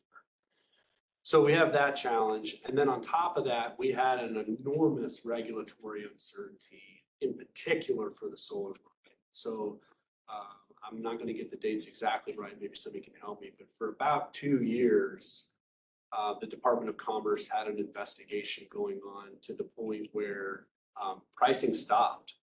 We didn't get pricing. We could not extract it from developers. And I appreciate that in hindsight, because ultimately a developer couldn't stand behind it because they didn't know. And then you've got kind of the queue position challenge. Or generation interconnection. The transmission system, thank you, sir. And then in addition to that, there's been a lot of really good work out in the communities around how communities should think about new technology that maybe they haven't had in the past, and what are the benefits of that technology, and what might be some of the challenges, and how do we have that bigger community conversation on achieving these mutual goals. If I could summarize a bit of your comments earlier, Director Spurgeon. And so that came out in a lot of forms, helping folks understand the technology, helping folks understand the sourcing challenges, helping them understand, many times actually coming to our facility and looking at an inverter, looking at transformers, looking at panels, looking at height, looking at size, width, all that really good stuff. And then translating that into regulations that the county is comfortable with, and being able to go through that process and help counties maybe think about that as they made the decisions that they made based on what their county wanted to pursue. So I think all of that has really just created, I think unprecedented is probably a fair characterization on the challenges of moving this forward. And this isn't a Nebraska thing. It's not isolated to us. If you look across the country, there were some projects that went forward, but there were many projects that were challenged and or stopped, either from couldn't get equipment or didn't get good results on a queue, or other considerations that were relevant at the time. And so it's really the amalgamation. One other element, that if I may, Brad touched on most of the challenges that we've had. It's very, very important for us to remember that when the board approved the 2019 resolution for power with purpose, the Inflation Reduction Act had not passed. That just passed late last year. So back in 2019, really the frame for us to consider solar generation was under a purchase power agreement structure, where we relied heavily on developers doing some of the work in advance before us engaging with them.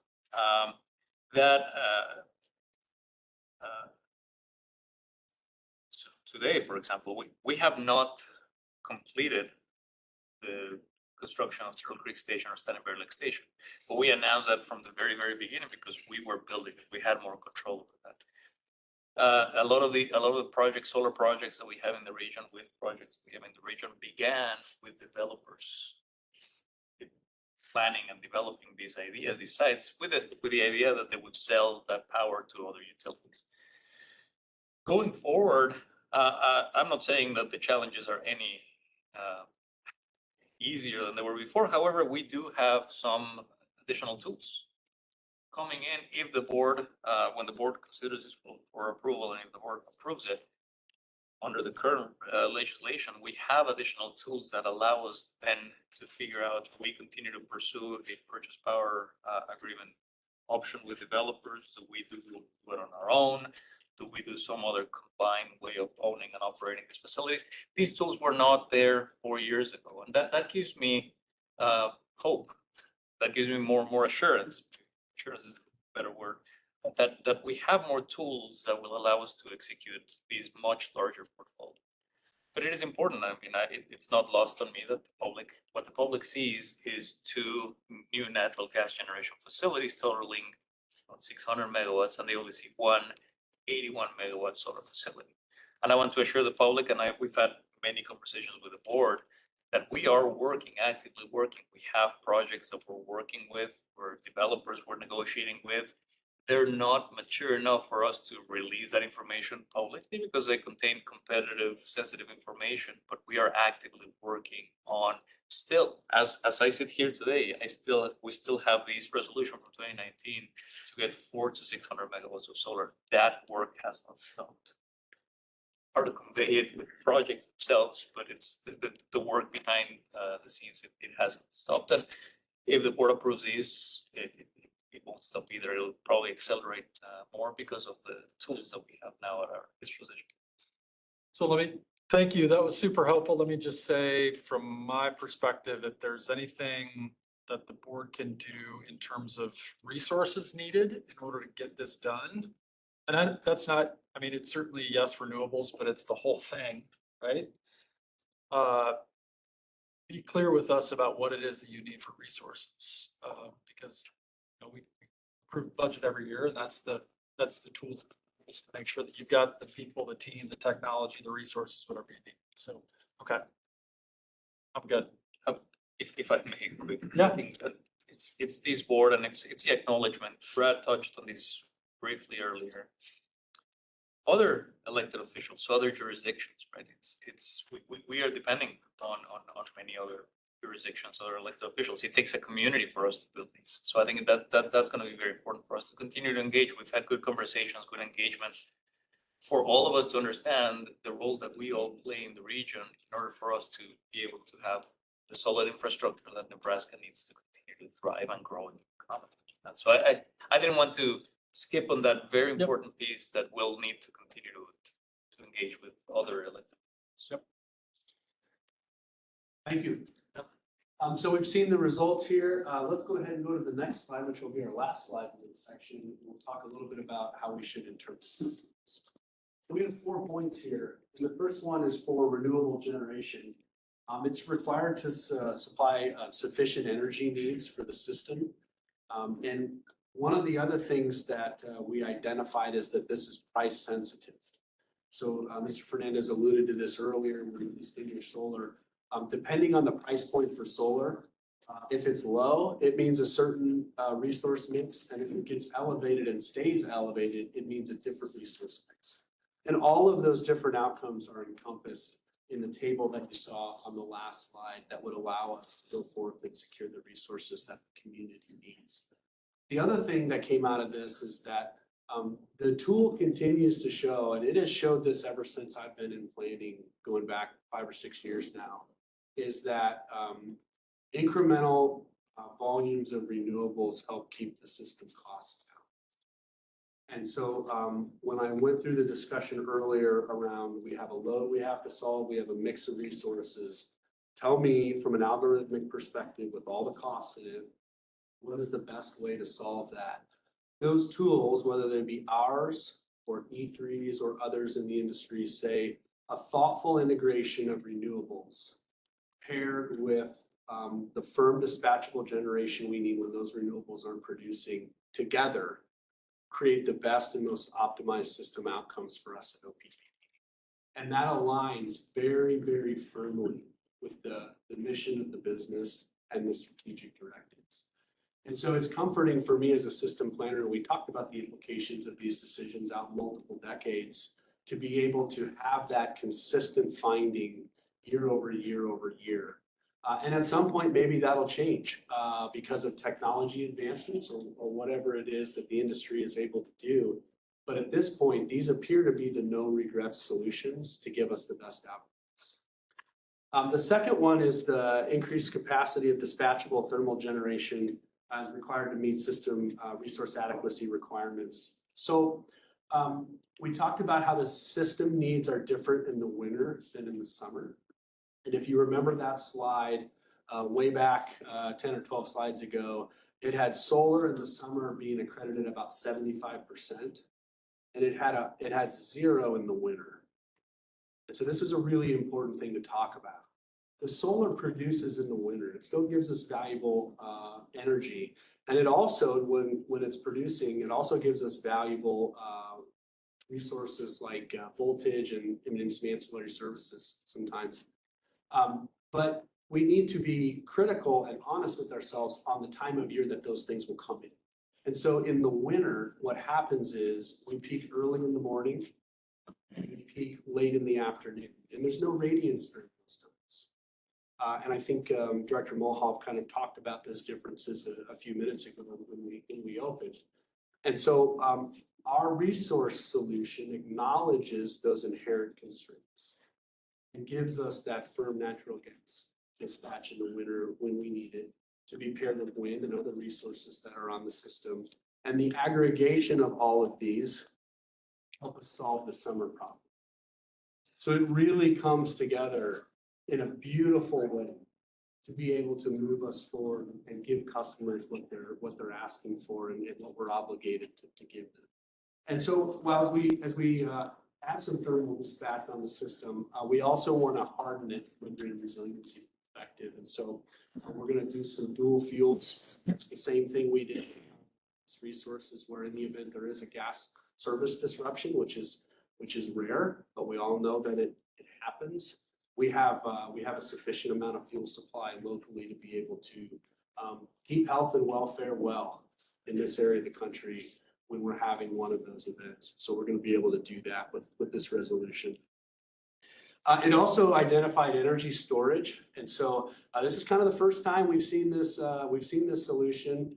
And as that technology costs decline, and as we have areas of the system where we can interconnect it either from an energy arbitrage or an ancillary services or a voltage perspective, these assets are starting to improve the economics of the portfolio. And now is the right time to bring it on. We need to do some more feasibility analysis on some of these things, especially when it comes to some of the areas that they're going to be sited in, or that we intend to site them in, or are thinking about siting. And so we need a little bit more time to do that. We've tried to be forthright with that in the recommendation. And then the modeling is a valuable tool to inform reliable, affordable, environmentally sensitive, flexible, and feasible. We looked at scenarios. High solar, low solar. We looked at some other scenarios for those of you that are on the board and were able to see that in closed session. We made that come alive, and I hope some very meaningful ways. So that's the last slide on the resource recommendation and how I would encourage the group to think about it and what I think it means for our business going forward. Bradley, Yes, sir. just do a quick, as we go into the next section, just quick time and process check. I'm mindful of time, and so Eric, tell me your meeting, so correct me here if you want, but we've seen most of the impacts to strategic directives, so maybe we don't linger on those, but if board members have questions or want to pull something out, let's make sure we do that. And as we talked about at the beginning here, there are areas of policy clarification that I think we expect to be discussed into the future. I think those would be good places to focus is there a policy discussion item that we need to flag now as what we expect moving forward so that we and the public understand what will be coming? Within those SDs? Yes. Yep, okay. So maybe try to be reactive to the feedback. Maybe we can let Ms. Olson and Mr. Mack maybe kind of close the discussion through the last 5 slides, and it might afford us a nice transition to that subject. I didn't have to sit long. Thank you, Brad. Good afternoon. For those online, my name is Lisa Olson, Vice President of Public Affairs. As we understood the magnitude, especially today, of the decision before the board, we knew that our outreach and education and engagement efforts must follow suit. We knew that we must continue the conversation and engagement we've initiated with customers and stakeholders around generation needs since 2019. This truly has been a journey. It started with Power with Purpose, were introduced, and then we followed up with a 2-year conversation and education around pathways to decarbonization study, our 2022 integrated resource plan, and most recently, our conversations around the North Omaha Station extension. Next slide, please, to the stakeholder outreach. Thank you. There we go. There's the journey. Just to refresh your memory, since you've all been through it. This slide briefly summarizes the engagement journey we've been on since that time and how our near-term generation efforts fit into the conversation.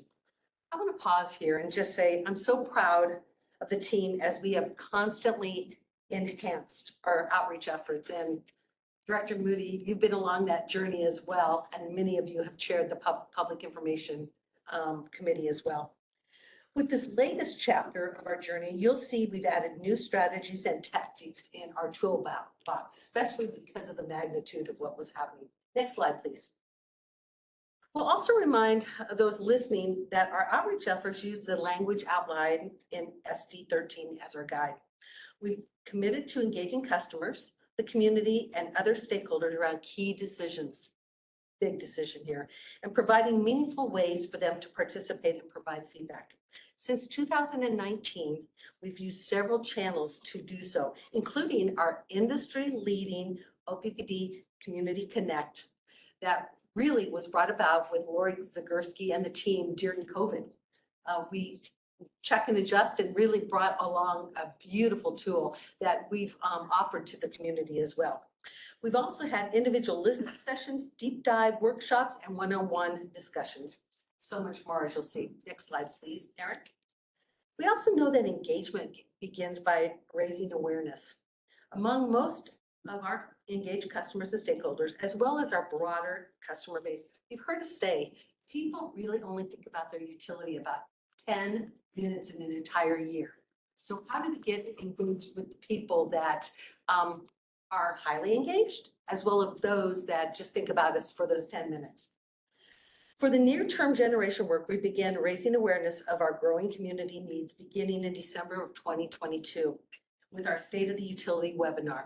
We really wanted to set the tone of really where their utility was at and where it was going, and with the growth that was coming. In Q1 of this year, Oppd continued updating the board on existing projects needed to accommodate growing load and also raise awareness among our customer audiences via Oppd The Wire, which is our content marketing site, which really is a great resource to be the first and best source of information for people to go to. We also have social media, as you know, broad news releases, outlets, bill insert newsletters, which goes to every single customer, both if they want a physical copy or if they want it electronically. Oppd Community Connect, community events like we just came off of Earth Day, engaging with the community. And then we have Omaha that's going to be coming up. That is another big event, and many more engagement opportunities.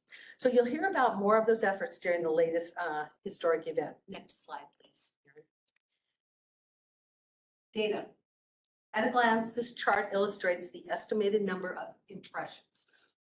Let me phrase that again, impressions. Not everybody is going to receive the message, but they have the opportunity to hear about it. Oppd has generated on the topic of community growth and this recommendation from April of 2023 to the present. For this discussion, impressions represent the number of opportunities customers and the public had to live or engage with the message.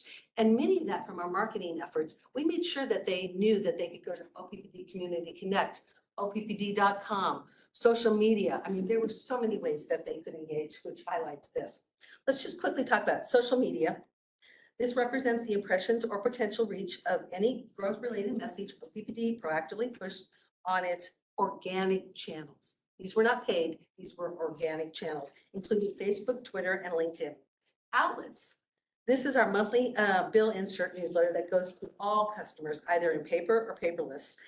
For 850,000 people, customers receive outlets. And we really talked about this from April, May, June, coming up with June.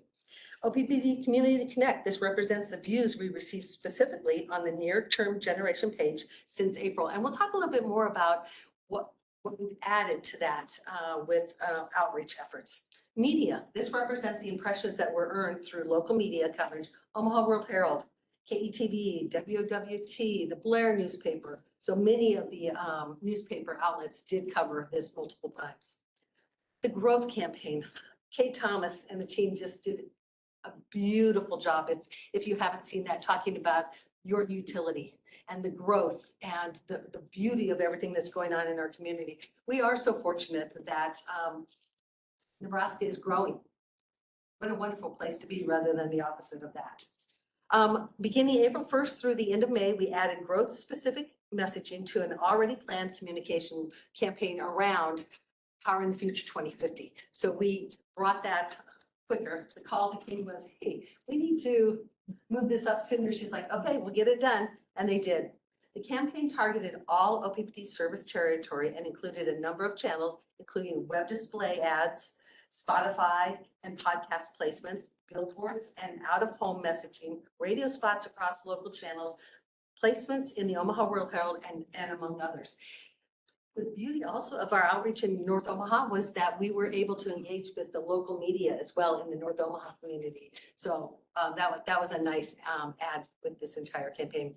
And then the relationship touch points. This truly was a district-wide effort, but I wanted to really commend Tim McAreevy and his team, as well as the public affairs team. You'll see there was a full court press in terms of engaging with local officials, with our key customers, residential customers, and we'll be talking a little bit more about that. Conservatively speaking, we estimated publishing approximately 12 million impressions on this topic, both broadly and more narrowly since April of 2023. I'm also proud of the market research group because we have a weekly research on that to find out what they recall, what the customers, so we'll be reporting that back to the board as well. Next slide, please. We just covered impressions, but we also want to update those listening on the proactive comments we received since the recommendation was announced in May. We received roughly 400 comments, either formally through our customer contact center, via phone, online through our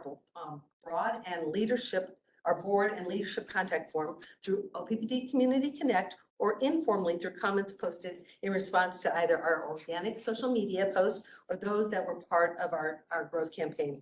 Of the 410, approximately 300 were unique stakeholders, meaning some stakeholders submitted multiple comments.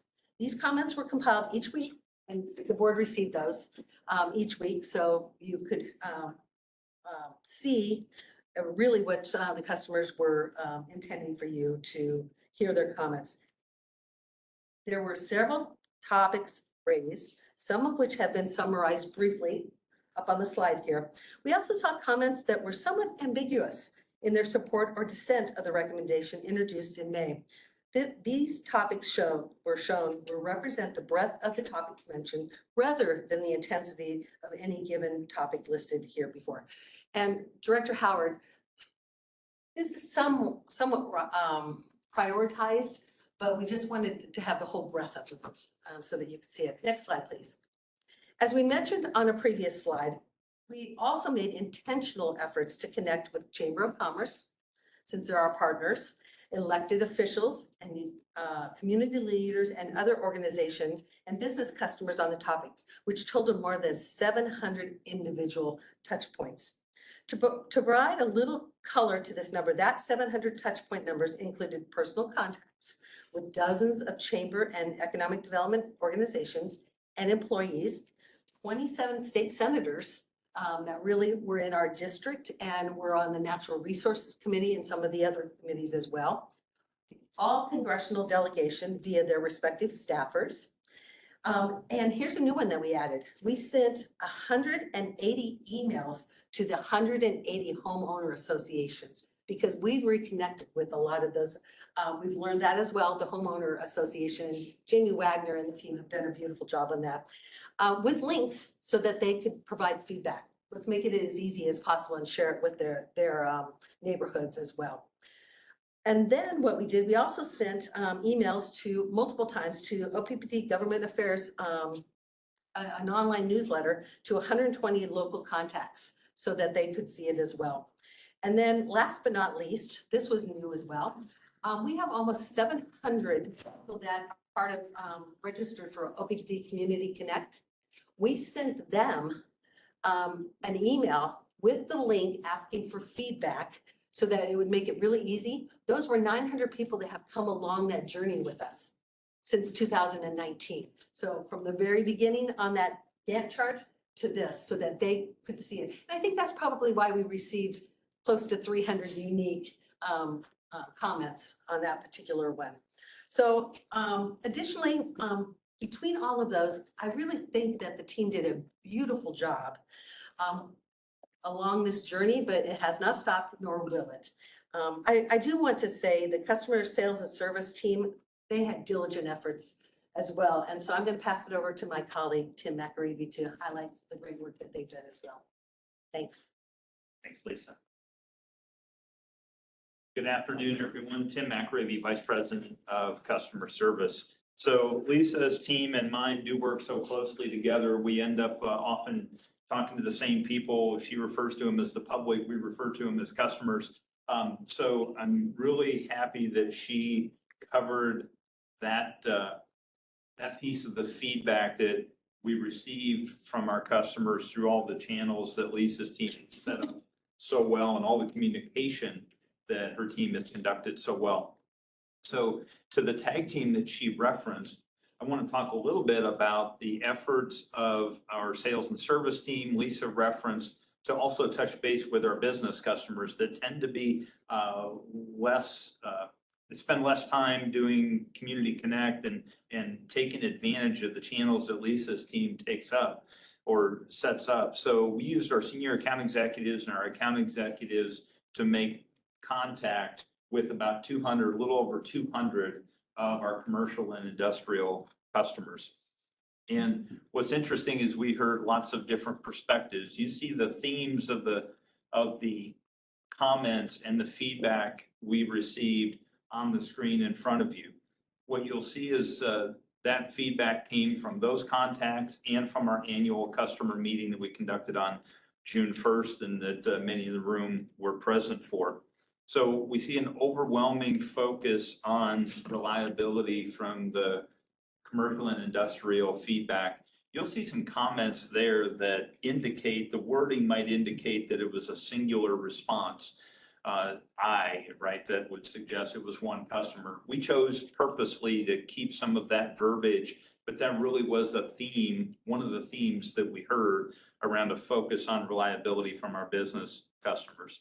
There was also a focus on a need for growth and for us to be able to support growth from them as well.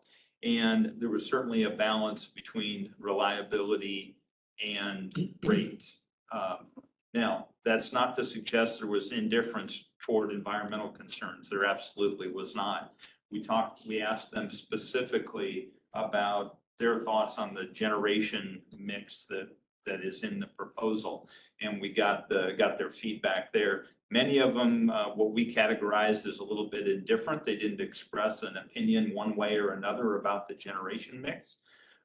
Some expressed some favorability toward the natural gas aspect.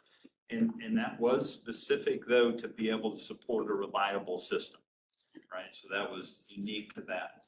And there were clearly those customers that expressed the sentiment of, I understand why you're proposing what you are now, and I want to see more renewable generation, more renewable resources as you go forward.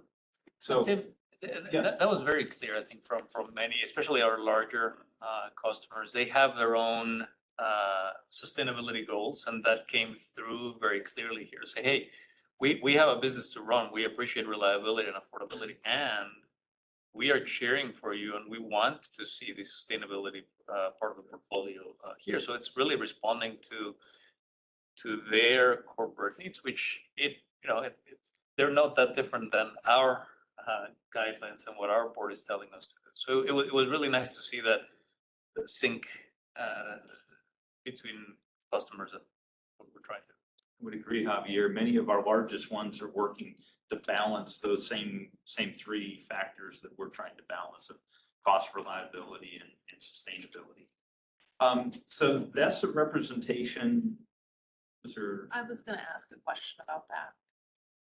If we have customers in the commercial and industrial classes that are saying, we want you to build more of that, will they show up in support of those things when other public entities are making it challenging for us to build those resources?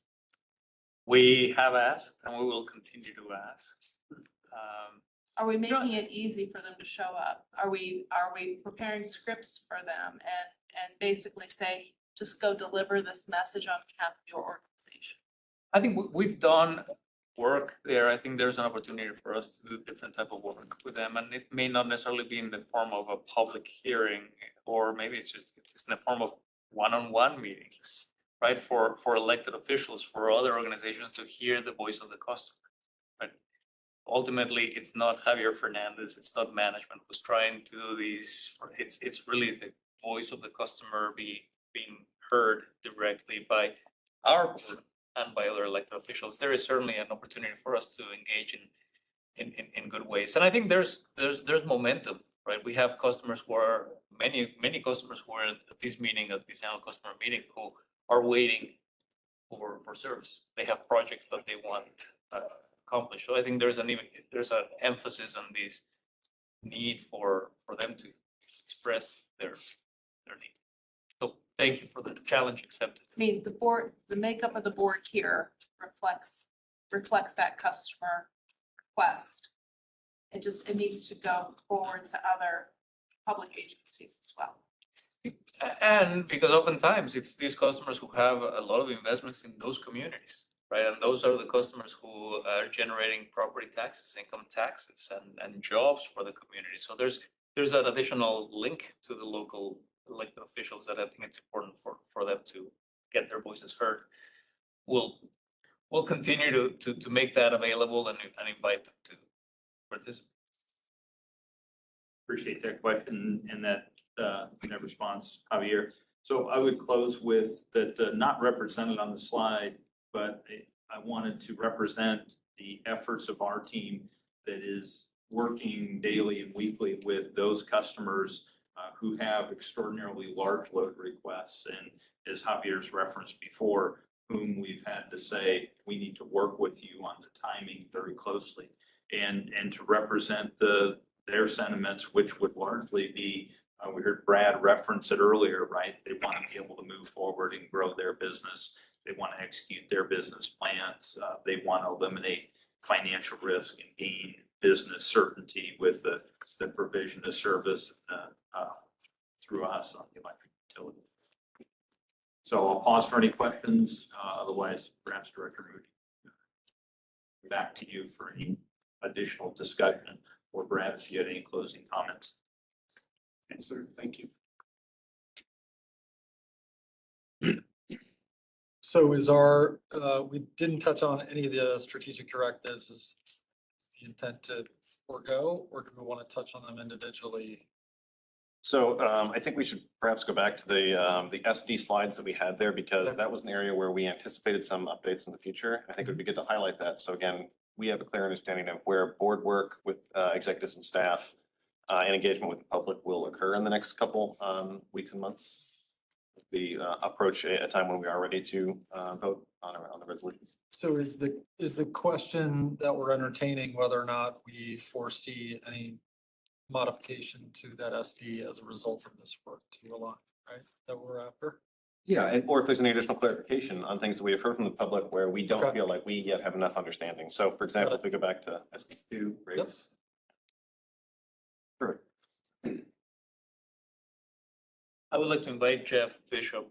If you want to walk us through, Jeff, we just quickly, just to address maybe there's new information. We looked at this slide last month, but responding to board requests and from the public, there's a little bit more clarification that I think it's worth stopping by a little, just for a few minutes and walking through perhaps. This slide, I believe, is almost verbatim the same. Yeah, this is right. Change large. But the next slide, and this slide, just to recap, we talked about the estimated, all of these are estimates, right? The estimated investment, and not only construction capital costs, but annual operating and maintenance costs. We talked about the annual revenue increase that will come from new customers or new load. We talked about the estimated rate impact of 2.5% to 3%, and that's where I think there was a lot of confusion. We talked about that earlier. So these next slide, Jeff, if you wouldn't mind, I hope that this helps further clarify the difference between the cost that we estimate will be picked up by new load versus the additional investments that with all customer owners will benefit from and would likely be part of their base rate going forward. Yeah, and Javier, I think you did a nice job earlier to summarize kind of where we're at with this relative to the fact that we were anticipating by 130 to see a 10 to 11% increase. Possibly be recovered. You'll remember the prior slide we talked about. In addition to the capital costs, the operating costs, we do have a large amount of revenue that comes in. What doesn't make up that deficit is 10 to 11%. And important, Jeff, and sorry to interrupt, this is cumulative. I've read some publications or some comments of people saying it's a 10% increase. No, we're estimating, the estimate would be that starting around 2027, it could be between 2.5% and 3% per year for 4 years, and that gives you the 10 to 11% total cumulative up to that day. It's a subtle, but I think it's an important fact to clarify. So when we look at what's leading to the revenue requirement, there's quite a bit of work that was done between the systems transformation and the team to really break this apart. And again, folks that are causing the load growth, so that we got new customers or additional electrification that's going on within the district, that accounts for about 86% of relative to the revenue requirement. As we highlighted before, in terms of all other customers as it relates that will benefit from the system reliability, the resiliency, resource adequacy, we all benefit from that. And then also as a result of the planning reserve margin, that will make up roughly about 14%. So it's an important piece to highlight as it relates to who's paying for what. Now we'll go through an annual cost of service study. We'll determine who's utilizing the system, who's getting the benefits. So again, that's a really important part. We'll do that on an annual basis. Jeff, hey, go stop for a second. How much of an impact is the increased cushion? Yeah, that's that second bullet. Is that the 14%? Yeah. That's what's baked into here. That's what Right. that is. So The point of reserve is because they're all responsible for resource adequacy, making sure we've got the right system so we can provide the reliability that people are asking for. So is it fair to say, I guess, maybe that if we didn't have to worry about increasing the reserve margin, that these projects would pay for themselves with new customers and additional electrification? I think it's probably more nuanced than that. There's also the resource adequacy piece that we're talking about besides just plain reserve market. We've got a diversified generation portfolio now, which improves reliability on the system. Can that be demonstrated, not right now, but later on at some point? The inner workings of that a little more clearly? We need to unpack that. Yes, yeah. Just new customers, type of customers, and the benefits that they would gain from it. In terms of what new customers would retain in terms of the second item? No, in the first item, I'm sorry. Yes, just to be a little more clear on what the drivers are to the potential rate increase. Yeah, and that's, again, we will tackle it again. Again, when we look at across the board from a revenue requirement perspective, again, we expect to see, majority of that would come from customer electrification. I guess the piece I would highlight, I think, is going to be touched down at this point when we start to break apart the costs, say who's benefiting from the system, how does that impact rates as we will design them in the future and break them apart between their energy charge, customer charge, demand charge. Those pieces would be better fine-tuned relative to the three customer classes that we have.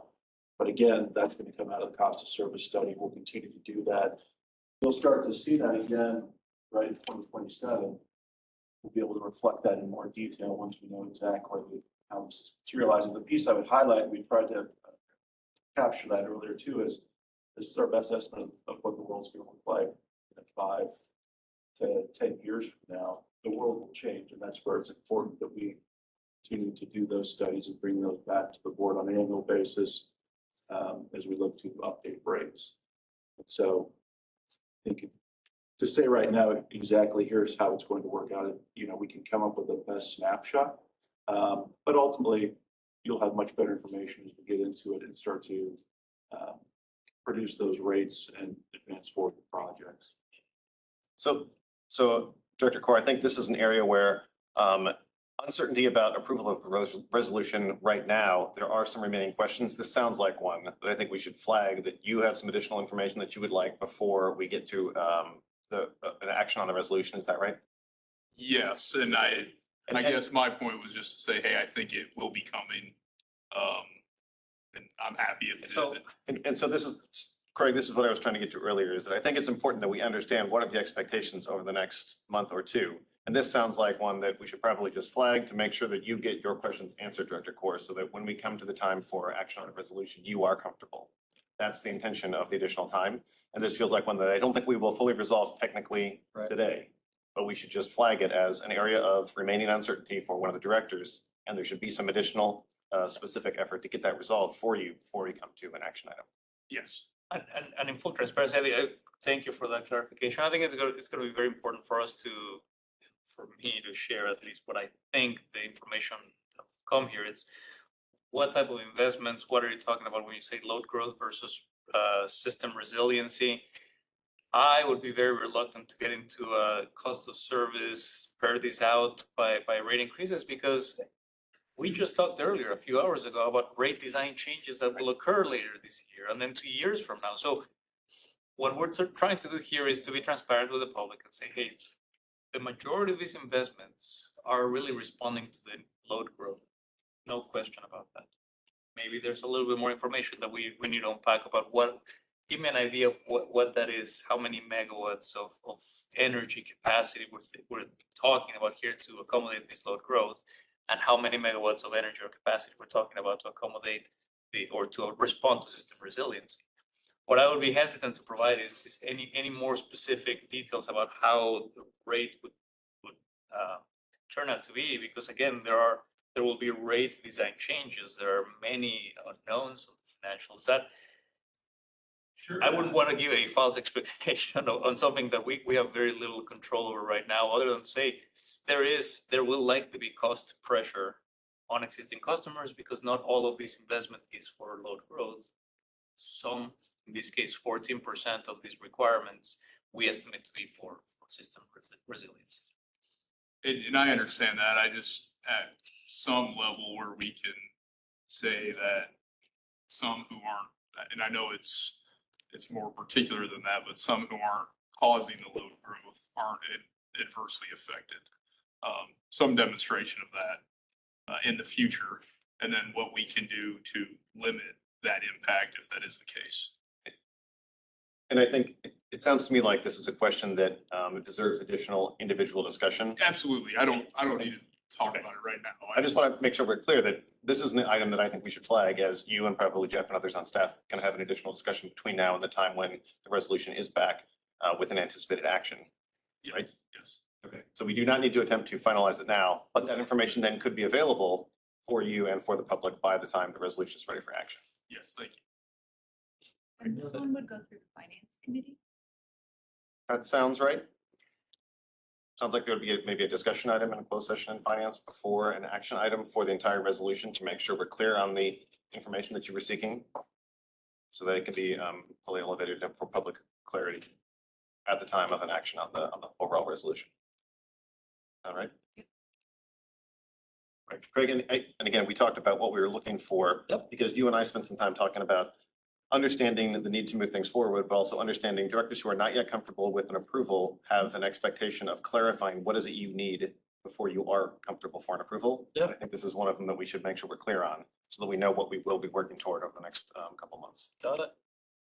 Thank Love you it. for clarification. Let's go to SD4. Is there anything new on SD4 deck? We didn't make any changes.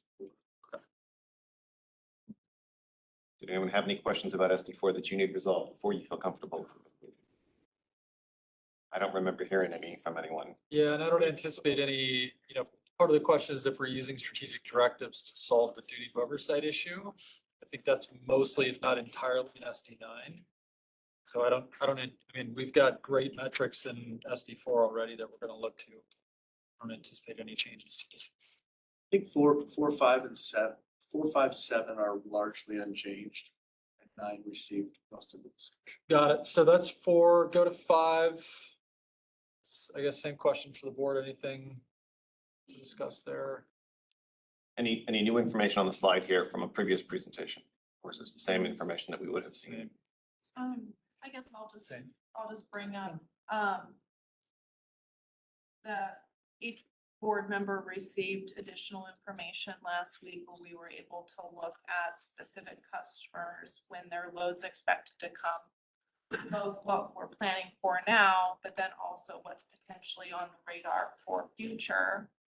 You made a comment earlier, Javier, that you don't expect this to be you expect future generation requests, but maybe not on an annual basis. And I would challenge you on that I think that this actually does need to, I don't know if SD5 is the place, but it's related to customer satisfaction. That if it needs to become an annual event that we do, where we're looking ahead to figure out of the customer loads that have been requested, what is most likely to come on. That we work to build a process to make sure that this is not as hard in the future to come up with. Yep. So that both from a process for a board approval standpoint, but also leaning into public education on this topic. So. Thank you. And I appreciate it. I welcome the challenge.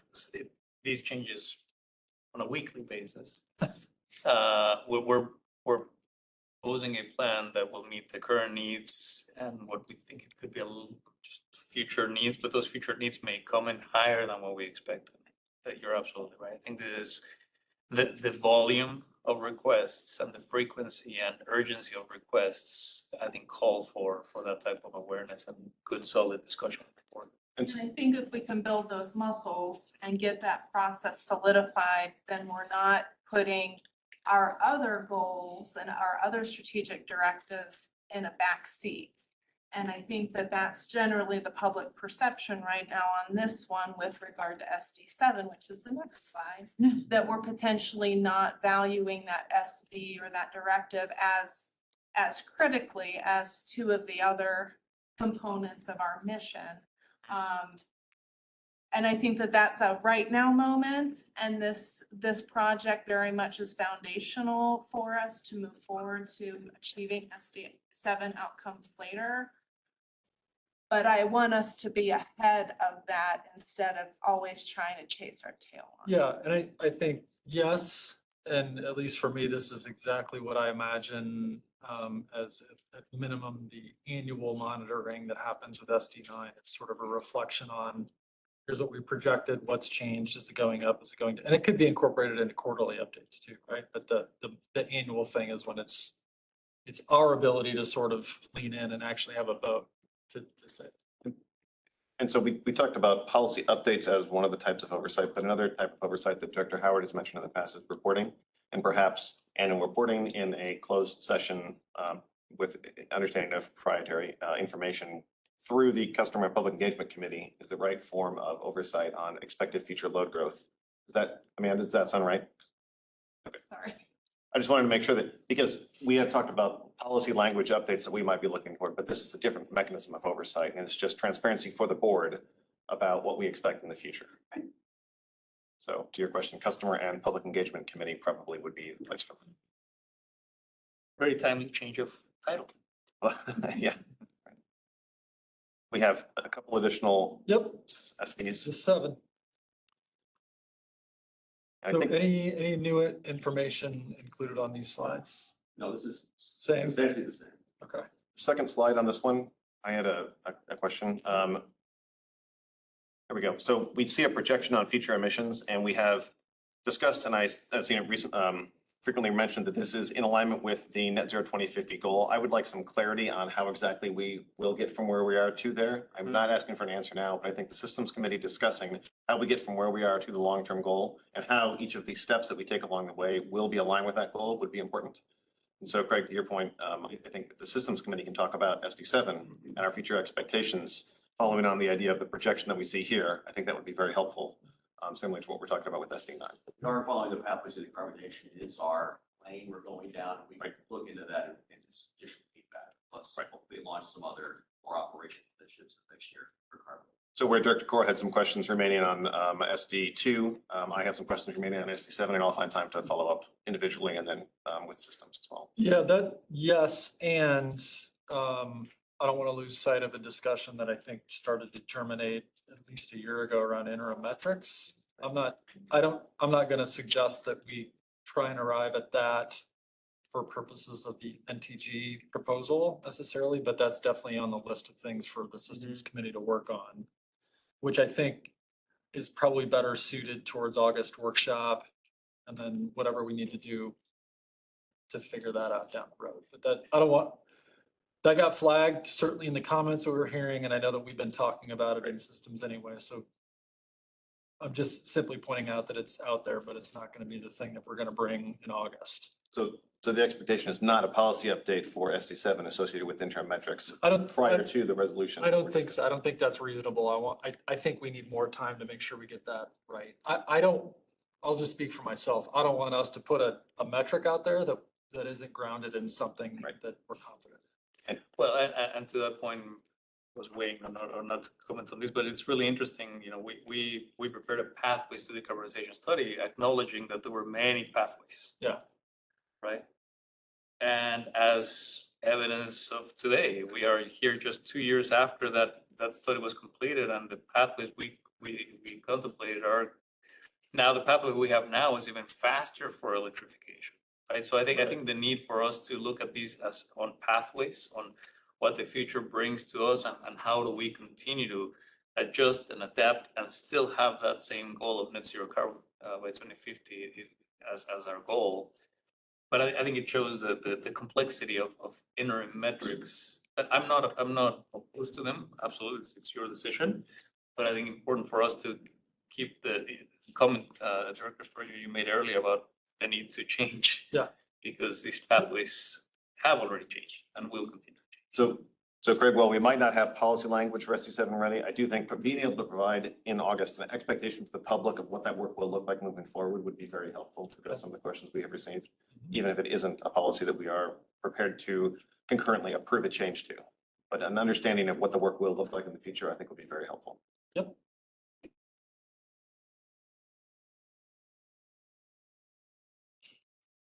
Okay, that's the last SD up there. Is there anything else that we haven't discussed, talked about, or needs to be said before we move on to the next one? Yes. Couple things specific to the resolution that I'd Sure. like to ask about. Okay. So, I guess on the engineer's certificate, you don't necessarily need to pull something open for that.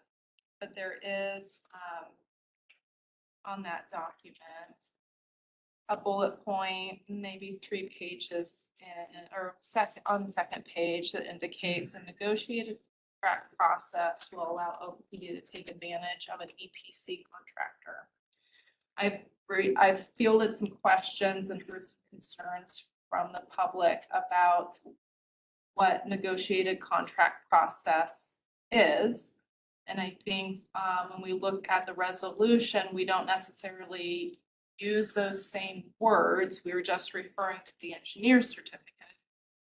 And there's a perception that we're planning to sole source this project, which I think is a misconception. So if you could, one, confirm that that's a misconception, but then two, kind of walk through what this process looks like from a negotiation standpoint. You know, do you ask for qualifications and then you send out RFPs? Walk through that process. Absolutely. I think it looks almost the same as any other procurement process that we have in the district. The only difference here is that what we're requesting as part of the engineer's certificate here is allowing management to finalize that final contract.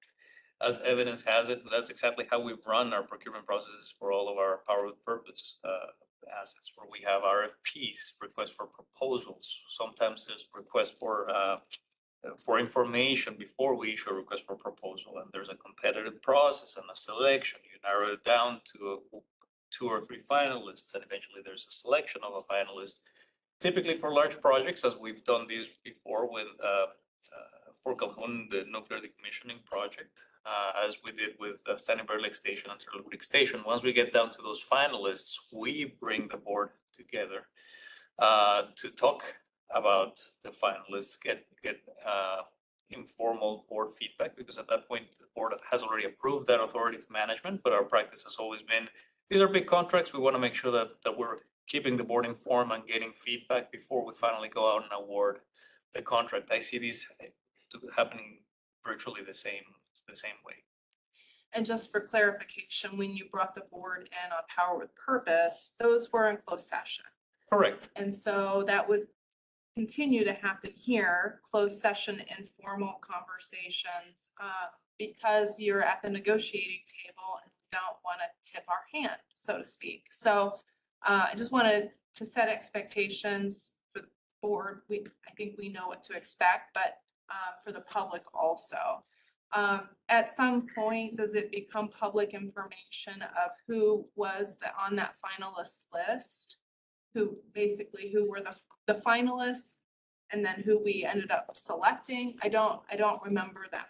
We typically don't, and this is many times at the request of the bidders. Of course, they like to protect a lot of that information, so that does not become public unless there's an express request for that to become public from the proposal, the vendors.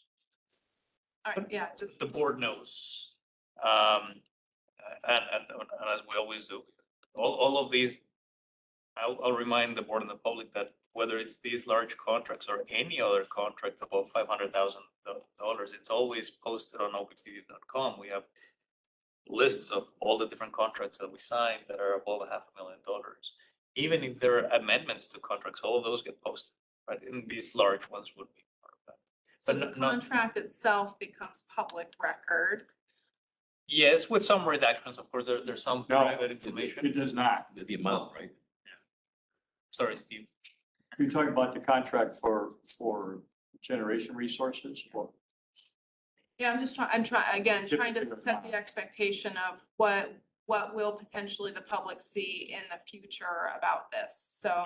Yeah, in these type of contracts, it's typical that the contractors or suppliers consider the contractual terms to be proprietary to them, or they won't do business with us. And so typically they're not public.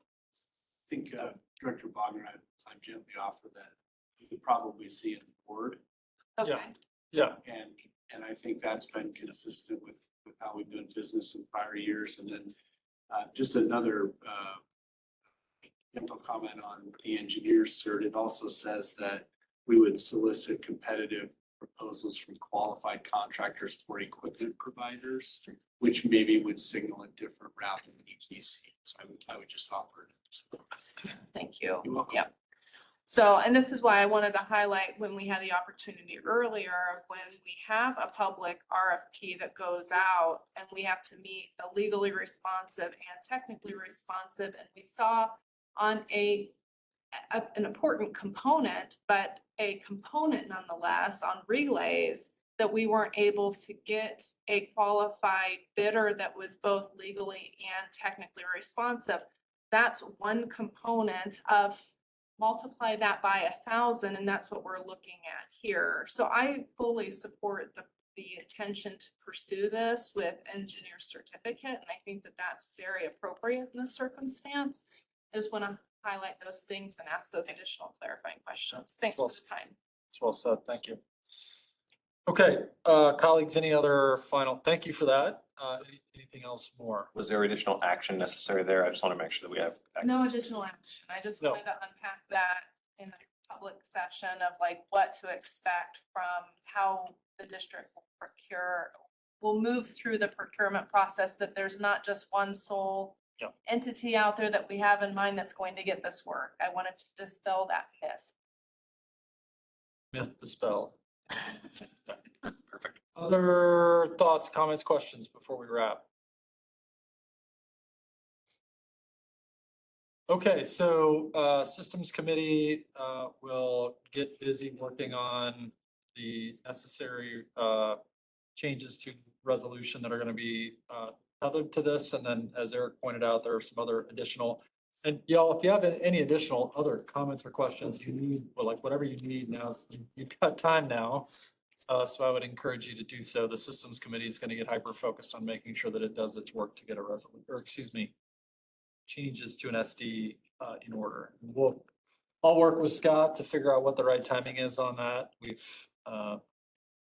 And then we'll let you know about what the opportunities are for you to review, engage, provide comment, etc. So more to come. Okay, we rest. Back to you, Eric. Great, thank you. That looks like ended systems. That means Customer and Public Engagement Committee, Director Howard.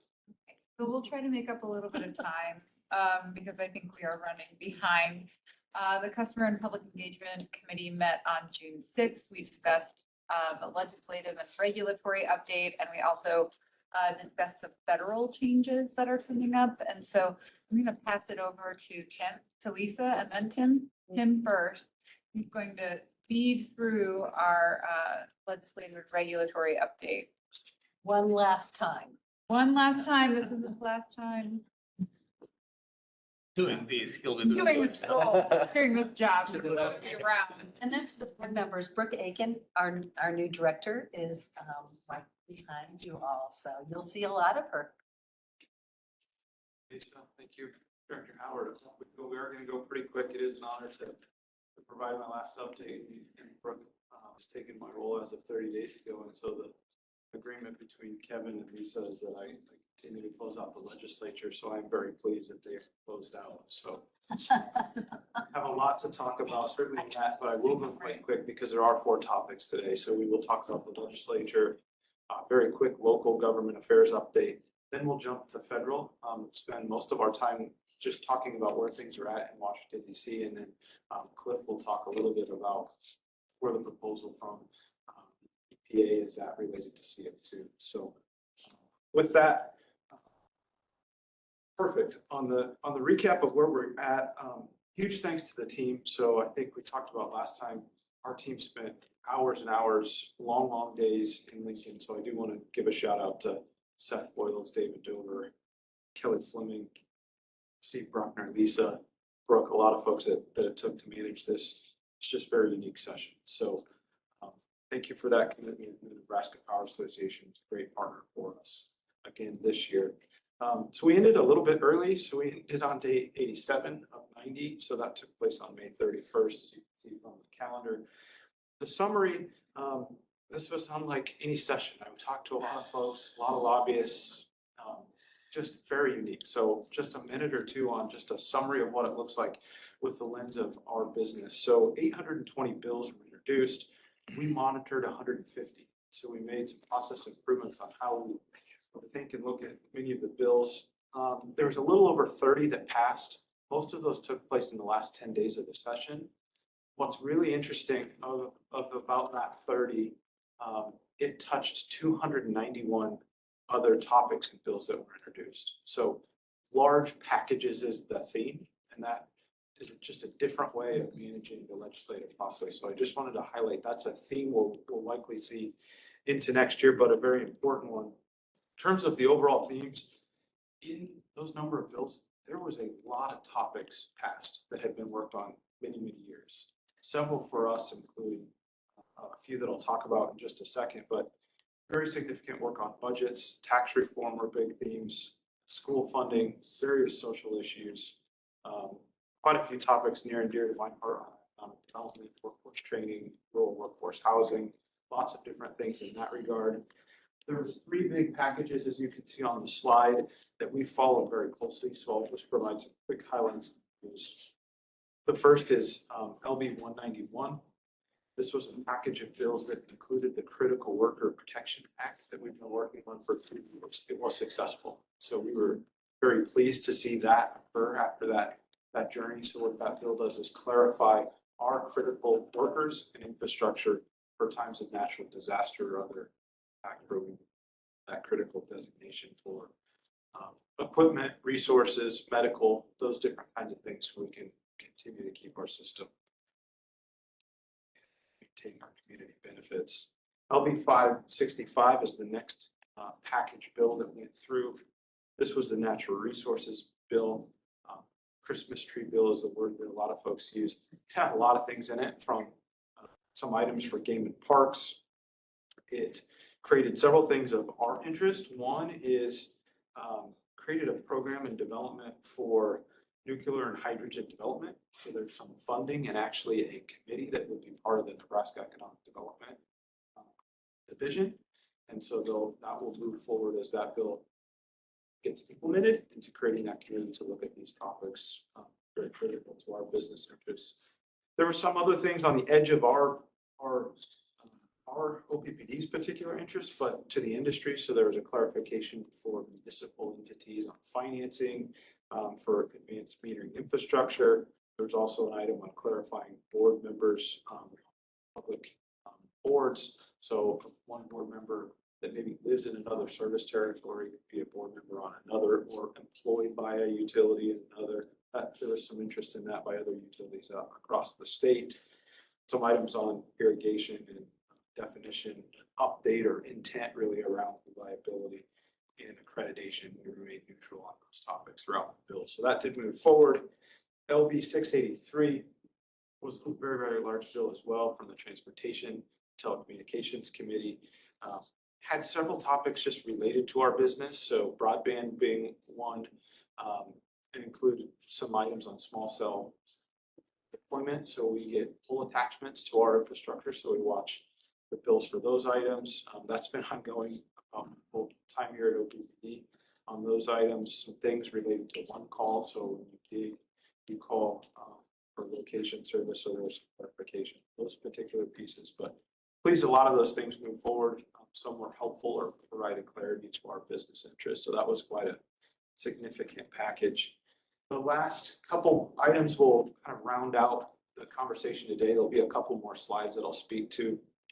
There's 547 holdover bills. So this is the first of a 2-year session. So there are several bills that didn't move fully or moved a little bit this year that we will be watching for next year. And I'll highlight 3 of those at the end of my remarks today, but there's other that may move. Then there'll be new bills introduced next year. And then we start very heavily working on legislative solutions. I'll speak to those in my second to last slides. Ms. Lane, if you could slide only. Here's what I kind of highlighted on the success that was in packages. So we said we had success with 1.5 bills. The first was on broadband. We did make some steps on broadband. The state broadband office was set up with funding regarding that. The second one is on our critical workers bill that was part of the larger package.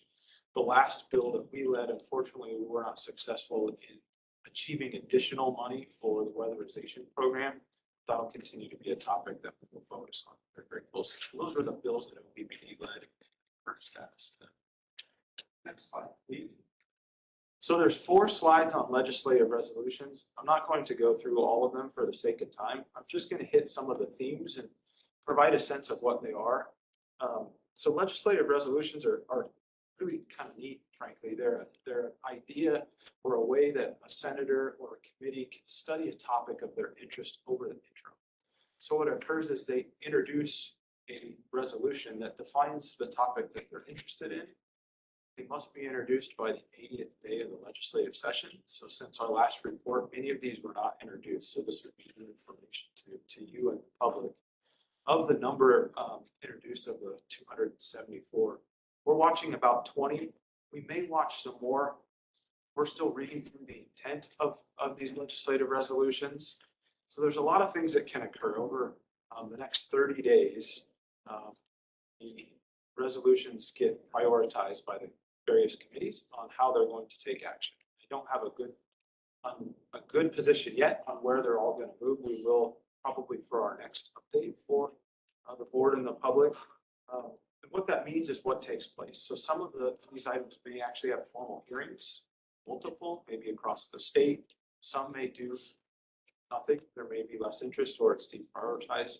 Some may take on a formal study. So a published report that goes to the legislature, to the committee by December 1st. So there's various different actions that are going to take place now to December 1st. So we're watching those items. We also meet with every senator, everyone that we can in their districts over the interim.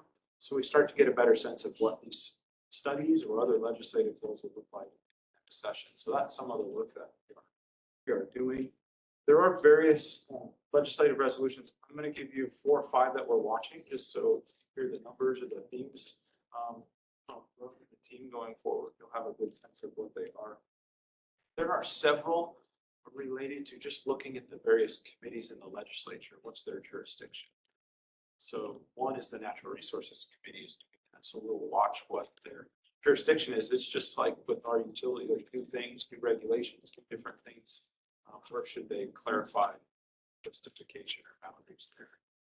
There's another one, LR 158. It's related to pensions. This is one that we've had for at least the last 5 or 6 years, where we, Jeff or Javier, have went and testified in front of the legislature to provide a status on our pension. This is the same kind of thing we've done over the last several years. So that's one. Because we're underfunded. Yep, correct. Once we meet the statutory guidance around funding, we don't have to go in anymore. Thank you, Director Hart. I appreciate the clarification. Yes. Yep. LR 178 is around small modular reactors and the feasibility of that. So that is one of certain interest. LR 216, it's a study, has several senators on the interest list, examine the economic and climate impacts and reliance on fossil fuels. LR 242 is one on EVs, charging infrastructure and investment. There's quite a few things in that particular scope. LR 247, this is around eminent domain. Who has the ability to use eminent domain? It's kind of getting an assessment of that. And then there's a component at the end of looking at public hearings and the public notice process for the use of it. As I said, there's many other topics. There's some on tax, broadband, ACE or property assessment. Energy has one. There's several other committee oversights. So we'll be watching those closely and reporting out as we learn more when they're scheduled and the priorities of such of each of the hearings. So those are the topics of the legislative hearings. Slide if you go, just a couple more slides.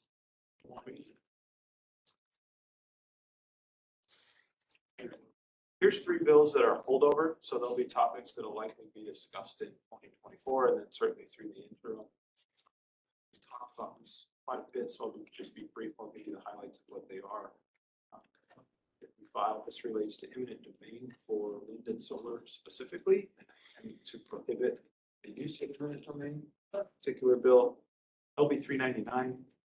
This is around approval for generation. So right now, private developers have a different process than OPPD would in terms of a development aspect with the Power Review Board. And so the Power Review Board approves our projects and not developers. They provide a certification process, and this would seek to level the process essentially for new generation. The last is came up a few times on partisan elections related to board makeup. So those are three themes we think will continue going forward. So what's next? Again, we meet with senators, as many as we possibly can, focus on legislative resolutions, work on many bills that didn't move where they're at. Might they come back here? We do a lot of education, a lot of having coffee, tours of our facilities, talking about the near-term generation proposal that's being discussed, and we coordinate a lot with other topics. So that concludes the legislative update. I'll see if there's any questions. I can send this here virtually if you've got some as well. Are there any questions?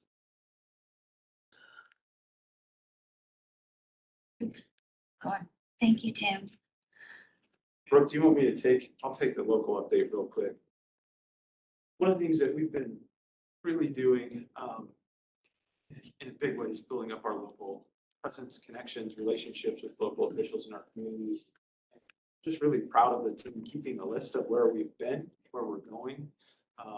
It's significant. And so we're talking about all the things that are going on with the district today and into the future. So you can see many of the items here, working on some of the key items related to our SRP and Cass County transmission effort. So there's just immense work that the affairs team helps coordinate with so many across the district that are accounting for the projects. So just wanted to give the board and the public a great list of the work the team's doing. That's immense. Can just let me add there, during the next several months, Javier is going to be having around the community coffee with the CEO. So you'll hear exactly which community he will be in, so that if you would like to join us, because those are well received in the communities. I'll be drinking a lot of coffee. So I was visiting with a couple of Saunders County commissioners the other day, and they said that they really appreciated the follow-up they're getting on the Platteview Solar construction. So thank you to team for following up, and it is appreciated. Thank you. Thank you. Director Omaha, thank you for that. Kayla and Dustin, if you met them, they put a lot of miles on it. So appreciate your kind words. With that, we're going to go on the federal side. I'll let Seth tee this up really briefly. He's been in DC a couple times over the last 3 weeks, along with Javier, Jeff, and several others. So there's a lot that's occurred. There has been agreement. You probably read news outlet with debt ceiling, but there's still some lingering effects of that. So let Seth just briefly tee that up, and then he's going to hand over to Cliff to talk about really EPA is happening. So thank you for the opportunity. Seth, I'll turn it to you and Cliff. Thank you, Tim. Thanks, Tim. Good afternoon, everybody. As you see on here, the debt ceiling package passed was good. The country didn't default on all that. It's never happened before, and we hope it doesn't ever happen.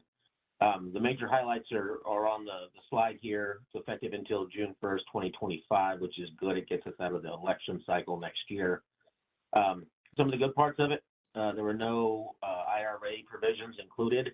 What we're seeing a lot right now are pieces of the IRA are being used as pay-fors in the House of Representatives to pay for whatever things that they need to pay for. And we're hoping we can keep that intact going forward, and that's our goal going forward from there. There was some energy permitting changes in there, mainly to NEPA. Kind of a mixed bag of who supports, who doesn't. Some big parts of that are environmental assessments can only take a year. Environmental impact statements can take 2 years. There's some page limits. It's designating one agency as a lead agency to kind of make sure that all the trains run on time and in the new process that's given. So we'll see how that works out going forward for that. The transmission study, there was a part to try to get some more energy permitting reform on big transmission lines. It was kind of a last minute Hail Mary they tried to get in there. It was not successful, so they got a study to see what is going to happen with that, what's needed. And FERC and I think NERC are going to be looking at that to see what recommendations they can come up with, and then we'll kind of go from there. Some of the other big things on there, Mountain Valley Pipeline, West Virginia, was approved. It was highly controversial, but it was the only way to get some of this through. There's a cap on discretionary spending. There's increased defense spending, but for a lot of people, they didn't think it was enough. So they're going to be going forward on that as well. See where that's going to go. There could be a supplemental for defense spending, but we'll see where that's going to happen. There's decreases in IRS funding, COVID clawbacks. Some of the other more controversial things in there are additional work requirements for SNAP and TAMP. That's not really in our wheelhouse, but it's significant to put in there because that's what ends up happening. There's just some of the things that were included by the House of Representatives that others had to take to make sure that we don't our debt ceiling doesn't default. So with that, that's kind of where we are on the debt ceiling. It's it is what it is. We'll see where it's going to go. But there were some major provisions in there that do touch us. So with that, if there are any questions, I can answer those. If not, I'm going to turn it over to Cliff for the EPA regs. Great, thank you, Seth. Questions for Seth? Any questions for Seth? Okay, good. Great, thank you. Good afternoon. I'm Cliff Fleener, Vice President of Sustainability for Oppd. Just a few comments on the new CO2 performance standards from US EPA. They are rolled out in May the 11th. The comment period completes on 23 July. They're basically impacting all stationary steam, coal and gas-fired electrical generation, as well as gas turbine stationary electrical generation. Important to point out that no impact on the new term generation that we're planning, because all of the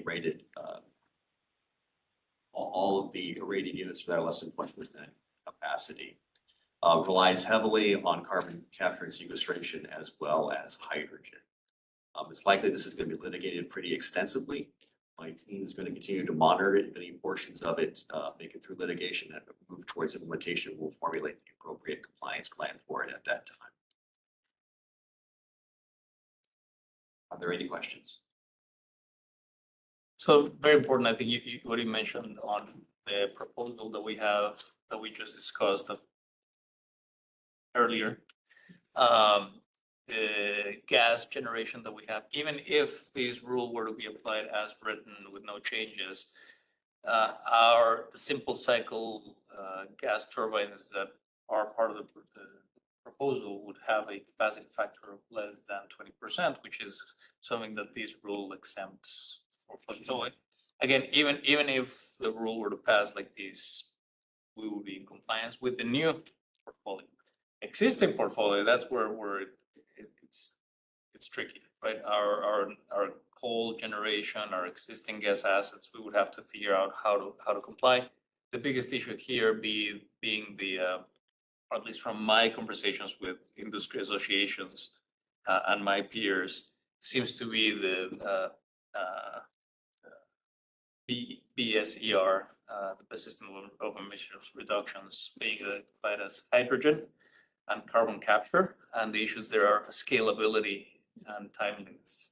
Like, they sound like fantastic ideas. The challenges are, can we, the United States as a whole, scale it to what it needs to be to accomplish this conversion, and can it be cited?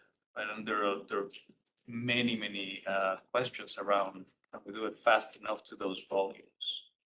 So there will be more robust discussion about bringing this to a rule that is more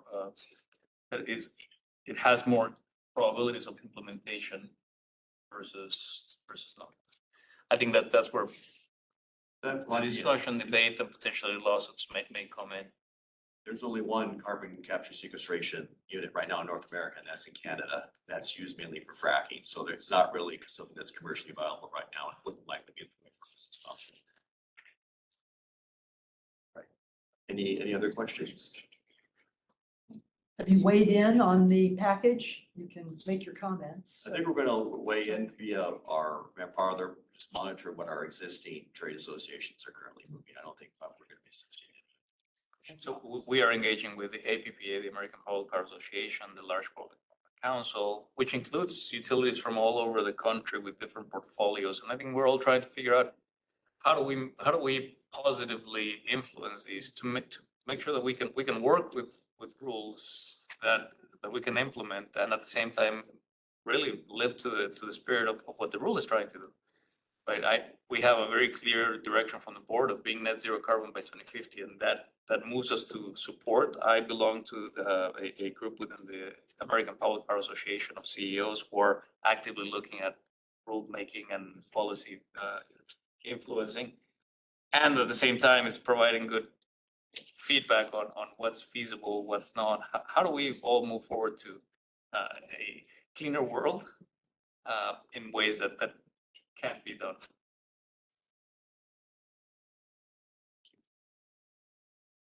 Any other questions? No, thank you, Claire. Thank you very much. Thank you, Seth. Thank you, Tim. Okay. Teresa. Okay, we're done. Great, thank you. P and PE committee will come up with it. Yeah, we gotta work on We got that. something. CPE? CPE? You can talk about that. CPE, thank you. We have other business. Let's take a look at that real quick. I think from the for the board meeting agenda, from our discussion, we do not anticipate the near-term generation being included as an action item on Thursday. Correct, Systems Committee? Correct. Are there any other changes from the consent action items that need to be? Do we need to pull off number 11 so Director Moody can abstain? Yeah, that was. Good catch. Yep. Sorry, not pull off entirely, pull from consent to action item. Pull from consent to action. Okay. And then 15, I thought we were gonna wait on. Yep, 15 is being removed from the agenda for this month. So Steve, can you give us guidance there? You want us to? With respect to the number 11 sale of property, Director Moody had indicated that he's recusing himself from discussion and voting on that. You could pull it off and vote it on separately, or you could simply note at the time that you announced the vote on the consent agenda that Director Moody is abstaining from voting on that item. Either way, I think would cover it. Greg, which way? It doesn't matter to me. I mean, I hesitate to turn it into a whole thing where we gotta do it separately and have discussion and all that debate about it. So Great. I'm happy to follow the lead on the latter one. That seems pretty Leave simple. it on the consent agenda item. We'll put it in the script to clarify why Director Moody is abstaining from that vote. Great. Then I think we're set on the agenda for Thursday. We do have a board work plan, and from earlier, Craig, help me make sure we're clear here. SD9 policy update is anticipated to be running concurrently with a recommendation toward August. So I've already sent an email to Mr. Foch to get together to work on what our timeline will be for getting that pulled together. Okay. Our hope is to have it such that we have, like, the perfect scenario is that we can get the language to a point where we can make it public 30 days in advance of the August meeting, so we can approve both at the same time. That's the fast version. But we need to get together and talk about the feasibility of that, because we don't have any meetings at present scheduled in July.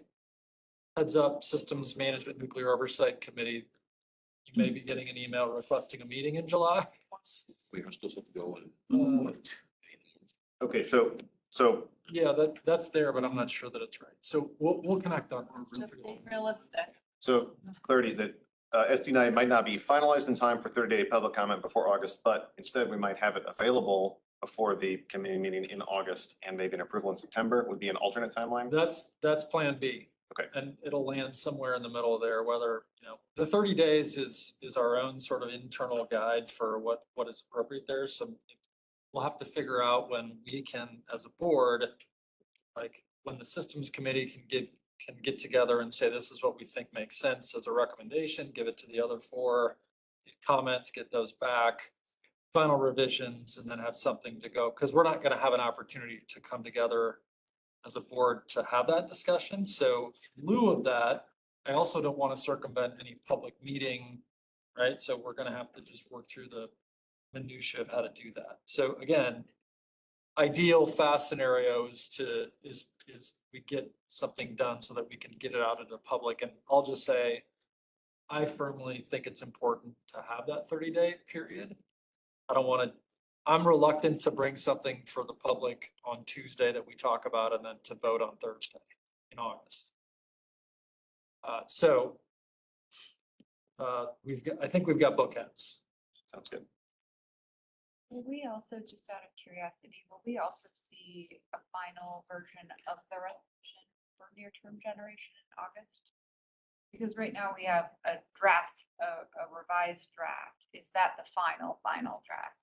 Or will it change based on SD9? Good question. I'd, open to other thoughts. I don't personally anticipate I think it will have to any, if change. any changes. It might need to One that says refer. that the systems committee shall, but if you run them concurrently. Yeah, exactly. Yeah, so if there are any changes at this point, my impression is that it's sort of, it needs to be responsive to the SD9 thing. So those team up, but I'm not aware of any other needs for revisions beyond that. Doesn't mean that there won't be any. We should, when we look for drafts, we would see a draft of a final resolution and a draft of the SD. Right. Yep. And so other board work plan items, do things that will be discussed during the board workshop agenda need to be specifically flagged here, or that is separate?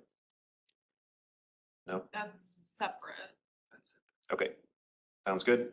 And What I then, envision is after the board workshop, right, Yes. items will be added in here. Yeah. These SD9 is an exception because of the resolution. I think what I'm hearing here is we'll add SD9 revision in the work plan here. It's kind of short. As a short-term item. Pending the workshop, there'll be other things. and I'm sorry, Denise. Okay. And we talked about SD5 as a potential reporting thing, but that also doesn't need to be on the work plan. That would be discussed in August at the workshop, and additional action would occur later. But the resolution for approval is not contingent on a change there. So again, at the workshop. Okay, I think that covered everything that we had tracked earlier, right? Mhm. Okay, so then we're clear on where our board work plan is now. As so. clear as it can be. So there's one other item there that you mentioned meetings. I guess we are not anticipating board meetings in July. Is that still correct? That ship You looking at me? That's, Yes, I think that's right. Again, I really want to talk with Scott to see what the schedule is for getting some SD9 revisions done. It's my view that I just don't think that what we need to incorporate is going to require us to come together for a board meeting. For a full board meeting, but a meeting of the systems committee, Systems committee. 4 members may Yeah. occur. Yeah. And I think that's almost a certainty that the systems committee will need to come together. if there's additional discussion, we could find a way to have a non-public meeting, publicly advertised meeting, right? If members of the, other than the systems committee wanted to also review something, we could do that, yes? Yeah, In a I separate mean, as meeting. long as we're 4 or under. Right. Right. Okay. Yep. Okay, but no publicly advertised board meetings in July, not until August. Okay, just making sure we're all clear, because that's what we've done in the past, and if we wanted to change anything, Well, accelerate the timeline, we could, but we do not desire to do. Correct me if I'm wrong, but as with any meeting, we could decide 48 hours in advance that we need a meeting in 2 days, and we publicly note it, like there's the off ramp if we need it, but at this point, I don't anticipate that that's needed. Yeah, it makes sense. Of course, I'm keeping our supply chain folks and project management folks, the faster we can get approval of the resolution, the better, because we have a lot of work to do. Yep. On the other hand, the process, the deliberation, the thoughtful consideration of SD9 revisions, giving the team, my team time to react, review, I think that's important. So I think it's a good compromise, and having an August meeting makes sense. Yeah, but yes, and let me be clear, I don't think our lack of a July meeting slows us down, actually. No, I think we'll. Because even if we wanted to have an approved SD9 at the same moment, like that, we would need to sort of public notice that today in anticipation of that. So that, to me, I think August is really the only time that makes sense for us to be able to get to a place where we've got SD9 and we've got the resolution. Right, just making sure we all understand. where No, we're it's a at good over question. the Weeks and months. Any other final thoughts about board work plan or agenda or anything like that? Great. Good, thank you. We do have an additional item on other business, an update about Power with Purpose. Megan's been waiting. Thank you. And in person, Person. good to see you and thank you for being here. Good afternoon, I'm Megan Walker. I'm the manager of construction management within our utility operations division. Today I have an update on our new generation facility projects, including Standing Bear Lake, Turtle Creek Station, and Platteview Solar. Next slide, please. Okay, over at our Standing Bear Lake facility, progress is approximately 57% complete. Some key activities in our substation area, we just received our control house and also are installing bus installation. If you look at our upper right-hand picture, you'll see a picture of the substation kind of facing west at the site. On our generation side, we have some major progress that recently was completed both successfully and safely. Wärtsilä, the provider of our major equipment, they were able to move our engines and associated generators into the engine hall with support from specialized equipment movers, as well as support from our engineer, procure, and construct vendor. If you look at the bottom two pictures on the left, in the middle bottom picture, you'll see one of the Wärtsilä engines just sitting right outside of the south end of the engine hall and right prior to it being moved inside. And then in the lower left picture, you'll see one of the engines on the left-hand side, and the associated generator on the right-hand side, kind of looking into the engine hall. So significant progress made on site there, moving all that major equipment inside the engine hall, done safely and successfully. Also at the site, you will see things that are moving up above ground. And so you'll see in the bottom right-hand picture, progress where the stacks are being erected. So we have 9 engines and generators. So we have 9 exhaust stacks as well. Project challenges include monitoring supply chain, particularly electrical equipment. Until some of those major equipments get to site, we continue to monitor that with our engineer, procure, and construct vendor. And always also keeping on top of resources for our engineer, procure, and construct vendor, ensuring proper progress and execution for the project. Next slide, I'll move on to Turtle Creek. Turtle Creek Station, we're approximately 56% complete. Key activities in our substation include bus and control cable installation. Two pictures on the right-hand side, you'll see an overview of the substation, upper right-hand corner, kind of looking north. And then in the bottom right-hand picture, you'll see kind of a staging area of getting ready to install some of the control cable in the switchyard. On the generation side, we recently received our power distribution center. It includes a lot of our electrical equipment. If you look at the bottom left picture, you'll kind of see an interior view of that. Additionally, work continues on our water treatment building and its foundation, as well as erecting the stacks for the combustion turbines. And so that bottom middle picture shows you kind of some of the work being made and completed on erecting the stacks at the site.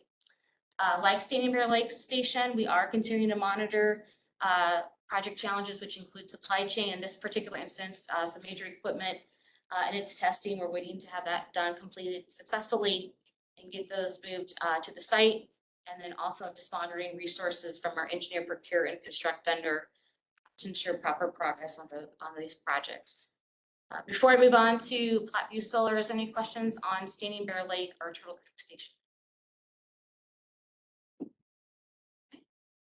Next slide, please. One more. Oh. Go back one more, please. Thanks.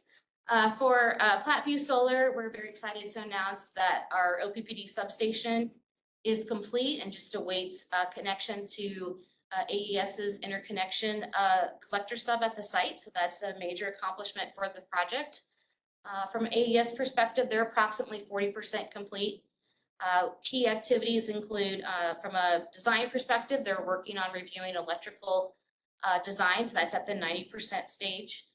From a civil and structural perspective, the design has moved into issue for construction. So now they're taking those designs and putting work to them out in the field. You'll see One of the things that's notable at the site, we're starting to see piles being driven in at the site, those support structures that will be built on top of them. Additionally, you're starting to see equipment being delivered, including racking and tracker devices, and you'll see that in our staging area as well. Module delivery is still expected this quarter, and I think as mentioned earlier, we do continue to have outreach and conversations with Sounder County on our project updates. If we go to the next slide, we'll have a couple pictures of progress at the site. On the upper left-hand picture, you'll see our access road preparations. On the upper right-hand side, you'll see kind of a staging area. We're starting to receive some of the material. The lower left is a picture of the substation and its progress. And then on the lower right-hand picture, you'll see some of the pile activity that's occurring at the site. As a reminder, we do have project web pages for all three projects on our oppdcommunityconnect.com page. So it's always a good source of frequently asked questions or updated projects. We have a news feed, I know, on our Standing Bear Lake and Turtle Creek projects to give updates to those who are interested. So, we do not have any particular update for the North Omaha station, so just wanted to mention that as well. That concludes my update, unless there's any specific questions. Not a question, but I would be remiss if I didn't acknowledge you, Megan, and Matt. Matthias, project management, Megan. The work you're doing is, you and the whole team, is incredibly complex. We're basically overseeing construction of 2 new power stations and overseeing construction through a third party of a solar installation. It is gigantic. It is incredibly complex, and without revealing competitive sensitive information, challenges that we've had with different vendors in different ways, and the way that you and the team continue to show up week in and week out, really looking after all of our customer owners, making sure that we get a fair price for the work that is done, and that we hold our vendors accountable, and that we continue to have good relationship with them too, because we need the projects completed. It's not for the faint of heart, I would say. I would also call out Brad Underwood and Troy Vi, who have been spending days in day-long, sometimes 2 or 3 day back-to-back negotiations and meetings with these vendors at the same time as they're doing the rest of the work. So what you see here are the pictures of the work that's been completed, but there is significant work behind the scenes that if I didn't call it out, you wouldn't know about this. So I want to call out and thank you for looking at our Javier, customer can I owners. add that on top of that? They have been great partners from a public affairs standpoint with the community leaders and going out with us and talking with us at them as the subject matter experts. So it's just been, that probably hasn't happened in the past. So I just want to say thank you. Thank you very much. Thank you. Thank you. Great update. Okay, we do have a final thing on the agenda for today. That is a return to closed session. We'll reconvene in a closed session this afternoon to discuss 2 topics: CEO growth and effectiveness update and enterprise risk management quarterly update. Director Bogner, we have a motion to go into closed session. Board go into closed session at this time on 3:25 p.m. to discuss 2 topics. First being CEO growth and effectiveness update, and the second being the enterprise risk management quarterly update. Discussing the CEO growth and effectiveness update in a closed session is necessary because the discussion will involve competitive and confidential compensation and retention information. Discussing the enterprise risk management quarterly update in a closed session is necessary for the protection of the public interest because the discussion involves matters that are confidential and protected by the attorney-client privilege and the attorney work product doctrine, and involve discussion of security for district property and utility infrastructure information. I require a second. Second. Director Bonner? Yes. Director Kavanaugh? Yes. Director Ford? Yes. Director Howard? Yes. Palma? Yes. Director Moody? Yes. Spurgeon? Yes. Yes, the motion to go into closed session has passed. This closed session will be limited to discussing the CEO growth and effectiveness update and the enterprise risk management quarterly update. No votes or other action will be taken. Thank you.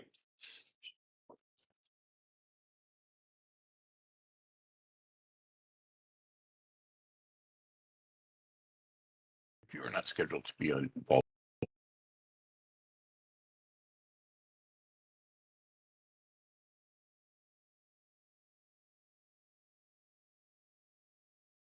A motion and second is required to reconvene in open session. So move. Second. Director Bogner? Yes. Yes. Or? Yes. Yes. Yes. Reading. Yes. Yes. Director Williams? Yes. Motion to come out of closed session at 4:56 PM is carried. The closed session was limited to discussing two topics: CEO growth and effectiveness update and enterprise risk management quarterly update. No votes or other board action was taken. And with that, that's the end of our agenda. We're adjourned. We are adjourned at 4:56.